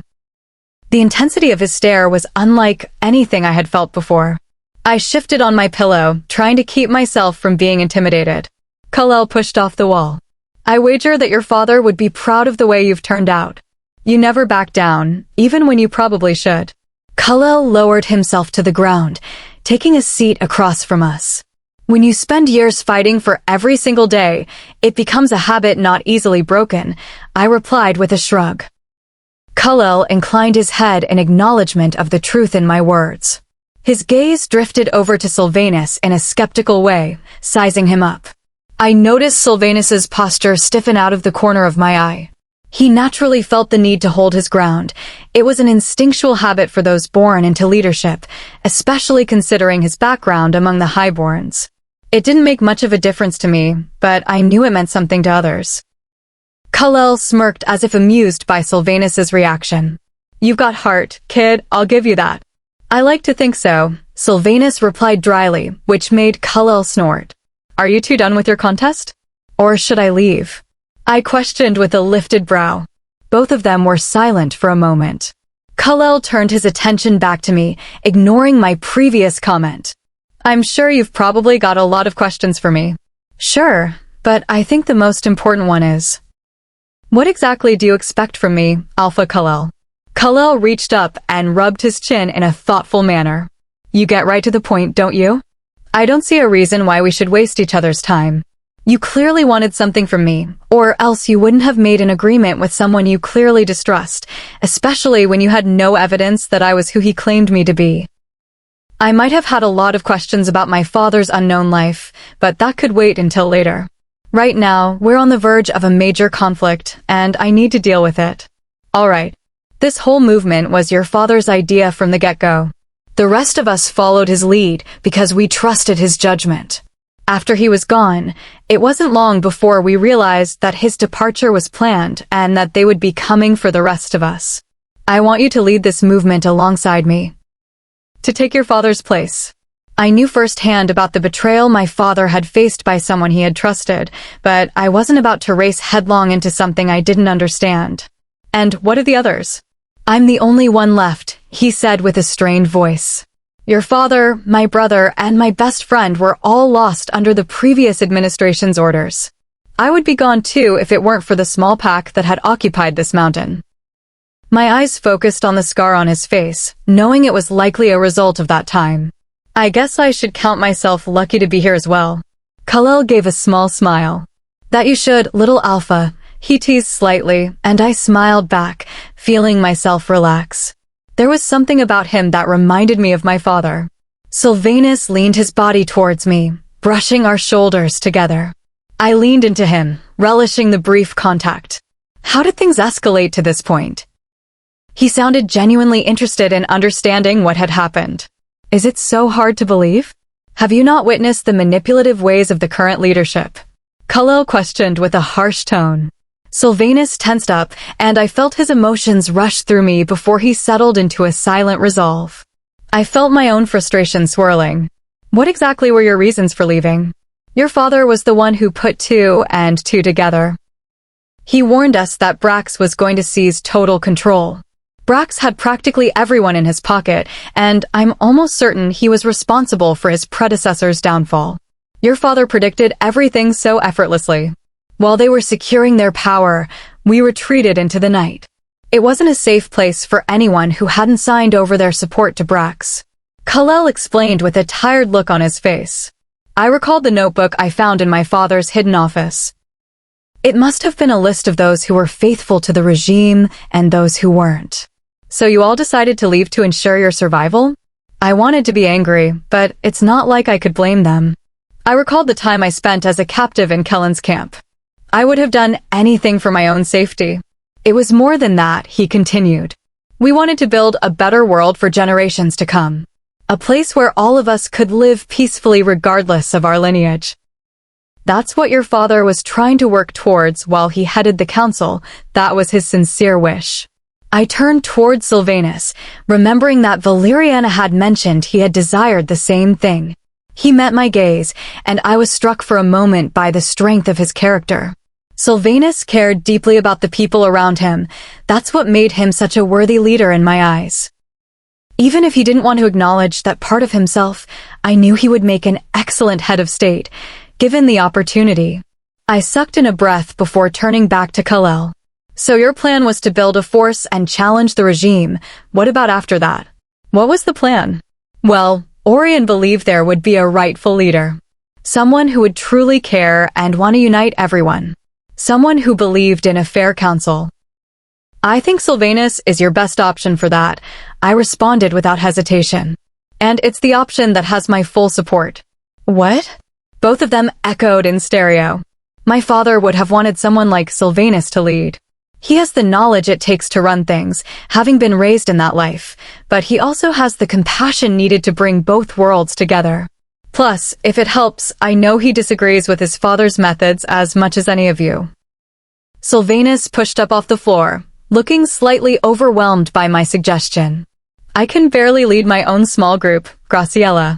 Kal-El watched as Silvanus began to pace back and forth in the small space. His eyes were trained on him, observing every movement. I could feel the flurry of Sylvanus's emotions flashing through me, but I stood by my words even if he didn't believe in himself. Kal-El's gaze flickered to mine in a moment of deep contemplation.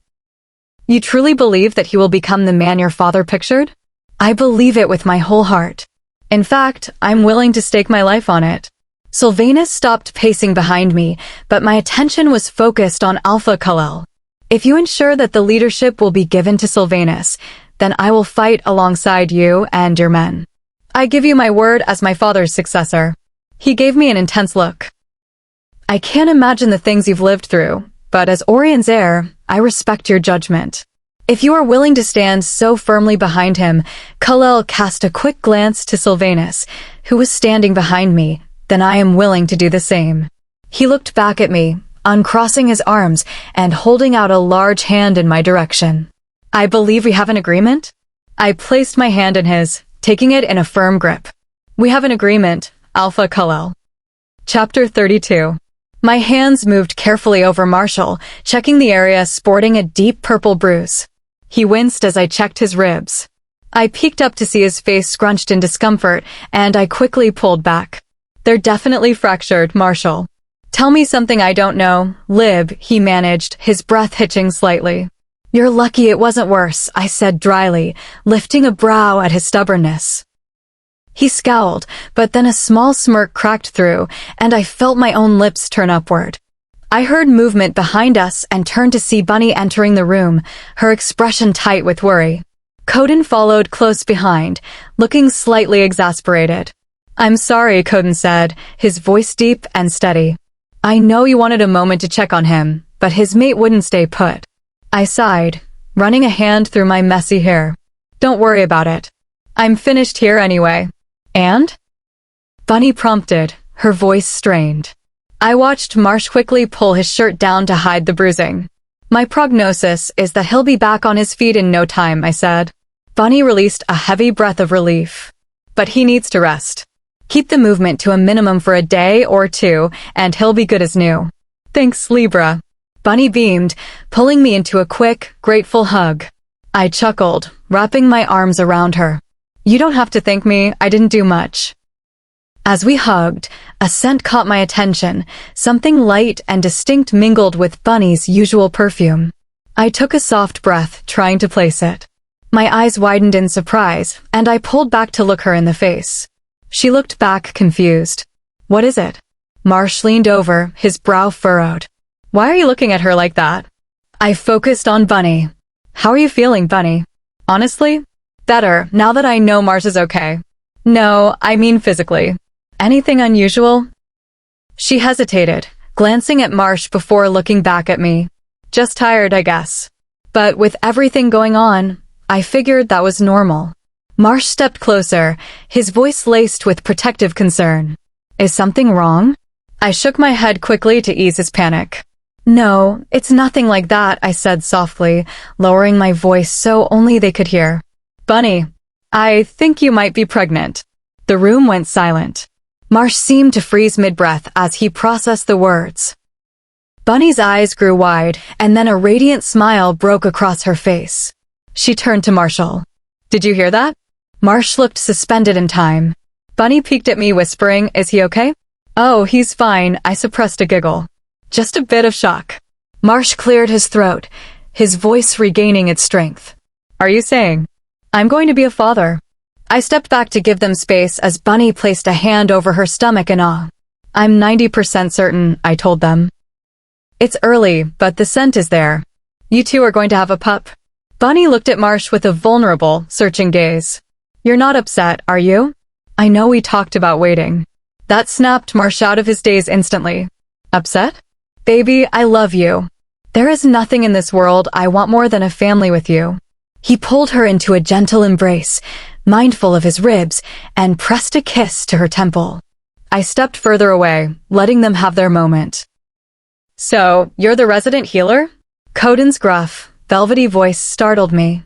I jumped slightly, having momentarily forgotten he was there. I chanced a glance at him, trying to settle the sudden flutter in my stomach. There was an undeniable intensity to his presence. I smoothed down my hair, trying to look composed. "Something like that. And you're the one in charge around here?" I asked playfully. His dark eyes sparked with amusement, the corners of his mouth twitching upward. "Something like that." He was breathtaking when he smiled. My inner wolf was practically pacing with excitement at his attention. Without thinking, I found myself taking a step toward him, drawn in by an invisible tether. He seemed to feel it too, closing the distance between us. "Libra." My brother's shout shattered the moment. I frowned, turning toward the entrance of the small cave room. "What are you going to do, tell on her?" I heard another voice mock him. It was Leonard. "Libra." Leonie dacieled again, sounding closer. "You're being dramatic, Leo," Leonard called out. "Stop following me. Stop walking away, and I won't have to."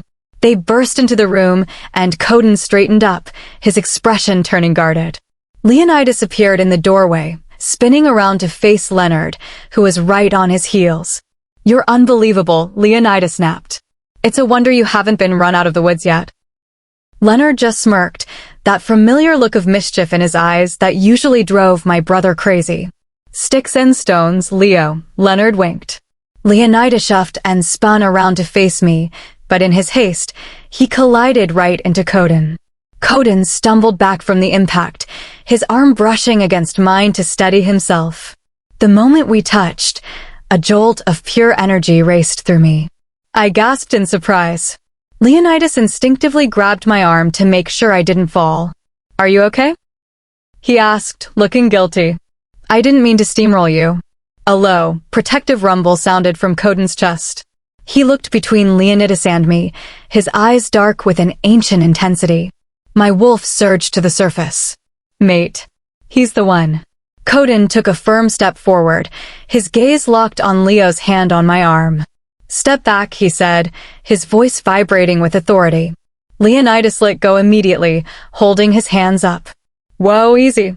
She's my sister, man."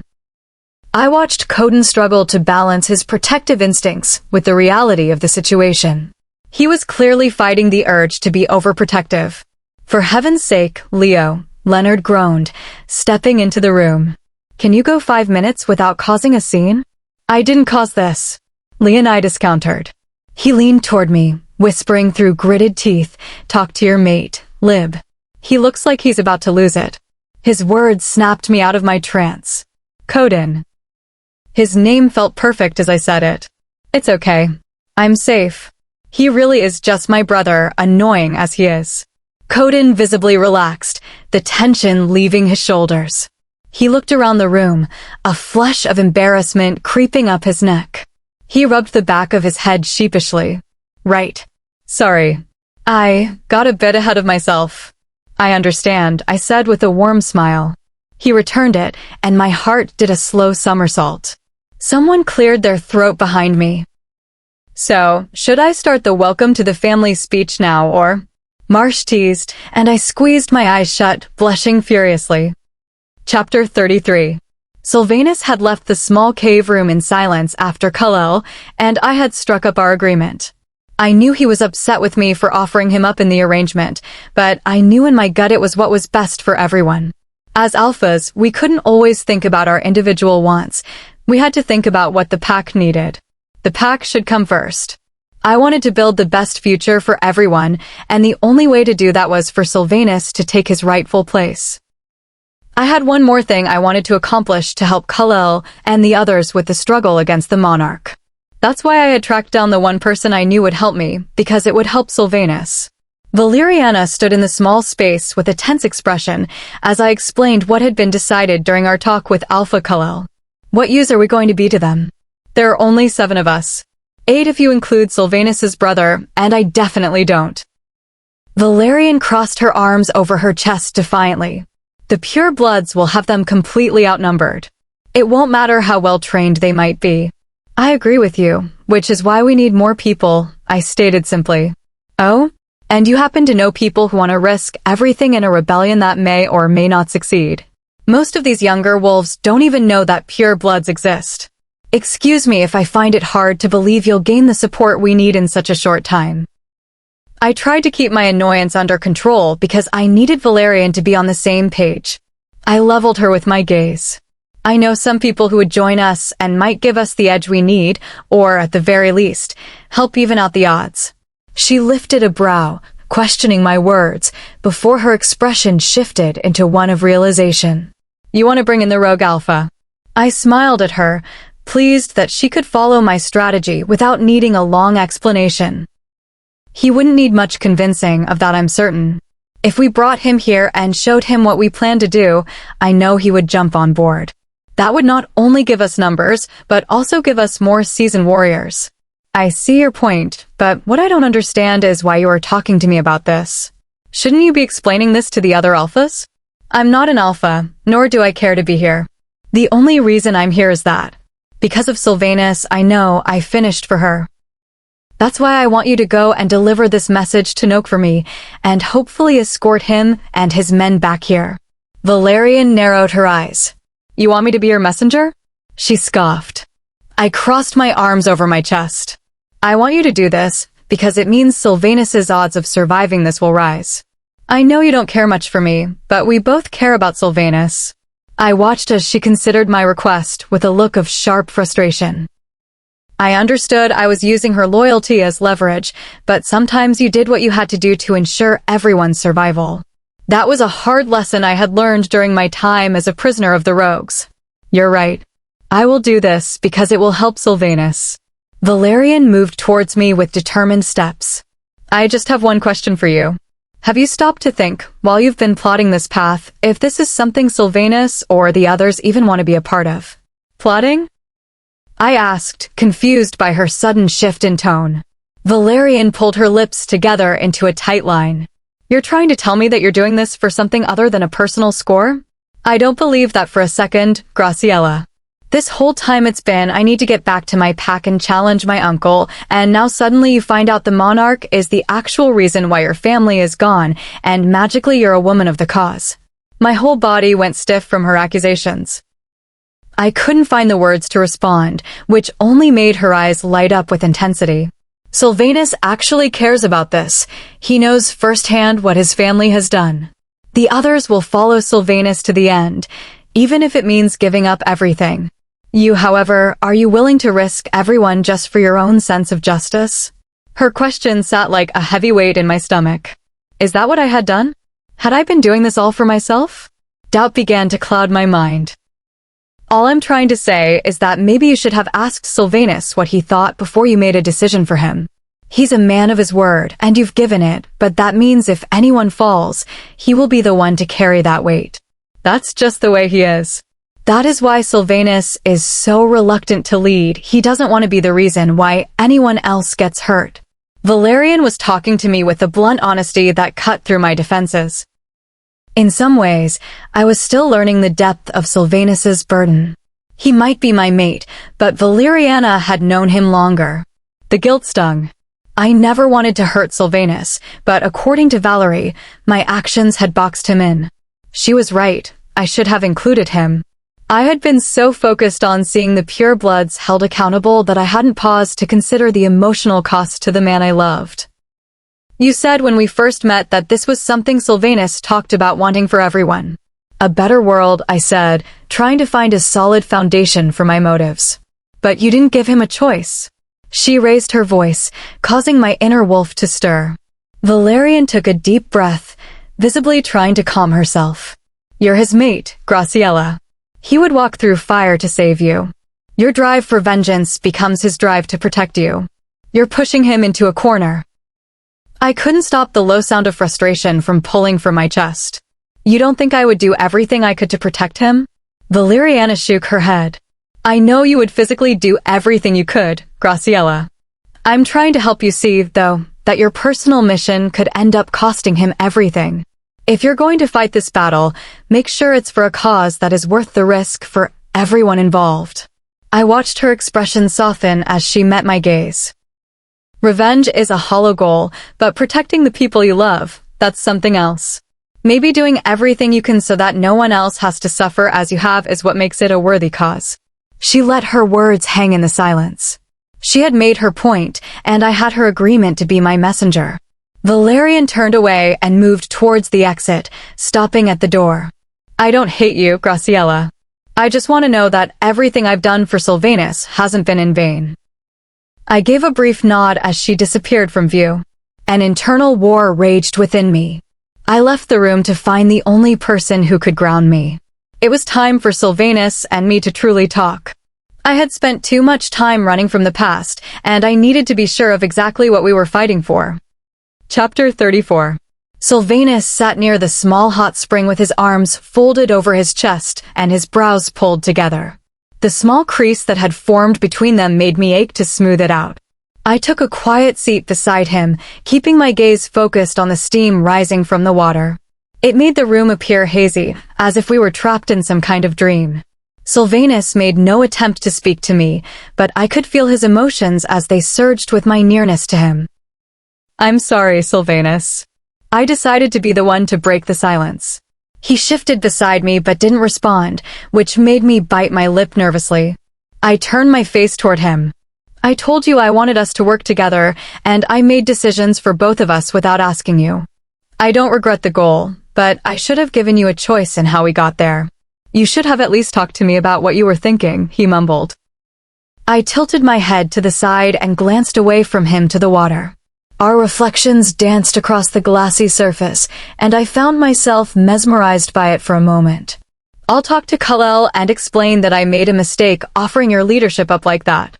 After that, you are welcome to do whatever you like, but I'm going to stay here and stand my ground. I reached out and dipped my fingers into the warm water. I didn't want to look at Sylvanus directly. A part of me was too afraid of what his expression would tell me. You don't think I want to stay and see this through? I shrugged my shoulders. Honestly, I don't know what you want, Sylvanus. You've been torn before. It wouldn't surprise me if you decided to walk away. I mean, I don't want to drag you into this, and I can certainly handle my own path. Sylvanus turned his gaze to me, his voice sharpening. This isn't just your struggle. This is about everyone and what's right for the future. There are real dangers, Graciela. You could get hurt. Haven't you thought about the risks? I released a heavy sigh. Of course I've thought about that, but the fact that I'm even here right now is a miracle. I'm not afraid of the risks, Sylvanus, but I don't want to take your choices away. I want you to be able to decide for yourself what you want to do. Don't you see that I will go wherever you go, Graciela? You make it seem like letting me walk away was even an option. I could hear the frustration in his tone. You left once before. Why would this be any different? I questioned him. His lips pulled together in a tight line, and his shoulders tensed. Because things are different now, Graciela. I told you I wouldn't leave you again. I meant that as a man and as your mate. I pushed up off the ground as our emotions swirled in my mind, making it hard for me to decipher between them. How are things different now? Because of a bond? That doesn't guarantee a future. Plenty of mates choose to live apart or decide they don't want to be together. Sylvanus lifted himself from his spot, staring me down with an intensity that had my heart hammering in my chest. I couldn't tell if he was completely exasperated with me or simply overwhelmed by the moment. Do you not want me, Graciela? Is that what you're trying to say? His question came out so soft, but firm that I felt my heart skip a beat as a shiver of uncertainty raced through me. I wet my suddenly dry mouth and shook my head. The thought of not being around Sylvanus felt like losing a part of myself. He reached out and grabbed me by my shoulders. I love you, Graciela, but you're driving me crazy. Tell me what you want. Do you want me to stay or do you want me to leave? I stared at him in shock. You love me. His eyebrows lifted. Have I not been obvious enough for you? Yes, Graciela, I love you. You saved me from the lonely existence I had before I met you. You've made me want to be the man you claim to see when you look at me. I've never been so happy or so terrified in my life. Graciela, I need you to trust me. You don't have to keep going through life alone. I want to support you. I want to love you. Let me. My eyes became heavy with unshed tears as I stared into the honest eyes of my mate. I knew he meant what he had said. I felt all the walls I had built up around me crumbling down. I leapt into his arms without hesitation. I'm so sorry. It's hard for me. So much has happened. I've clung to the anger and hurt as a way to survive. I'm not sure I know how to open up anymore, but I want to try. And I know I want to try with you for you. Sylvanus burrowed his face into the crook of my neck and held me in his arms. That's all I'm asking, Graciela. He pressed his lips gently to my skin. I love you so much, you'll never know what meeting you have meant to me. All the doubt and guilt from earlier slipped away as if it had never been there. Being in Silvanus's arms washed away all the negative things and gave me a soul-searing sense of peace. I didn't care about the past. All I cared about was being with him and creating a place for the two of us to remain together. I think I can imagine what it might have meant, I said as my lips turned upward in a small grin. He pulled back so that he could look into my eyes. I don't know how all this is going to turn out, Graciela, but I want you to know that I'm not going to run away anymore. I'm going to face whatever future comes, and I'm going to do it with you beside me. Nobody knows how this is all going to turn out, but it's better for us to stand for something than to just wait for the past to catch up with us. I pushed up on my toes and pressed my lips to his in a firm kiss. I pulled back just as he leaned in to deepen it. As long as we are fighting for the right reasons, then we can know we are moving towards a better future. He lifted a brow and brushed some hair behind my ear. When did you get so wise? He teased. I pushed away from him with a grin. I didn't. I'm just taking some very good advice. Chapter 35. 2 days after I had sent Valeriana away, she returned with Noak and a significant number of his men. They were more than ready to support the cause, and while Alpha Kal-El remained wary of working with reformed rogues, it didn't take long before he and Noak were treating each other like old allies. They decided to hold a pre-battle gathering for the men, a moment of solidarity and good luck. Now that the main cave was full of laughter and shouting, it was hard to imagine that we would soon be entering a struggle from which some might not return. I suppose that's why celebrating together now was so important. It was a moment to push aside our worries and cherish the people standing beside us. Silvanus leaned down and pressed his lips to my ear, his voice a low, warm rumble. Later tonight, you and I are going to have our own moment, mate. A shiver of anticipation raced through me. I'm holding you to that, I whispered back. He gave my hand a firm, affectionate squeeze before pulling away to join Noak, who had called him over for a round of good-natured wrestling. I watched them, a small smile playing on my lips. Men and their need to prove their strength. I let my eyes scan the room, spotting Libertad and Leonidas in a typical argument, and Marcia escorting a reluctant bunny away from the noise. But then, a strange scent hit me. My gaze locked onto a figure moving with a chilling, graceful unease. The stranger paused and looked back at me, her expression twisting into a cold, triumphant smile. She raised a hand in a slow, deliberate signal that our time was up. My blood froze. The world seemed to move in slow motion as canisters suddenly flew through the cave opening. Dense smoke and blinding flashes of light erupted, shattering the peace. Ambush! Everyone down! I screamed as the cave dissolved into chaos. The roar of gunfire drowned out the music.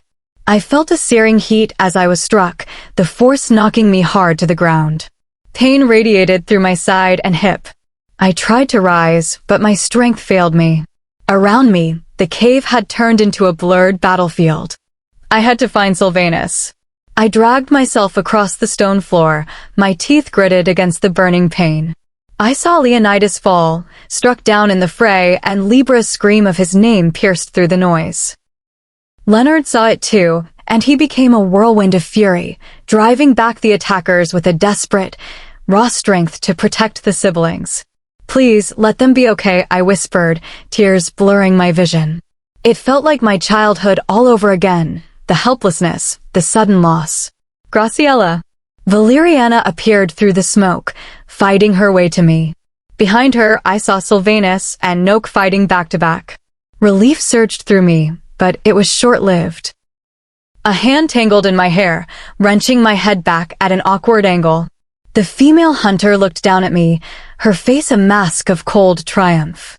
She drew a long blade, the steel feeling icy against my skin. "Hello, Alpha," she hissed. "I wanted to take my time with you, but I think I'll just let your mate watch as your light fades." Imagine his face, knowing he was too late to save you. I struggled, but my wounds held me back. I felt my wolf's presence, a warm, steady comfort in my mind. "I'm with you, Graciela." Suddenly, a fierce snarl echoed beside me. The hunter was wrenched away as Valerian intercepted her. They moved in a blur of strikes and parries. Valerian managed to disarm her, pinning her with a look of pure disdain. "Go to hell," the hunter gasped. "Not today," Valerian replied, her voice cold as she neutralized the threat with a final, decisive move. Valerian turned back to me, her expression softening, but before she could speak, a sharp report rang out. I watched in horror as she stumbled, a wound blooming on her chest from an unseen marksman. "Valerie." I ignored my own agony, crawling to her side. She slumped to the stone, her breathing shallow and ragged. I caught her hand, my heart breaking. "Stay with me, Val. Sylvanus is coming. Just hold on." She managed a weak, tragic smile, blood staining her lips. "I always knew it would be for him," she whispered, her voice a fragile rasp. "It's going to be okay," I sobbed, pulling her into my lap. I could hear the damage to her lungs, the rattle of a breath she couldn't quite catch. "Graciela, promise me," she wheezed, her grip on my hand fading. "Not revenge. Live for the future. For him. I promise. I love him, Valerie. I promise." I held her tighter, blocking out the sounds of the battle. She had sacrificed everything for us. She was packed. With one final, quiet breath, Valeriana went still. A cry of pure grief tore from my throat for her, for my parents, for every life lost to this cycle of violence. My body trembled as if it were breaking apart. I had seen too much loss, I couldn't take any more. Strong hands suddenly pulled me back. "No, let me go." I fought blindly until Sylvanus's voice broke through my shock. "Graciela, it's me. I've got you." Marsh knelt beside Valerie, then looked up at us and gave a somber, slow shake of his head. Sylvanus's face was a mask of controlled, deep-seated pain. "Take her to Bunny," he told Marshall, his voice tight. "Keep her safe. I have to finish this." He stepped back into the fray without looking back. As Marsh carried me away, I kept my eyes on Valeriana until the smoke swallowed her. Most would forget her, but I wouldn't. I would fight for the peace she wanted. I would build a world where no one had to die to prove a point. I would do it for them. All of them. Chapter 36. The battle hadn't lasted much longer. We had been able to drive the hunters back into whatever hole they had crawled out of. Most of those who had breached our sanctuary had fallen, and those who escaped would find no peace in the forest. I had been taken to a recovery area that soon began to fill with the wounded, some far worse off than others. I watched as Leonidas was carried in by Leonard, with Libertad trailing behind them like a ghost. He was alive, but barely. Clinging to life by a thin thread. Bunny explained that the arrow had pierced his chest, narrowly missing his heart, but damaging his lung. Libertad was doing everything in her power to save her brother, her hands steady despite the grief in her eyes. Only the goddess knew at this point if he would make it through the night. My heart felt numb as I looked around the room. Even after my own wounds had been tended to, I couldn't seem to snap out of my haze. I just kept seeing Valerie's face at the moment the light left her eyes. Sylvanus had yet to appear. According to Marshall, he was helping the men honor the fallen. I knew he needed to be alone with his thoughts. He had lost someone who had been his anchor for a long time. Our dead were being gathered with honor so that we could return them to the moon goddess as warriors. The hunters were left to the depths of the forest. They would receive no ritual from us. They were part of the shadows now.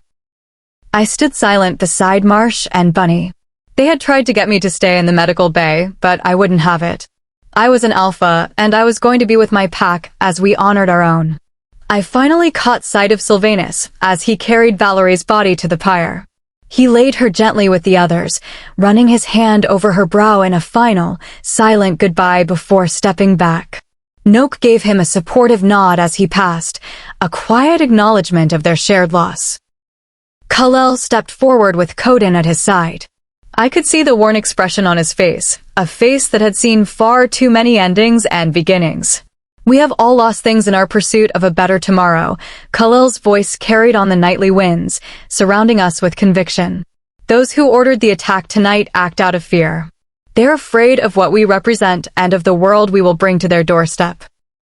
Our brothers, sisters, mothers, and fathers deserve a world where they do not have to live in shadows. He took the torch and lit the pyre. Sylvanus came to my side then, his hand grabbing mine in a tight, grounding grip. I gave his hand a gentle squeeze as we watched the flames dance higher and higher into the night sky. A single mournful howl was thrown into the dark, followed by another. Led by the instinct of old, we all threw our heads back toward the moon and joined the chorus. The sound was beautiful and heartbreaking, the send-off our friends deserved. Several hours later, Silvanus and I stood silently in the small space that had been given to us. Neither of us had spoken much since the ritual. My body still ached, but the healing process was moving swiftly. I peeked over at Silvanus, his green eyes dark with a depth of emotion I had never fully seen before. "I'm scared," I admitted softly. He didn't speak, but I knew he was listening. I wrapped my arms around my waist, feeling the chill of the cave. I've lost so much, and today was another reminder. I don't want to lose anymore. I swallowed hard against the lump in my throat. "I love you, Silvanus. I don't want to lose you." Silvanus moved quickly across the small space and gathered me into his arms. He pressed his lips to mine in a kiss that was desperate and hungry, a raw plea for connection amidst the grief. I clung to him, needing to feel the heat of his skin and the steady thrum of his heart. In that moment, the world outside, the battle, the fire, the pain, simply ceased to exist. There were only the two of us, anchored to one another by a bond that felt stronger than the stone walls around us. As we moved toward each other, the weight of the day began to lift, replaced by a soul-searing sense of peace. In the quiet darkness of the room, we let go of the past and the fear of the future, finding sanctuary in each other's embrace. As we lay together afterward, the silence was no longer heavy, but comforting. I pressed my face into the crook of his neck, breathing him in, feeling the electric pull of our bond humming beneath the surface. "I love you, Graciela," Silvanus whispered, his voice thick with a sincerity that shook me. "I love you so much. We're going to face whatever comes next together. I'm not leaving you." I pulled him closer, the salt of a few stray tears touching my lips. But for the first time in years, they weren't tears of sorrow. There were tears of a woman who had finally found her way home. Having lived so long in the darkness, to share this light with him was like being carried into a heaven made just for the two of us. I wasn't afraid of tomorrow anymore. Not as long as I had him beside me. Chapter 37. The next morning, everything was quiet. The pack moved about the cave preparing for our departure, but it seemed as though words were in short supply. Silvanus had left our space before I had woken up, and it hadn't taken me long to track him down. He was talking with our little pack in the main cave about Leo's condition. He was still alive, clinging to hope by a thread, and we were holding onto that thread with everything we had. "You're going to stay here with Libertad and watch over the others who are too wounded to travel," Marsh explained to Bunny as the remaining warriors began to file outside. She gave him a deep frown. "I want to go with you." He shook his head firmly. "Not this time. You are going to stay here. I need to know you and our pup are safe. I can't have that on my mind while I am out there."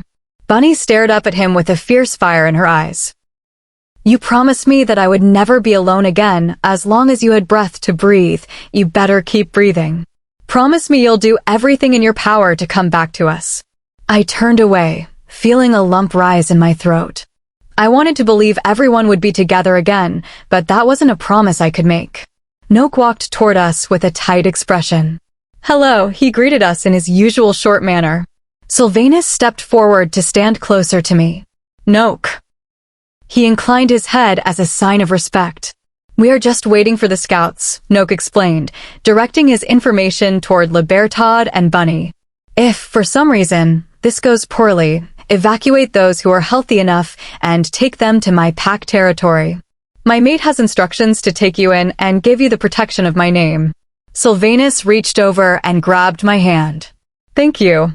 Noak nodded, giving me a quick, supportive look before he turned to join the others outside.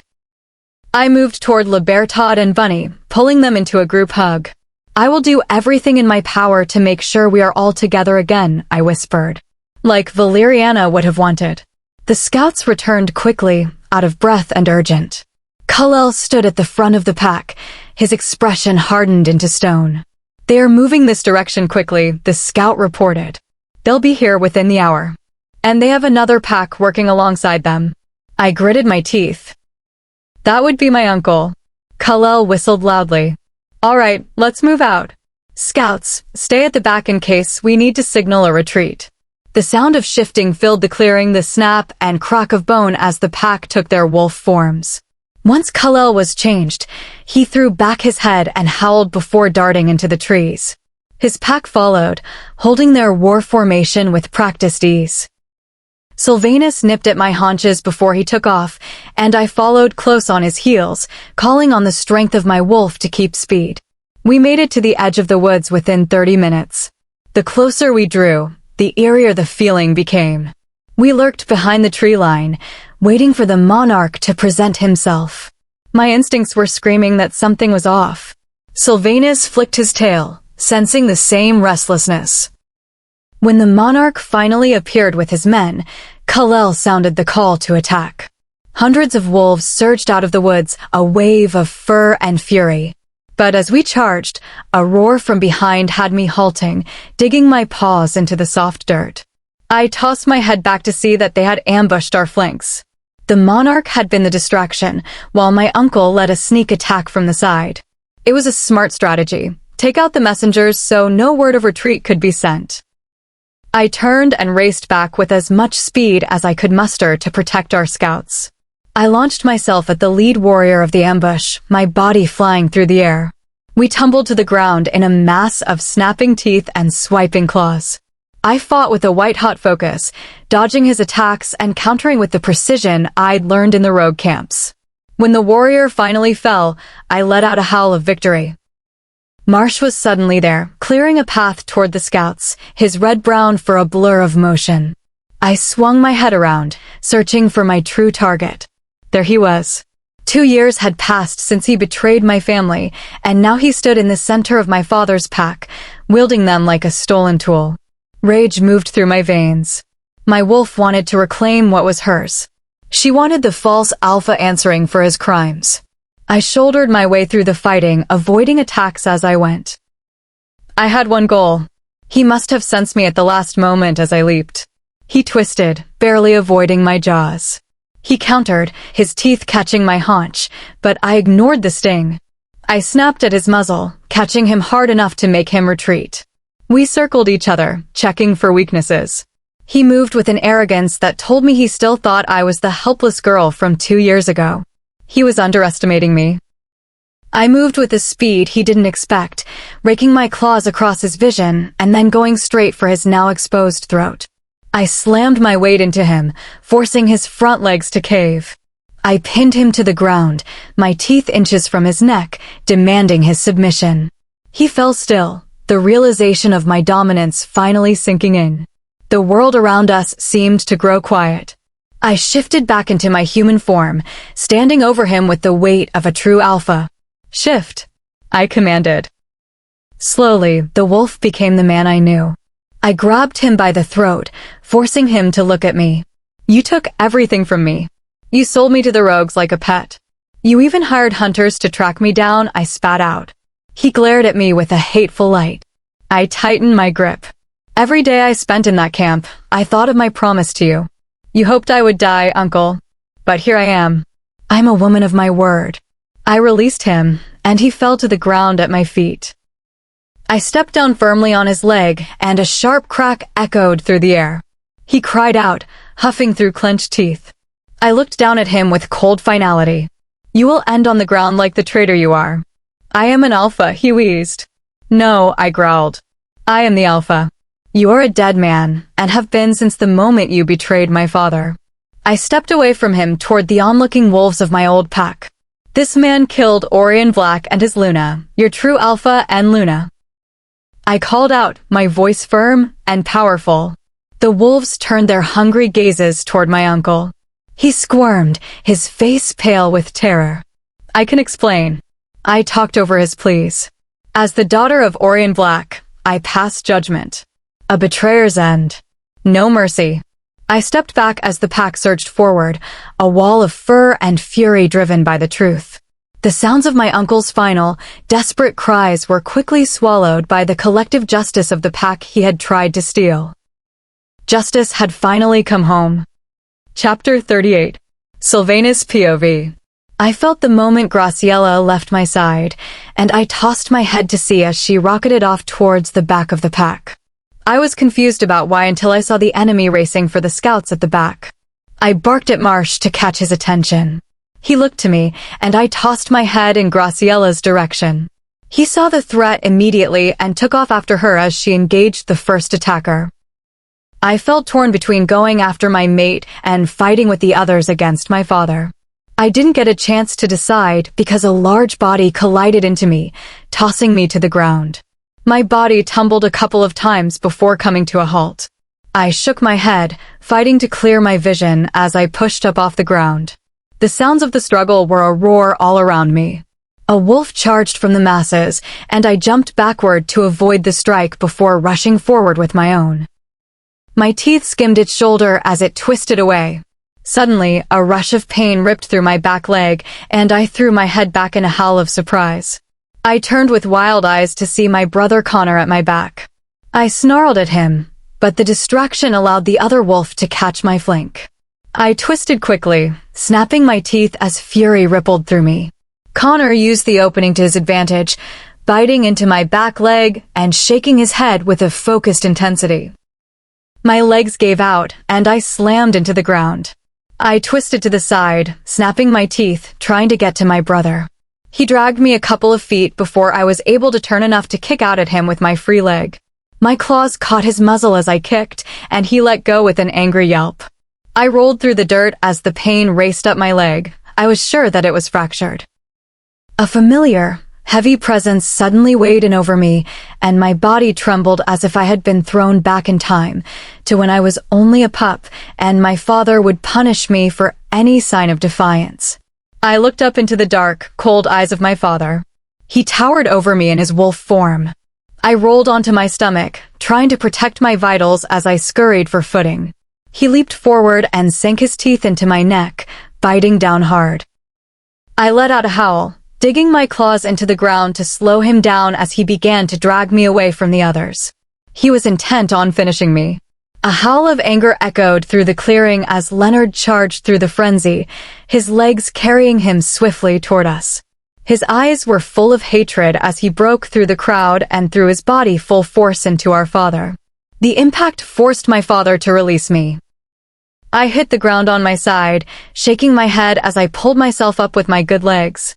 I watched as my father and Leonard circled each other. My father lunged forward, snapping his teeth, and Leonard jumped back out of the way. I'd seen the attack many times as a child when my father tried to make me submit. It always led to an ambush. I watched as Connor appeared out of the chaos, catching Leonard by the shoulder and yanking him down. My heart froze as our father leaped forward at the opportunity. His teeth sank into Leonard while Connor held him down. I stood silently watching the scene, unable to move. The sounds of the struggle were the only things I could hear. Leonard was falling because he had tried to save me. Sylvanus, what are you doing? Finish this. Graciela's voice broke through the trance. I turned my head to see her standing in her human form, looking like a goddess of war amidst the chaos. Behind her stood a large gathering of wolves ready to strike. As she gave the word, they rushed forward like a tsunami of impending justice. My wolf snapped back into action at the sight of my mate.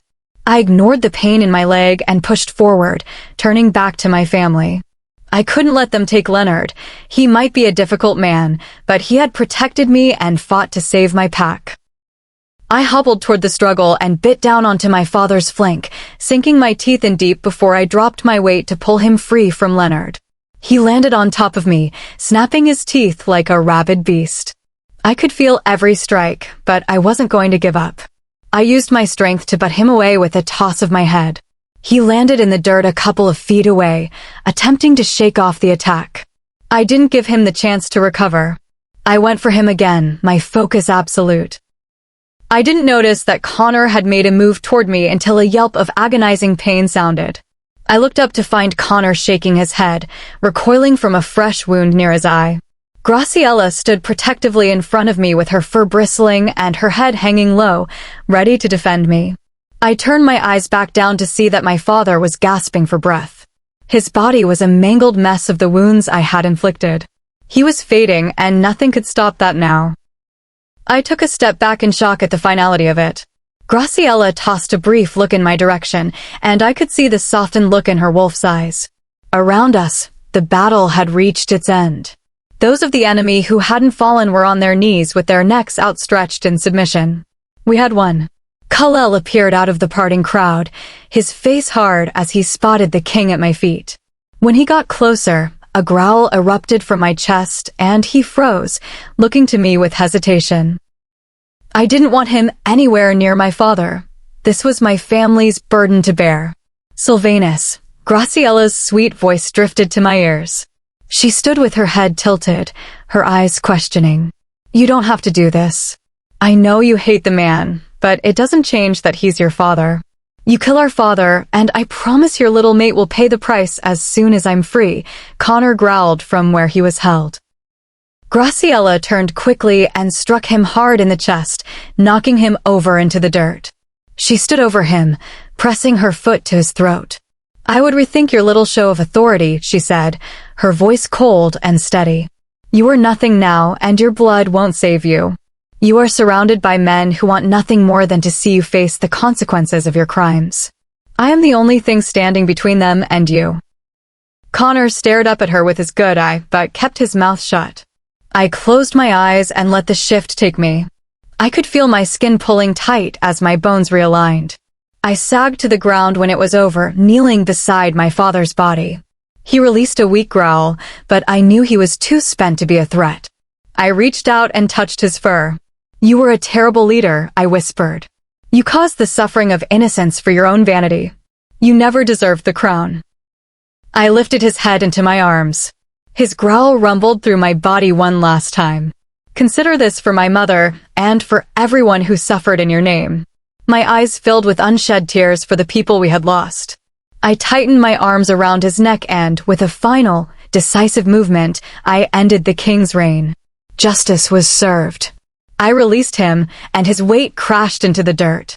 There was a moment of silence before the howls of victory echoed up around me. I remained kneeling in the dirt.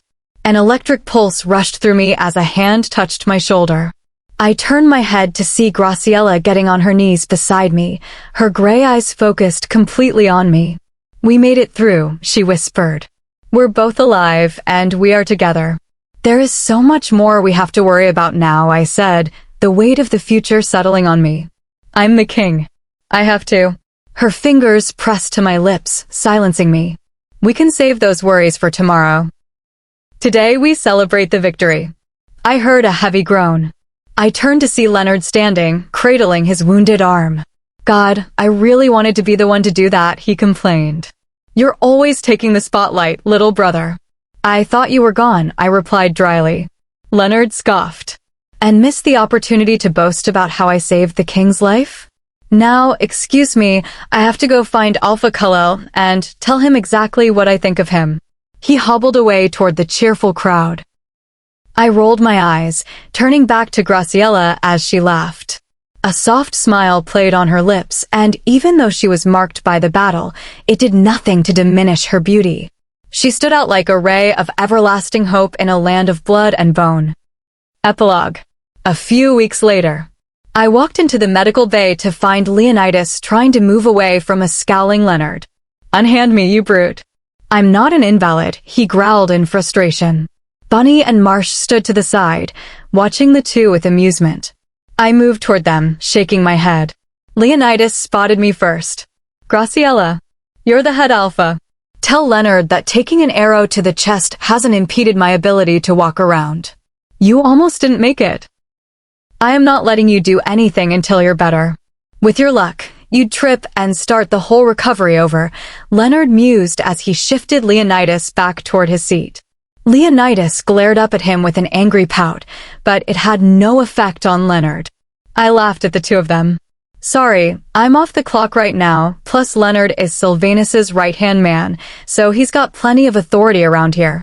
Leonard chuckled at my response, which earned him a mock glare from Leo. I turned away from the two of them to Bunny and Marshall. Where's Libra? Coden came by a few minutes ago and told her she had to take a break or he would carry her out himself. Bunny replied with a bright smile, her hand resting on the tiny swell that had started to appear. I nodded my head. Good, she has been working too hard recently. I agree. I offered to be an assistant, but Marsh wouldn't let me do anything that might cause me any strain. Honestly, I thought he was protective before. She rolled her eyes. Wait until you and Sylvanus have a pup. He'll probably never let you out of his sight. I laughed softly at her comment. Speaking of Sylvanus, I'd better go make sure he's still alive. He's been locked in his office since the sun rose. I took one last look at the group and smiled, feeling happy that everyone was still together after everything we'd been through. Valeriana was definitely watching over us, and I was sure she would continue to do so. I left the medical bay and made my way through the halls of the large home that we had reclaimed. I hummed to myself as I approached Sylvanus's office. I knocked on the closed door once before opening it. Sylvanus was hunched over a large stack of papers on his desk, looking more than a little worn down. He didn't even look up as I crossed the room. Clearly, he was completely engrossed in his work. I came to stand behind him, placing my hands on his shoulders and gently kneading the tension away. You look like you're working hard, King. He let out a soft groan as I hit a tight spot in his muscles. There are a lot of requests being made, and I want to make sure I've given them all consideration before I turn them over to the council. He relaxed his shoulders under my touch. I leaned forward and planted a gentle kiss on the nape of his neck. You're a wonderful leader. But even leaders need to take breaks every once in a while. I spun his chair around so that he was facing me. I didn't give him a moment to protest before I sat on his lap, wrapping my arms around his neck. He lifted his brow in a questioning manner before a smirk played on his lips. What a thoughtful mate I have. I suppose a small break wouldn't do me any harm. His hands gripped my hips, pulling me close. I leaned forward and pressed a warm, lingering kiss to his lips, enjoying the quiet moment. Sylvanus seemed to have the same idea, deepening the kiss as he pulled me against him. The world outside, the rebuilding, the politics, the past faded away. There was only the heat of his skin and the steady beat of his heart. We broke apart after a moment, both of us breathing a little faster. I stayed close, laying soft kisses along his jaw. There's something I need to tell you, I spoke between breaths. His hands rested firmly against me, his gaze full of an affection that had my heart swelling with satisfaction. I pulled back so that I could look into the eyes of the man who had given me hope when I thought there was none. Our people are lucky to have such a wonderful man as their king. I'm so lucky to have such a wonderful man as my mate. I cupped his face in my hands. And our child will be so lucky to have such a wonderful man as a father. Sylvanus's body froze against mine, and his eyes widened. Are you telling me, are you pregnant? He whispered. I smiled at him, my eyes misting. Libertad confirmed it when I visited her the other day. I was just as surprised as you, believe me. Sylvanus swallowed hard before his eyes roamed down to my stomach in a look of pure wonder. His hand drifted down to rest gently over the life growing inside me. I'm going to be a father, he breathed. I placed my hand over his. That night before the battle truly changed our lives in more ways than one.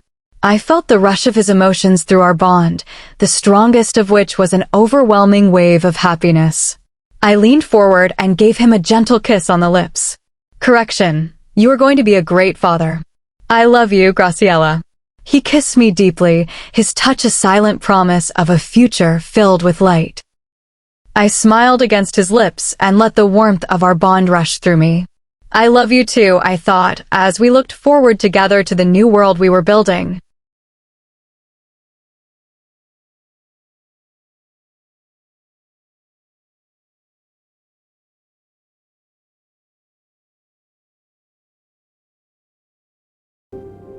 Thank you for watching this episode on Moonlit Publishing.